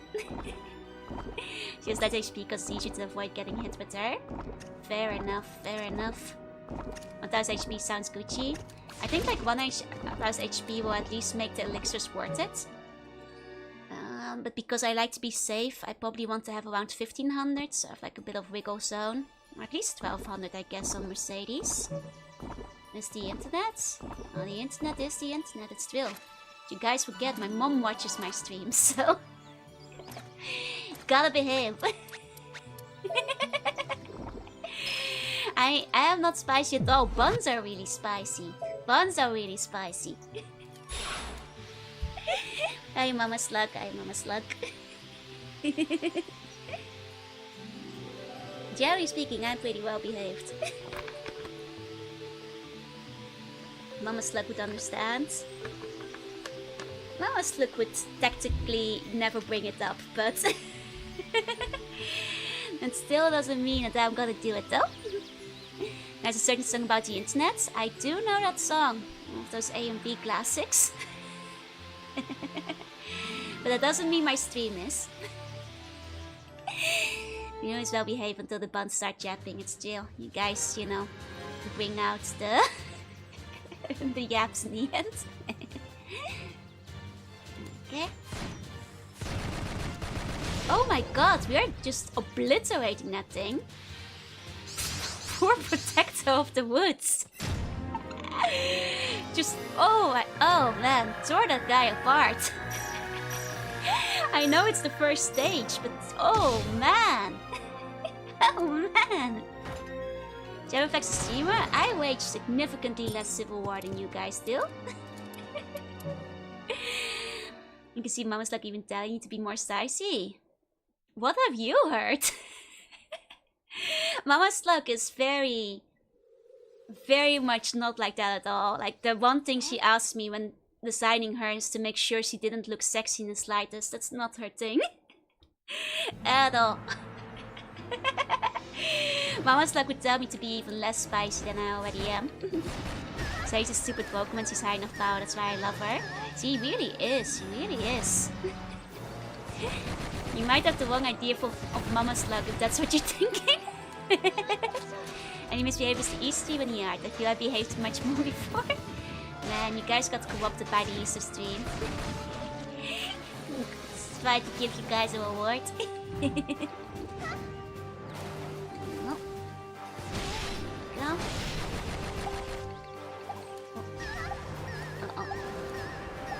30 bomb mines affecting everyone. 30 buns, 30 buns. Here we go. Got it. Okay, that's the first level done. And I do recall, I think like she gets in like Act 2 or Act 3. I think she has it early on. So I think we only have to do like 2 more levels before we can hit Oswald. Like how the Nano Albino says corruption, but instead the curse mod falling is the Easter stream fault. You want spoilers for the maid stream? I'll get the maid outfit. I'll get the maid outfit out as a treat for you guys. Yeah, Jorunna is a press petticoat general of the Bun army. She's very, very strict. She is no nonsense. She will punish you for your tie-loving ways. Maybe. So one Mama Slug general art still canon? That's still canon. I mean, like, you know, it was the, you know, she approved of it, so. Like, I think, like, you have to consider Mama Slug to be more like, what's her name? Let me double check. What's her name again? She's like Otis from Limbo's company. She's like Otis from Limbo's company in many, many ways. Imagine Otis Limbo's company but with white hair, basically. Just a bum put 8 foot tall with braids. Nah, you gotta think Otis Limbo's company with white hair. That's literally Mama Slug. That's honestly what her design is that I made for her, so. And that's basically what it is. And that's basically what she is. Can't wait for her Kanto. Of Mama Slug? No, wait, of Otis. Right. You know? Very no-nonsense, short hair, military uniform. You know, it's the kind of look you should imagine her. And as was very important in her own restrictions, not sexy looking at all. No sexy outfits. You know, that was her one rule. Is Seiso fanart including Mama's Leg okay? Yes, Seiso fanart is fine. Would probably be a bit strange to have on Seiso fanart of Mama Slug because she's very much not like that. Just the bun with mom hair, yeah, pretty much. Minoru starts yapping little tape up again, I start looting. Exactly. That's what you should do for Mama Slug. Hi, Piskin, hi. Go. But yeah, no, just general fan arts, that would be fine. I think she'd probably enjoy it. Go. Okay. Oh, it's just, yeah, right, we have every recipe. There's no point in picking the up. Actually, what's she carrying? She actually has a good amount of ingredients. I probably don't want to get rid of any of that for the time being. I think I'm gonna want to hold on to that until we get to the restaurant so we can do a bunch of cooking. Maybe make one yogurt? Do we have milk? We do have milk. Can I actually make the yogurt with the 10? I think I might be able to. Where's the milk? Where's the milk? Wait, no, we want to press the 10 first. Here it is. Yeah, we can make a yogurt. There we go. No eggs in the pocket. They represents my fridge right now. God, I wish it was my fridge.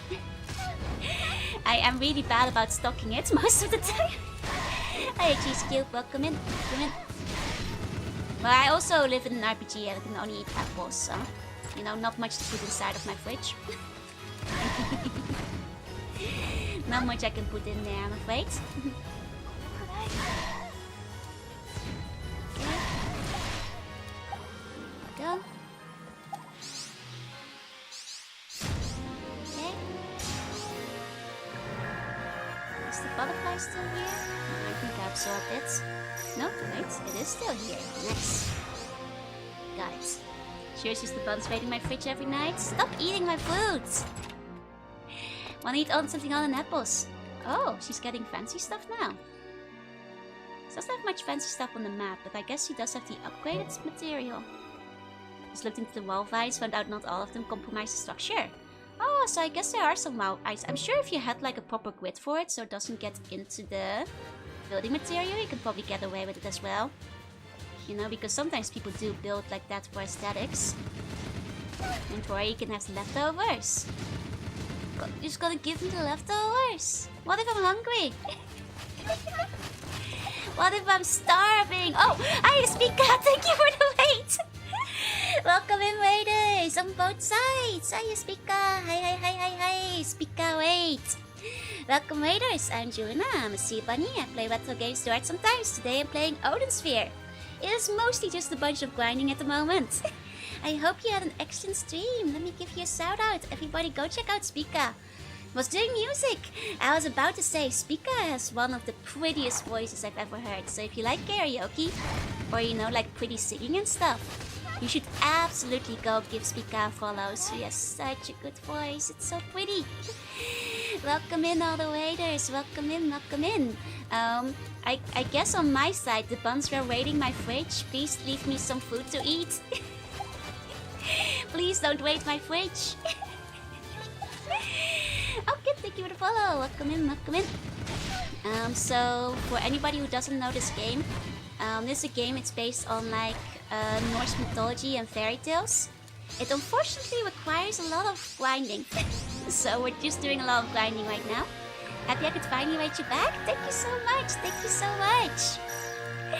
Welcome in, everyone. There's a lot of Milky Way crunchy rolls.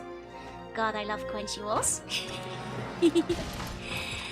So basically in this game, I've actually made it all the way to the end. So you might notice me skipping cutscenes. And that's because I'm regrinding the story to be strong enough for the final boss battle. This game in late game guide is name a more iconic duo, right? Honestly, I've been interested in the depths of the games since playing Unicorn Uploads. I recommend it. I recommend the remake.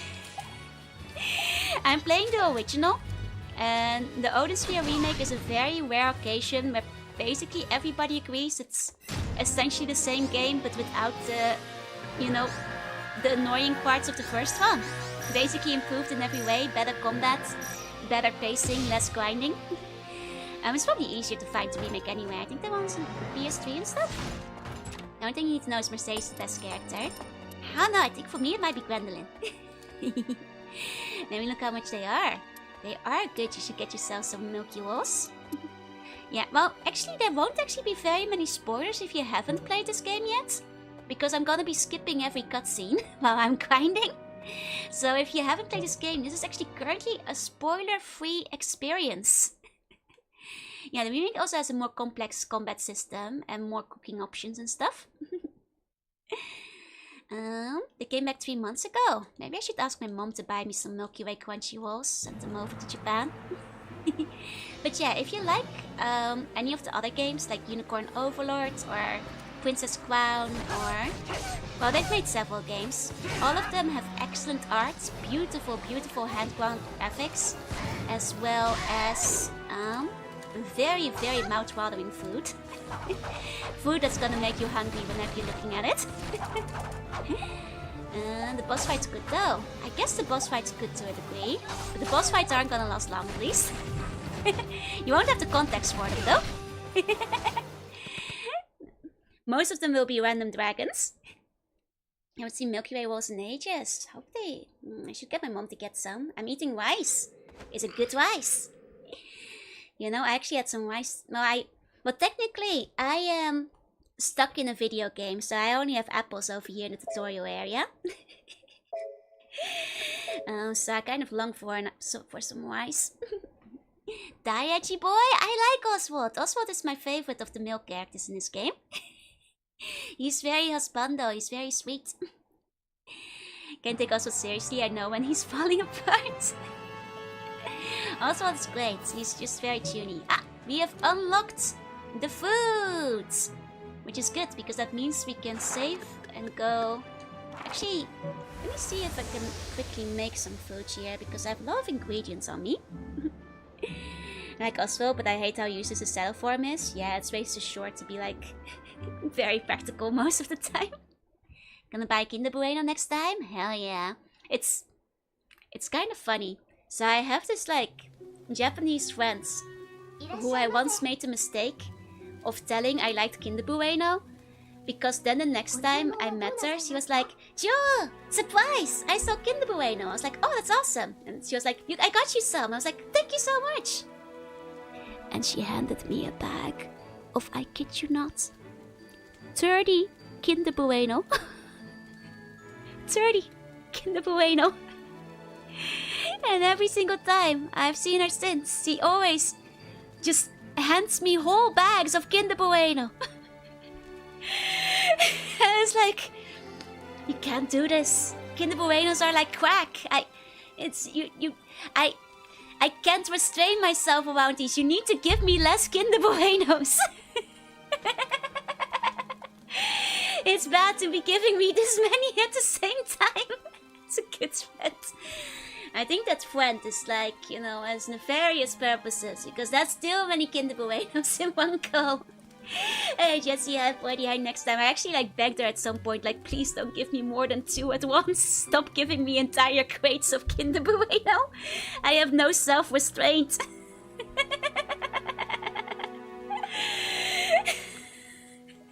No, it's good, you're so lucky. I actually basically had to beg her to stop giving me excessive amounts of Kinder Bueno. I don't even know where she was getting them all from.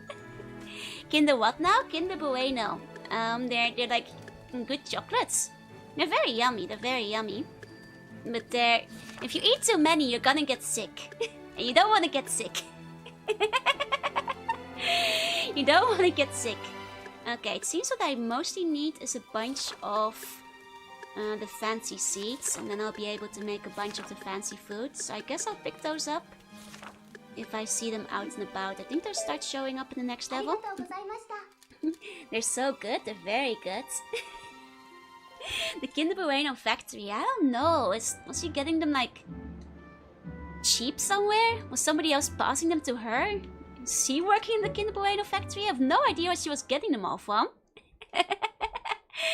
The day limit is 30? God, if I ate 30 Buenos in one day, I'd die. That's too much sugar in one go.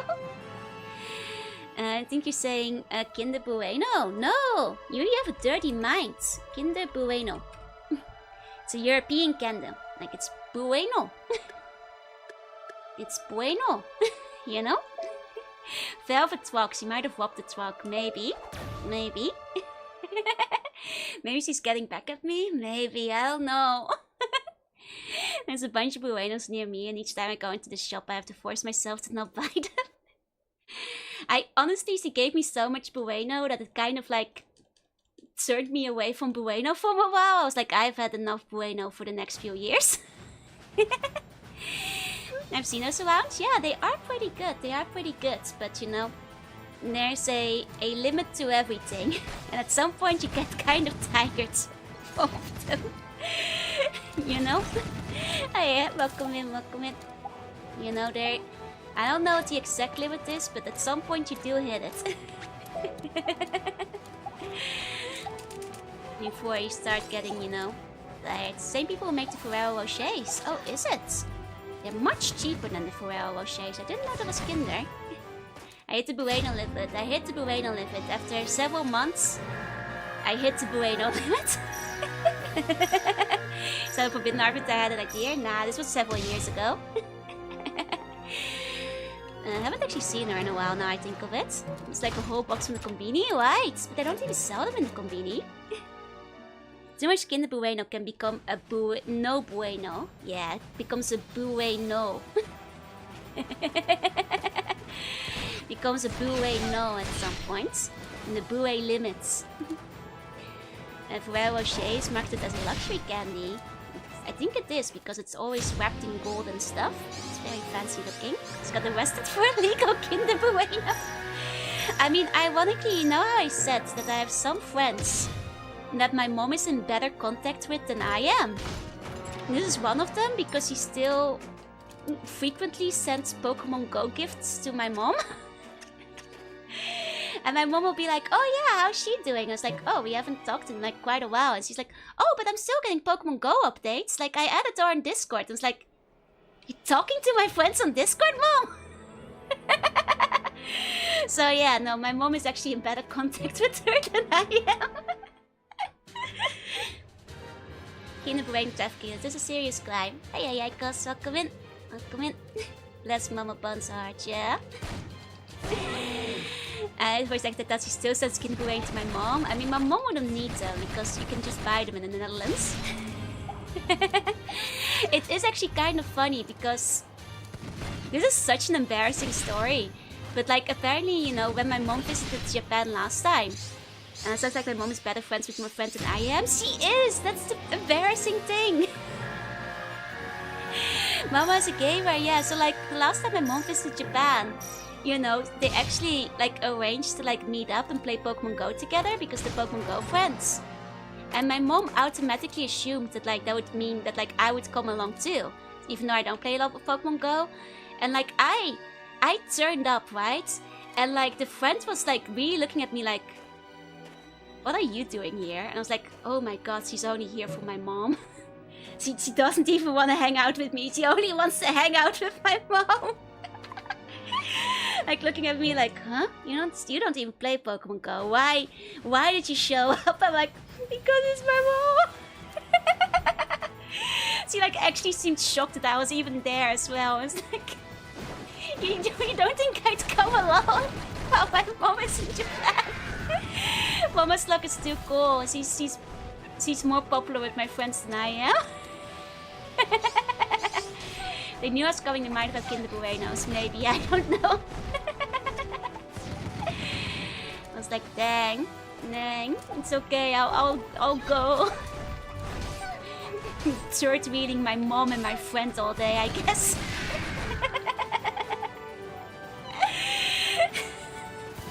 Can't wait to hang out with Mama Ban. Oh hey Joey, you're here too. Imagine being less cool than my mom. It's easy to imagine because, to be fair, my mom is kind of cool. But dang, you can't compete with that, right? Hi, Starflyer. Hi. Joe, can I hang out with your mom? You're not invited. Everybody just wants to hang out with Mama Slug instead.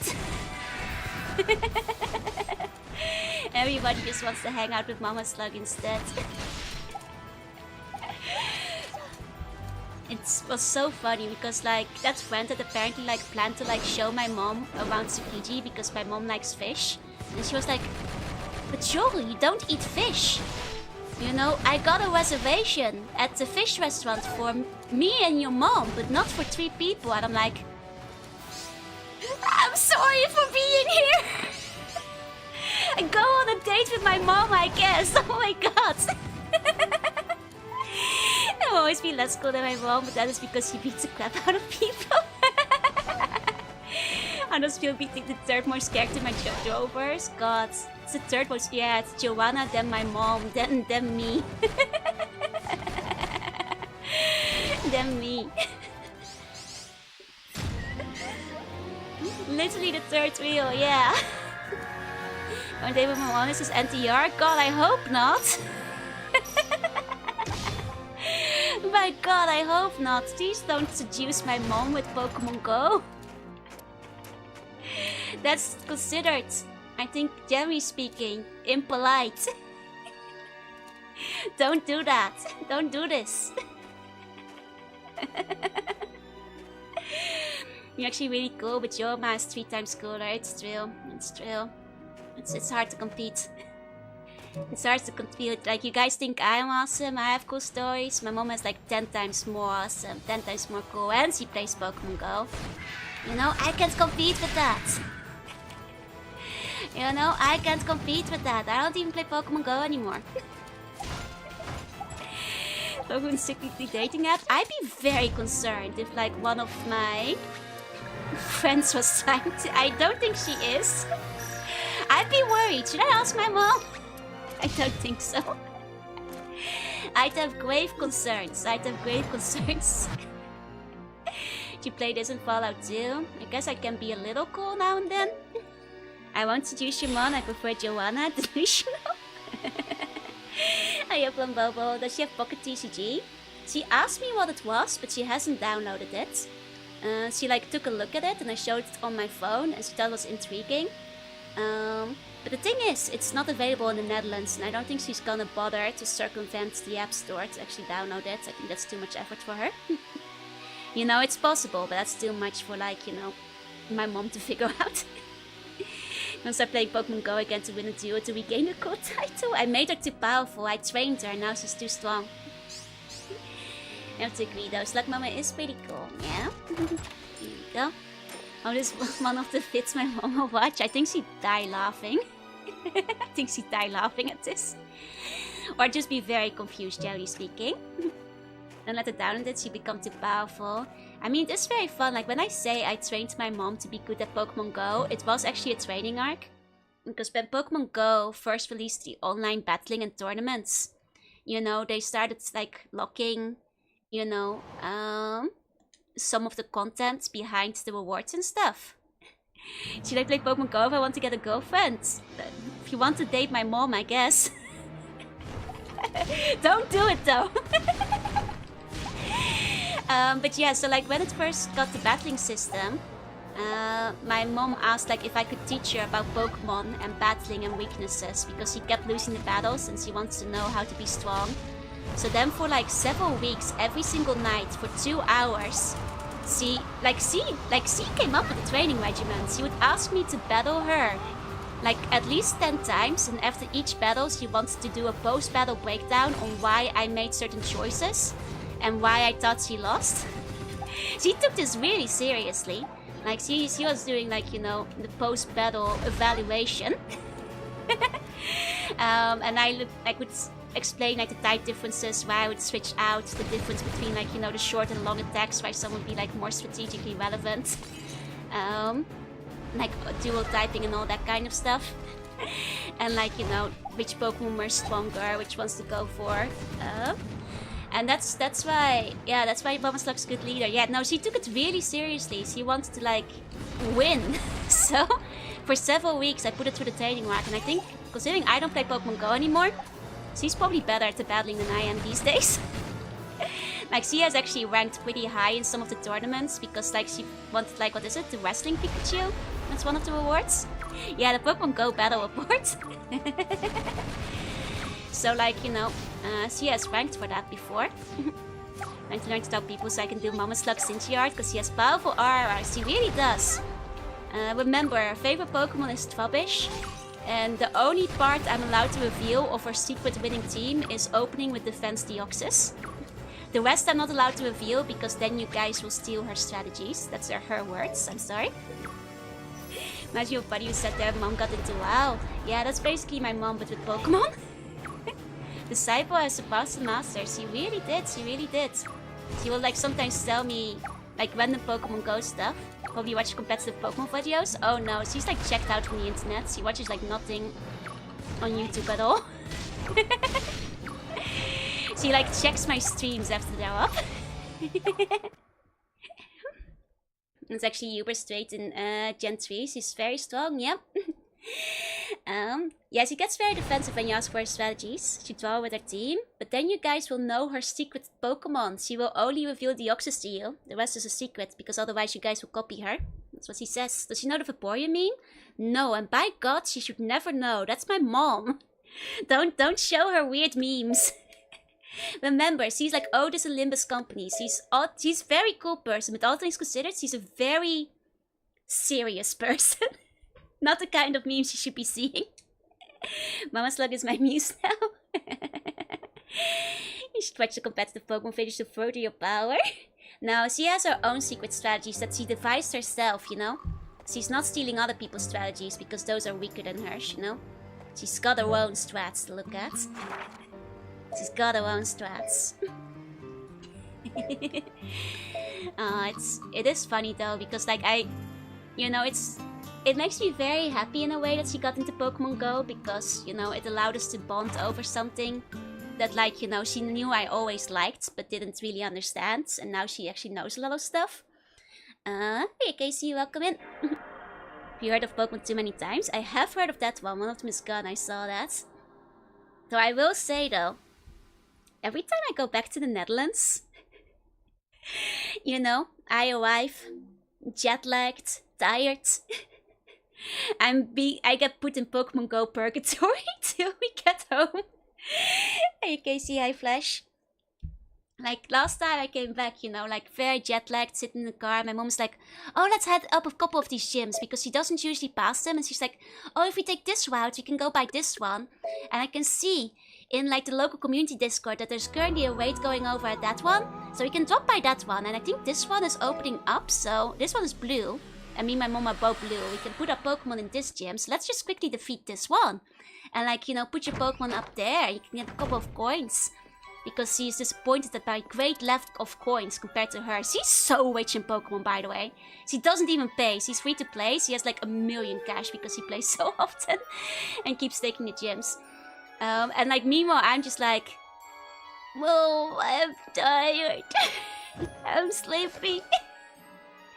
I just did a 12-hour plane flight. Tina's even went traveling? Yeah, no, she knows where every Pokestop is. In like her area. Did she win the boss battle? Nah, we're grinding. We're grinding the characters. My mom's once inspiring me to download Pokemon Go. She would be honored. But yeah, and then she'll be like, oh, I think a Pokemon spawned there. I can see on the map that there's one of these ones, like near this stop. And you don't have this one yet, Joel. I know you don't have this one yet. So we should go over here. And and search for that one first. And I'm just like, sleepy. Mom, sleepy. Every single time I've been back to the Netherlands in the past few years, like it takes like several hours longer to get home because my mom wants to hit up all the spots together with me first. Hey, Zep. Hey. I know his character, the edgy boy. Yeah, one of the best. Need to go clean your room? You got this, clean your room. But it's fun though, because it is like fun bonding time with my mom. Like I joke, but I think it's cute. And it's nice to, have her show interests in one of my interests. in a way. So, and I'm happy whenever I can help her with, like, you know, she's like, oh, what's this Pokemon? And I can give her the secret knowledge, you know? Or like a new feature will be added and I'll be like, oh yeah, no, that reflects the way that game does it, you know? I think like now they, you know, they got Mega Evolution. I think they're getting Gigantamax now. My mom hates Gigantamax, by the way. She doesn't think the battles are fun. But she was asking me about that, how it reflects in the real game and stuff. If you want to bond with the mon, have you considered super glue? That sounds like a bad idea. Oh! Right, this guy starts with the kitchen. But if I recall, they take the kitchen away from him. I believe they take the kitchen away. So I should probably not grind him anywhere beyond the first stage, otherwise you're kitchenless for like 5 chapters. No, I probably won't get the best ingredients, but let me see. As long as they're selling milk somewhere, I think it's fine. Does anyone like any of the gimmicks or the Mega Evolution? They tend to not be very popular. Like the idea of good antidex, but in reality it's not very fun, yeah. The whole campaign hurt me a lot, yeah. But I remember Oswald goes without food for a really long time too. I remember having like a really full inventory for ages. After being so excited he had like, you know, food on unlock. Okay. He's got milk. That's great. That means we don't have to grind Oswald's route. That must be pretty good for wallpaking purposes. Fair enough. It wasn't my favorite because I was a bit meh, but yeah.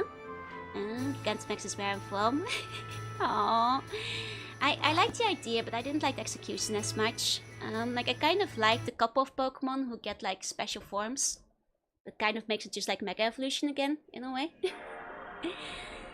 There's a good concept, but I'm with you and make it Delta. Exactly. Like, I want to like Terra, because it's essentially Delta Pokemon. But they should have not given them stupid hats. I hate their stupid hats. They should have just done like the colored glowing outline, like Delta Pokemon. Like, maybe it would be too game breaking, I don't know, if you're not limiting it by time, but Gardevoir best Pokemon. I like Gardevoir. Gardevoir is a fun one. Gardevoir is pretty good. With triple HP, 3 set moves. Okay. Take a sip of my drink. I don't think I'm gonna have to grind Velvet. She's pretty well equipped. Which means that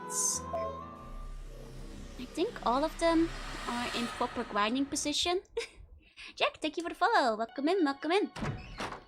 Which just means I'm gonna have to do a lot of grinding for next week. You know, just make sure all of them have a decent amount of HP. All of them have overloads, and then give them a bunch of elixirs. And she gives special attention to Gwendolyn. Oh, does she need like extra grinding compared to the others? Is he like the weakest? I mean, I guess he's like a bit squishy, yeah. The HP is funny because it doesn't help as much as one may think. Fair enough. Don't blame so much if you just want to watch the endings. I mean, we'll see how painful it is. Basically. We'll see how painful it is. As far as things go. And then we'll move from there. Whether or not I want to like watch some of the other endings on YouTube instead. Okay, tip HP is funny, but it doesn't help as much as one might think. Yeah, true. Let me check the story. Her boss fight is the hardest one. I see. Gotcha. Yeah, here's the bad ends we've seen so far. Wow, you really do have to unlock everything, huh? I mean, if everybody is high enough level, and it's just a matter of beating 25 bosses, and like, you know, I'm not struggling on them, we could do every ending, because then it's just, you know, fighting 25 bosses. But there's no stages in between, but then I do have to make sure everything is like grinded up high enough that we can just do them all in one go without slowdown. And multiple endings, yup. And you do have to fight every boss with every character to unlock them. So I think, yeah, I think like, oh, it's possible. It's possible. Just have to make sure the characters are ready. I think my strategy is just like, I've got time. I have too little time, but I'll try to make time to at least give everybody 1000 plus HP, overloads, and an inventory full of elixirs. I think is what I'll go for. Inventory full of elixirs. If you get one ending, do the characters lose the items they used in battle? Because if they all, you know, have to share the items across 5 battles, I might have to... like, yes, okay, that's what I worried. And I must make sure I'm really stacked up on elixirs. You know, no like shortcuts. Let's... gotta watch him for a fight. In that case, let's quickly unlock Velvet's routes. Let's quickly unlock Velvet's kitchen too. We still have some time tonight. Just so I won't have to do that off stream. Just straight boss fight, no walking around stages, yeah. But you know, if we gotta share the items between them, let me make sure that, like, you know, in case I have a lot of elixirs on Velvet, but just in case I run out of them in between fights. Let's make it easy to get some more. Let's make it easy to get some more. You know, just in case. Just in case. Need to be really stacked up with any the items. Hey. So I never did all the endings. I used up all my resources the first time around, getting the good end, and I really didn't want to go back and grind for more. Yeah. I think what we'll do... I'm not sure if we'll go for the good end first. Or if, like, you know, do a bad end, then a good end, and then feel out if I feel like doing any other endings. You know? See how I'm feeling. Might be fun. Can you pick up the cat? You can actually pick up the cat, it's great. You can actually grab the cat. Yeah, I might do like one full bad run through, one full good run through. And then see if I can be bothered doing the other ones. Fantastic game. It's the best game because you can pick up the cat. It's a great game because you can pick up the cat. You know, it's the kind of attention you gotta pay attention to. Cat is a cutscene we play. It's true. It's true. It's how you get to the list of cutscenes. It's only one bad end, but multiple bad WoW encounters. I mean, what I mean by multiple bad ends, I mean like, you get all the other cutscenes, you know? You get like exclusive dialogue and all that to consider. I'm playing in 50 Hz, aren't I? Yeah, I can't be bothered to adjust my screen. It's just gonna be slightly cut off. I don't feel like restarting the PlayStation. And it's because I loaded it in 50 Hz instead of 60. How do you feel about naming your cat after famous Greek philosophers? I think that's pretty good. I mean, cats can basically be named anything if you want them to, so... Yeah, there's balance for every character, for every... Well, every boss fight but one, I guess, per character. Every boss fight but one. No, she's a fuck to just do the relevant fights. I think that takes down to just 16 boss fights. Yeah, try to... You know, streamline it, I suppose. True. Does Velvet start in Puka Village? I think she might. Learning 50 Hz is truly bonus behavior, I know, right? Shame on me. Yeah, she does. Okay. I don't actually have to go very far. Especially if I'm just going elixirs. I don't think I have to level up her HP anymore. I think she's fine. I think if I'm gonna do anything with her, it's just adding to the elixir stack. You know, just nervously filling my inventory with even more elixirs, just in case. What about naming the cat after famous Dutch people? You could name your cat Wilhelmus. Wilhelmus is a good name for a cat, you know? Wilhelmus van Nassau. The most famous Dutch person. I think that would be a good name. It's a good name. Well, you know, gives the cat the mindset of a conqueror. Probably don't want to do all the fight combinations. Some fights are absolute nightmare for some characters, but don't they have like unique cutscenes for that? Because all of them have their own unique cutscene, right? In that case, I think. I'm sorry, I shut off the PlayStation. Enough grinding. More talking about cats. 1 second.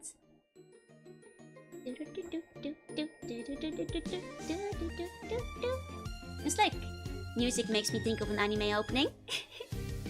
I think I commissioned, I asked for a fight that was kind of like an adventure / anime opening kind of thing. For the one we did. I see. Mercedes did not have a unique one, but I wonder if you still have to have done the fight to get the good ending though. I think you might have to. The boss and character don't have any relation, you get a generic story scene. Yeah, but you still need to do all of them to get the special boss fight, right? Or the special endings cutscene or whatever. Cats deserve super fancy names like Sir Lucian III, yeah. Or you know, Wilhelmus von Nassau. As the famous one. I mean, I think calling your cat like Odysseus is pretty good too. You know, giving your cat like a Greek name or like from Greek like myth is pretty strong too, honestly. Pokemon Go finished downloading, so walkie talkie time after stream. Nice. Actually, speaking of cat named Otis, yeah. Apparently you don't need to do all of them, just get all the story scenes. I see. So you can streamline to just 16. Maybe I'll look up a guide for that, just so we're not doing too much repetition. That might be good then, that might be good. You know, speaking of the Odyssey,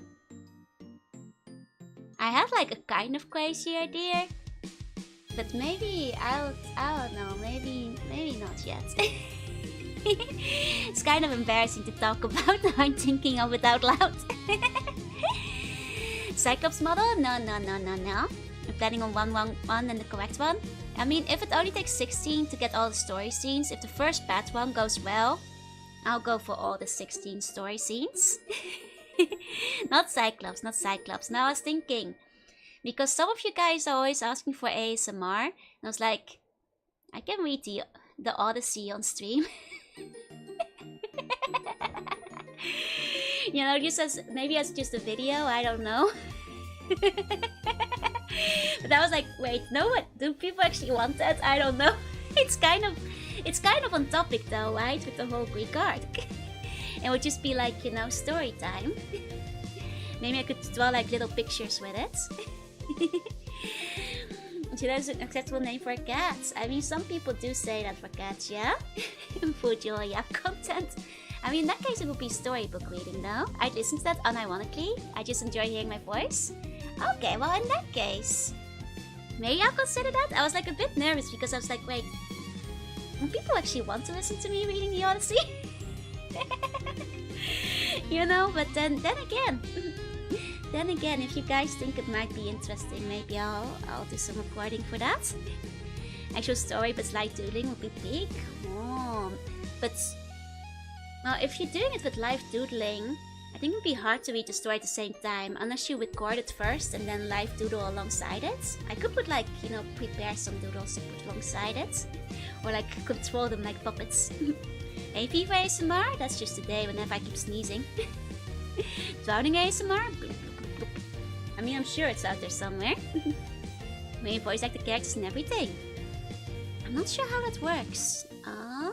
Because like I think when you're doing the reading, like you can't, you know, if you're calling it ASMR, you can't go like, who hurt you? My name is Nobody, and like scream it, right? What? Nobody hurt you? Surface digital puppet show with the doodles? That could work maybe. I mean, I guess you could quietly voice act the characters. You know, silently, instead of like, you know, loudly. Could still be good. My name is not important. paper puppet version of this tea with the buns representing the characters. That could be cute. I could like draw a bunch of buns and one of them like, you know, with different helmets and stuff to represent the different characters. Oh, I want to draw an Aries bun. I don't think Aries actually shows up much in Odyssey. So that, well, I'll draw Odysseus bun, you know? I'm serious, she's Limbus company out still though. That would be hilarious though, that would be hilarious. You know, I could... Oh, Cersei bun. Would be kinda sexy. Oh, and then one of the buns turns into a pig. Ah, I kind of like the idea now, this would be funny. Would be like, you know, basically the finger puppet story. with like doodles. Extra buns to draw for the next bun stream. Oh my god, if I start drawing those on stream, I'll never get them done. I'm gonna have to draw those off stream. It's a cute idea. I think maybe I can make it work. Maybe I can make it work, yeah? It's lucky being up with stream again with good conversation. I'm diabolical. ASMR Cersei as a yandere. You know, ASMR yandere girl you found on the island gives you delicious food and turns you into a pig. ASMR.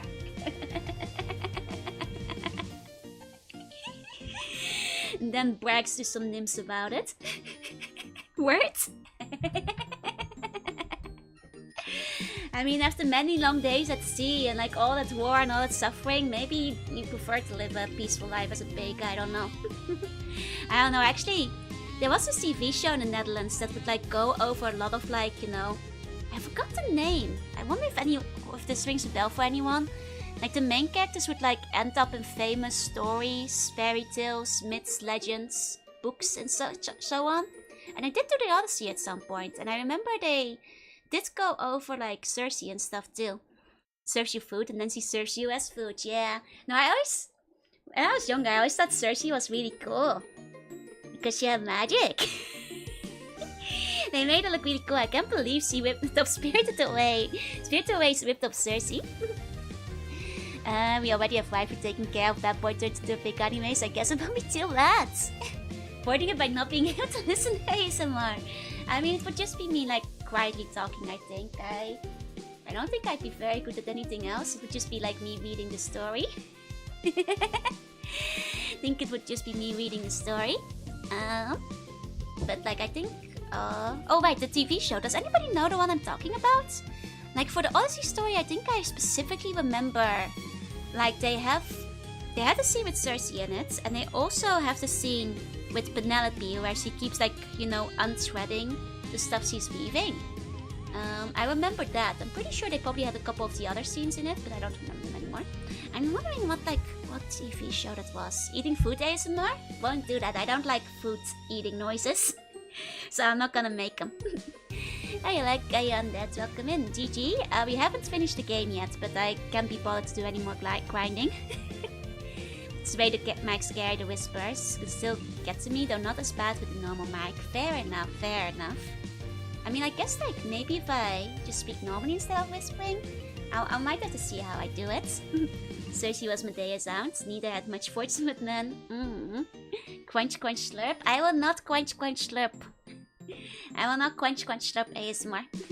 But I may, you know, the Odyssey is pretty retro, right? As far as books go. You know? With an actual mic or my standard one? No, just my actual. I can't go like affording an ASMR mic. Are you crazy? You know, at best I just do like, I know there's like cheap ways. I know there's like cheap ways to like put two of them together. And that's like maybe the best I can do. I can't, you know, ASMR is not gonna be a big part of my content, so I'm not gonna like buy a whole mic for it. That'd be crazy. That'd be crazy. Lots of people do like the whispers. Okay, I'll consider it. I'll think about it. Why does planting dragon teeth grow skeletons? Because they hatch. Retro is like Epic of Gilgamesh, right? The Odyssey is still pretty new. Right? Epic is like, Retro is the Epic of Gilgamesh. Odyssey is still pretty new.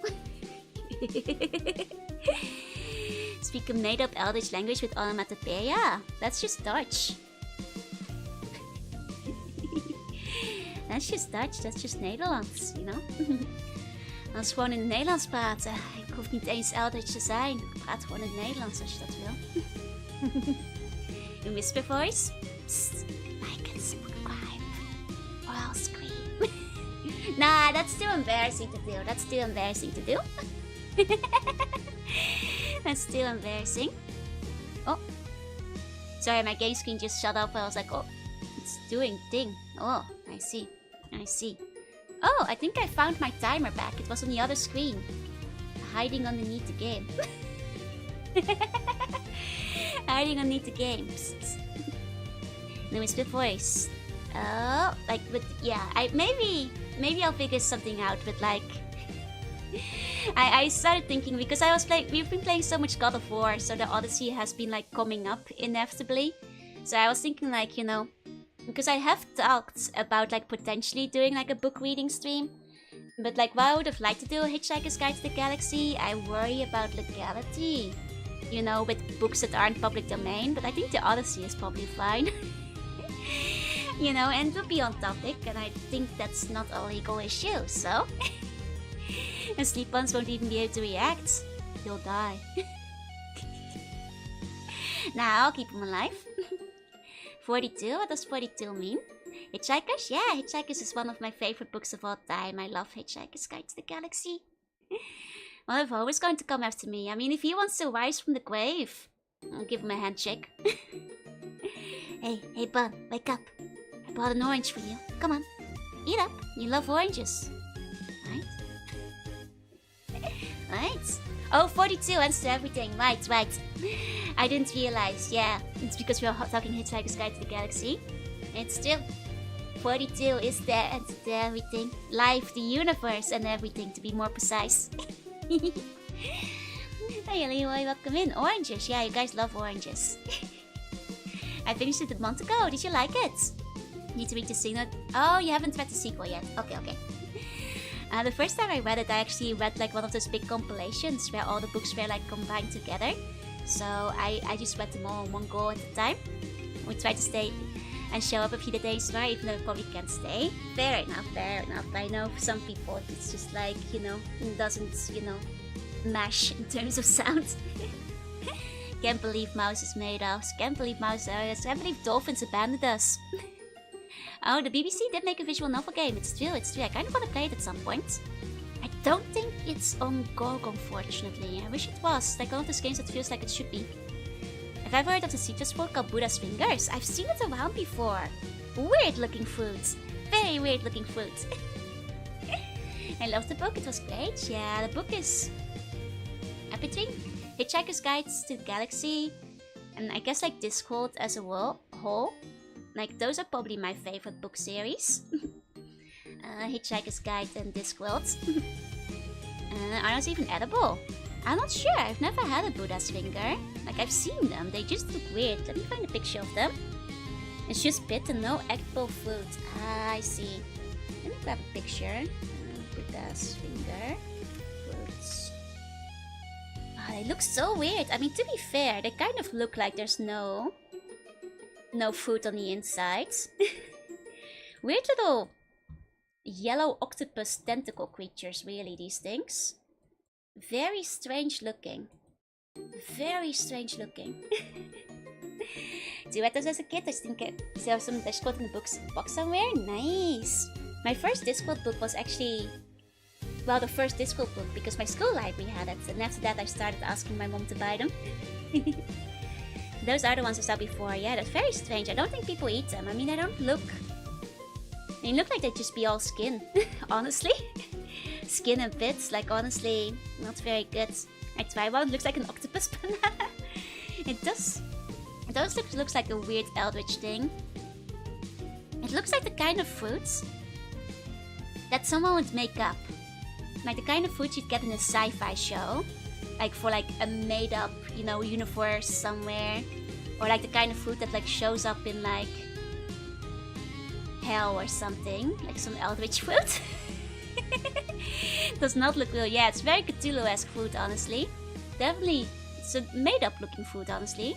They use for candy peels. That's a good question. They do have the skin still. Yeah, something you'd find in an alien kitchen. Like you go, you know, you find an alien, they're friendly, you know, human negotiations are over, they invite you to the ship and they're like, hello, partake of our delicacy from back home. Please, please, this is our peace offering. You know? You know? I'd eat that, right? It looks pretty good. It looks pretty good. Looks like fries. But I don't think they like. If they were just like lemon flavored fries, that'd be kind of yummy. But I don't think they do. Do this food and start another war. I mean, this might be the aliens trying to poison you, or maybe they don't know Earthling, you know, physics, and they don't know that Earthlings can't handle eating this kind of stuff. So things go awfully wrong when you take a nibble. You know, I don't think you should eat this. I think that's a bad idea. I don't think you should. Can't wait to summon Ares at the next war. Ares, the goat, the ram. That's the wrong Ares. Can't ruin the relationship with the aliens. You gotta eat them, or you're gonna dishonor them, gonna insult them. You're gonna like ruin diplomacy for alien forever. You're gonna have to eat it and die. There's no other choice. Yeah, look out for the goat. Okay. You know, you guys can summon Ares for the next war. I think it will be fun. I'll go summon Poseidon. I'll, you know, use my, you know, distance great second removed uncle or whatever, you know, I can get a favor. Sometimes great grandfather. I am forgetting where this family tree is going currently. Hey, Big John, welcome in. Ares, give me the power I desire. My garden's grass is yours. Ares, give me the power I desire. And with me of this citron fruits. I'll just summon my dad Thor. Yeah, you know what? Get the other pantheons in there. Why not? It will be a party. It'll be fun. Mortals should fight their own wars. Yeah, but otherwise the gods get bored, you know? They gotta pick sides. It's awfully boring if you're immortal otherwise.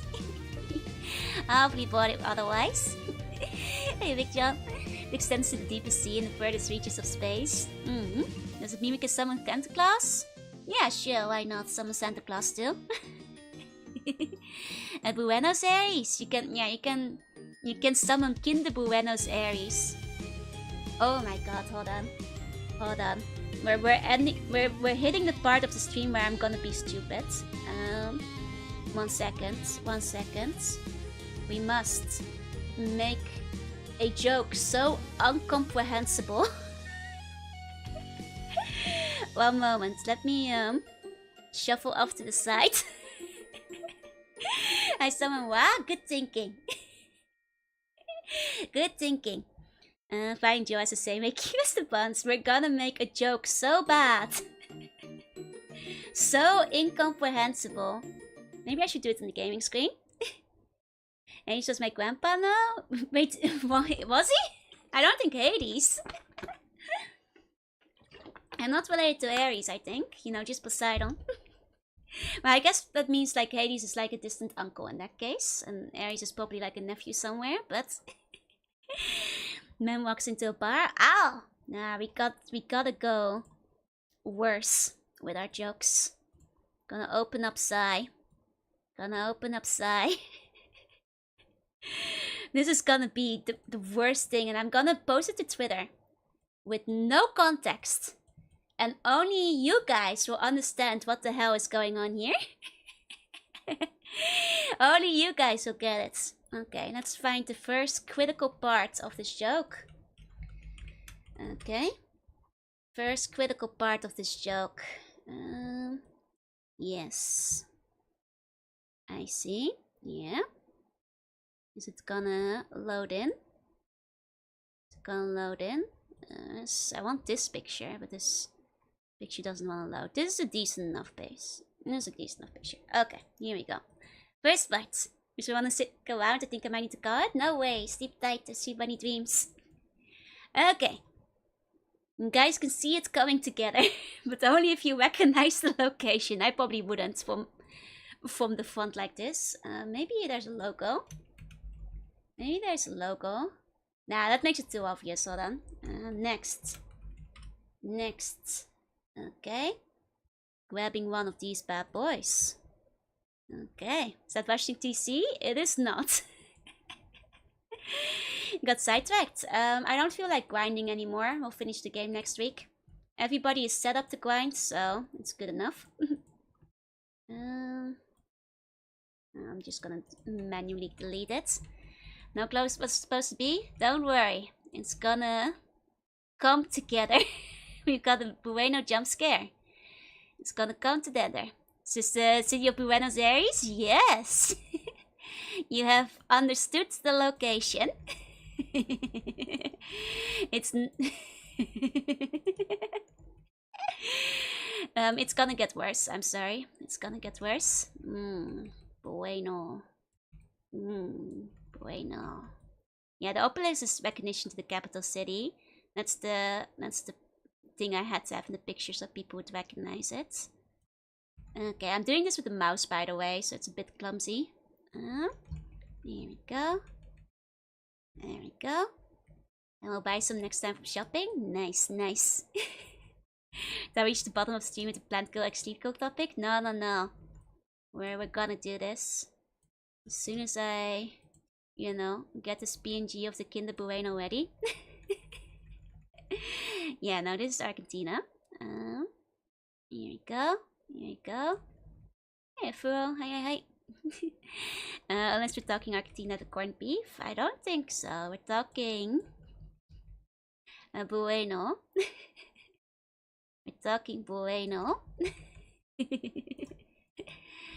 There we go. Love you committing to a bad pun. Thank you, thank you. It's not even gonna have any payoff, but that's the kind of suffering you guys have to put up with before we end this stream. How about for Roche? No, no, no. This is gonna make sense. There we go. Let's put that like over here, like a tourist picture. Here we go. We can put like a little face on it. It was one final secret food attack, and now I want to be right now. All part of the plan. Aries, Aries to Brazil, my life is yours. Shouldn't it just be like Aries, come to Brazil, and my life is yours? Okay, I'm very confused. Don't worry. It will all come together. And it's gonna be terrible. It's gonna be really bad when it does come together. Okay, here we've got the helmet of Aries. This is so stupid. This is so stupid. Okay. Gonna drop that in there. Wait 1 second. Oh. 1 second. Is that not a PNG? Did I get a stupid weppy? It's always a dang weppy. It's always a dang weppy. And the art confusion fool, yep. So you have the candy bars and you given the fire hair and beard that Aries has. Give it some time. Give it some time. Okay. Okay, there we go. There we go. There we go. And the capture card unnecessary image format. Yeah, I know, I know. Hold on, not even Elgato could take the joke, yep. There we go, it's going together. It's going together. There we go. It's getting worse? No, don't worry. Don't worry. Okay, use the eyes.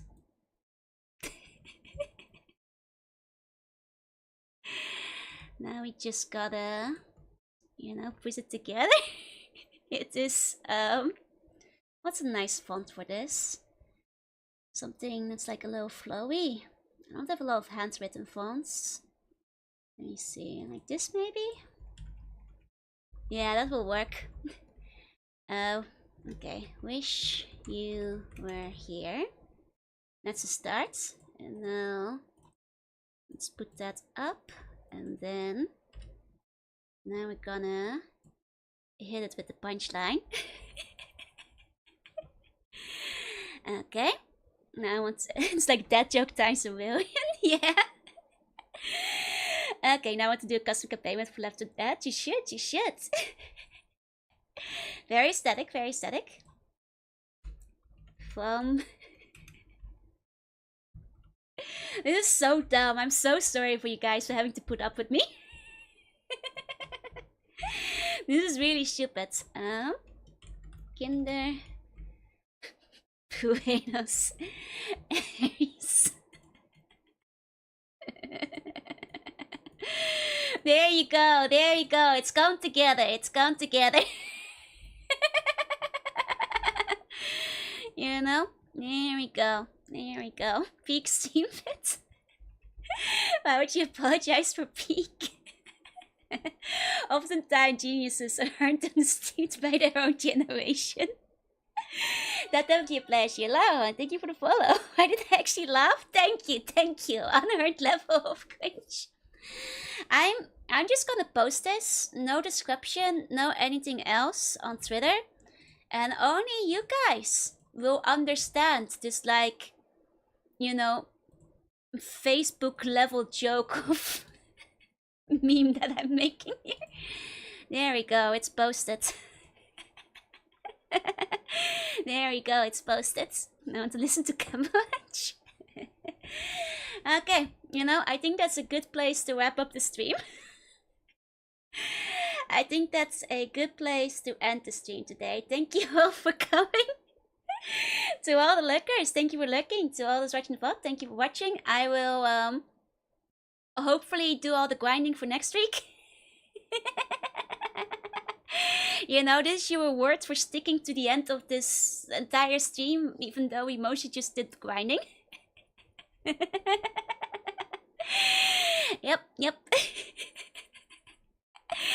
Bye bye everyone. Have a good rest of your day. Bye bye.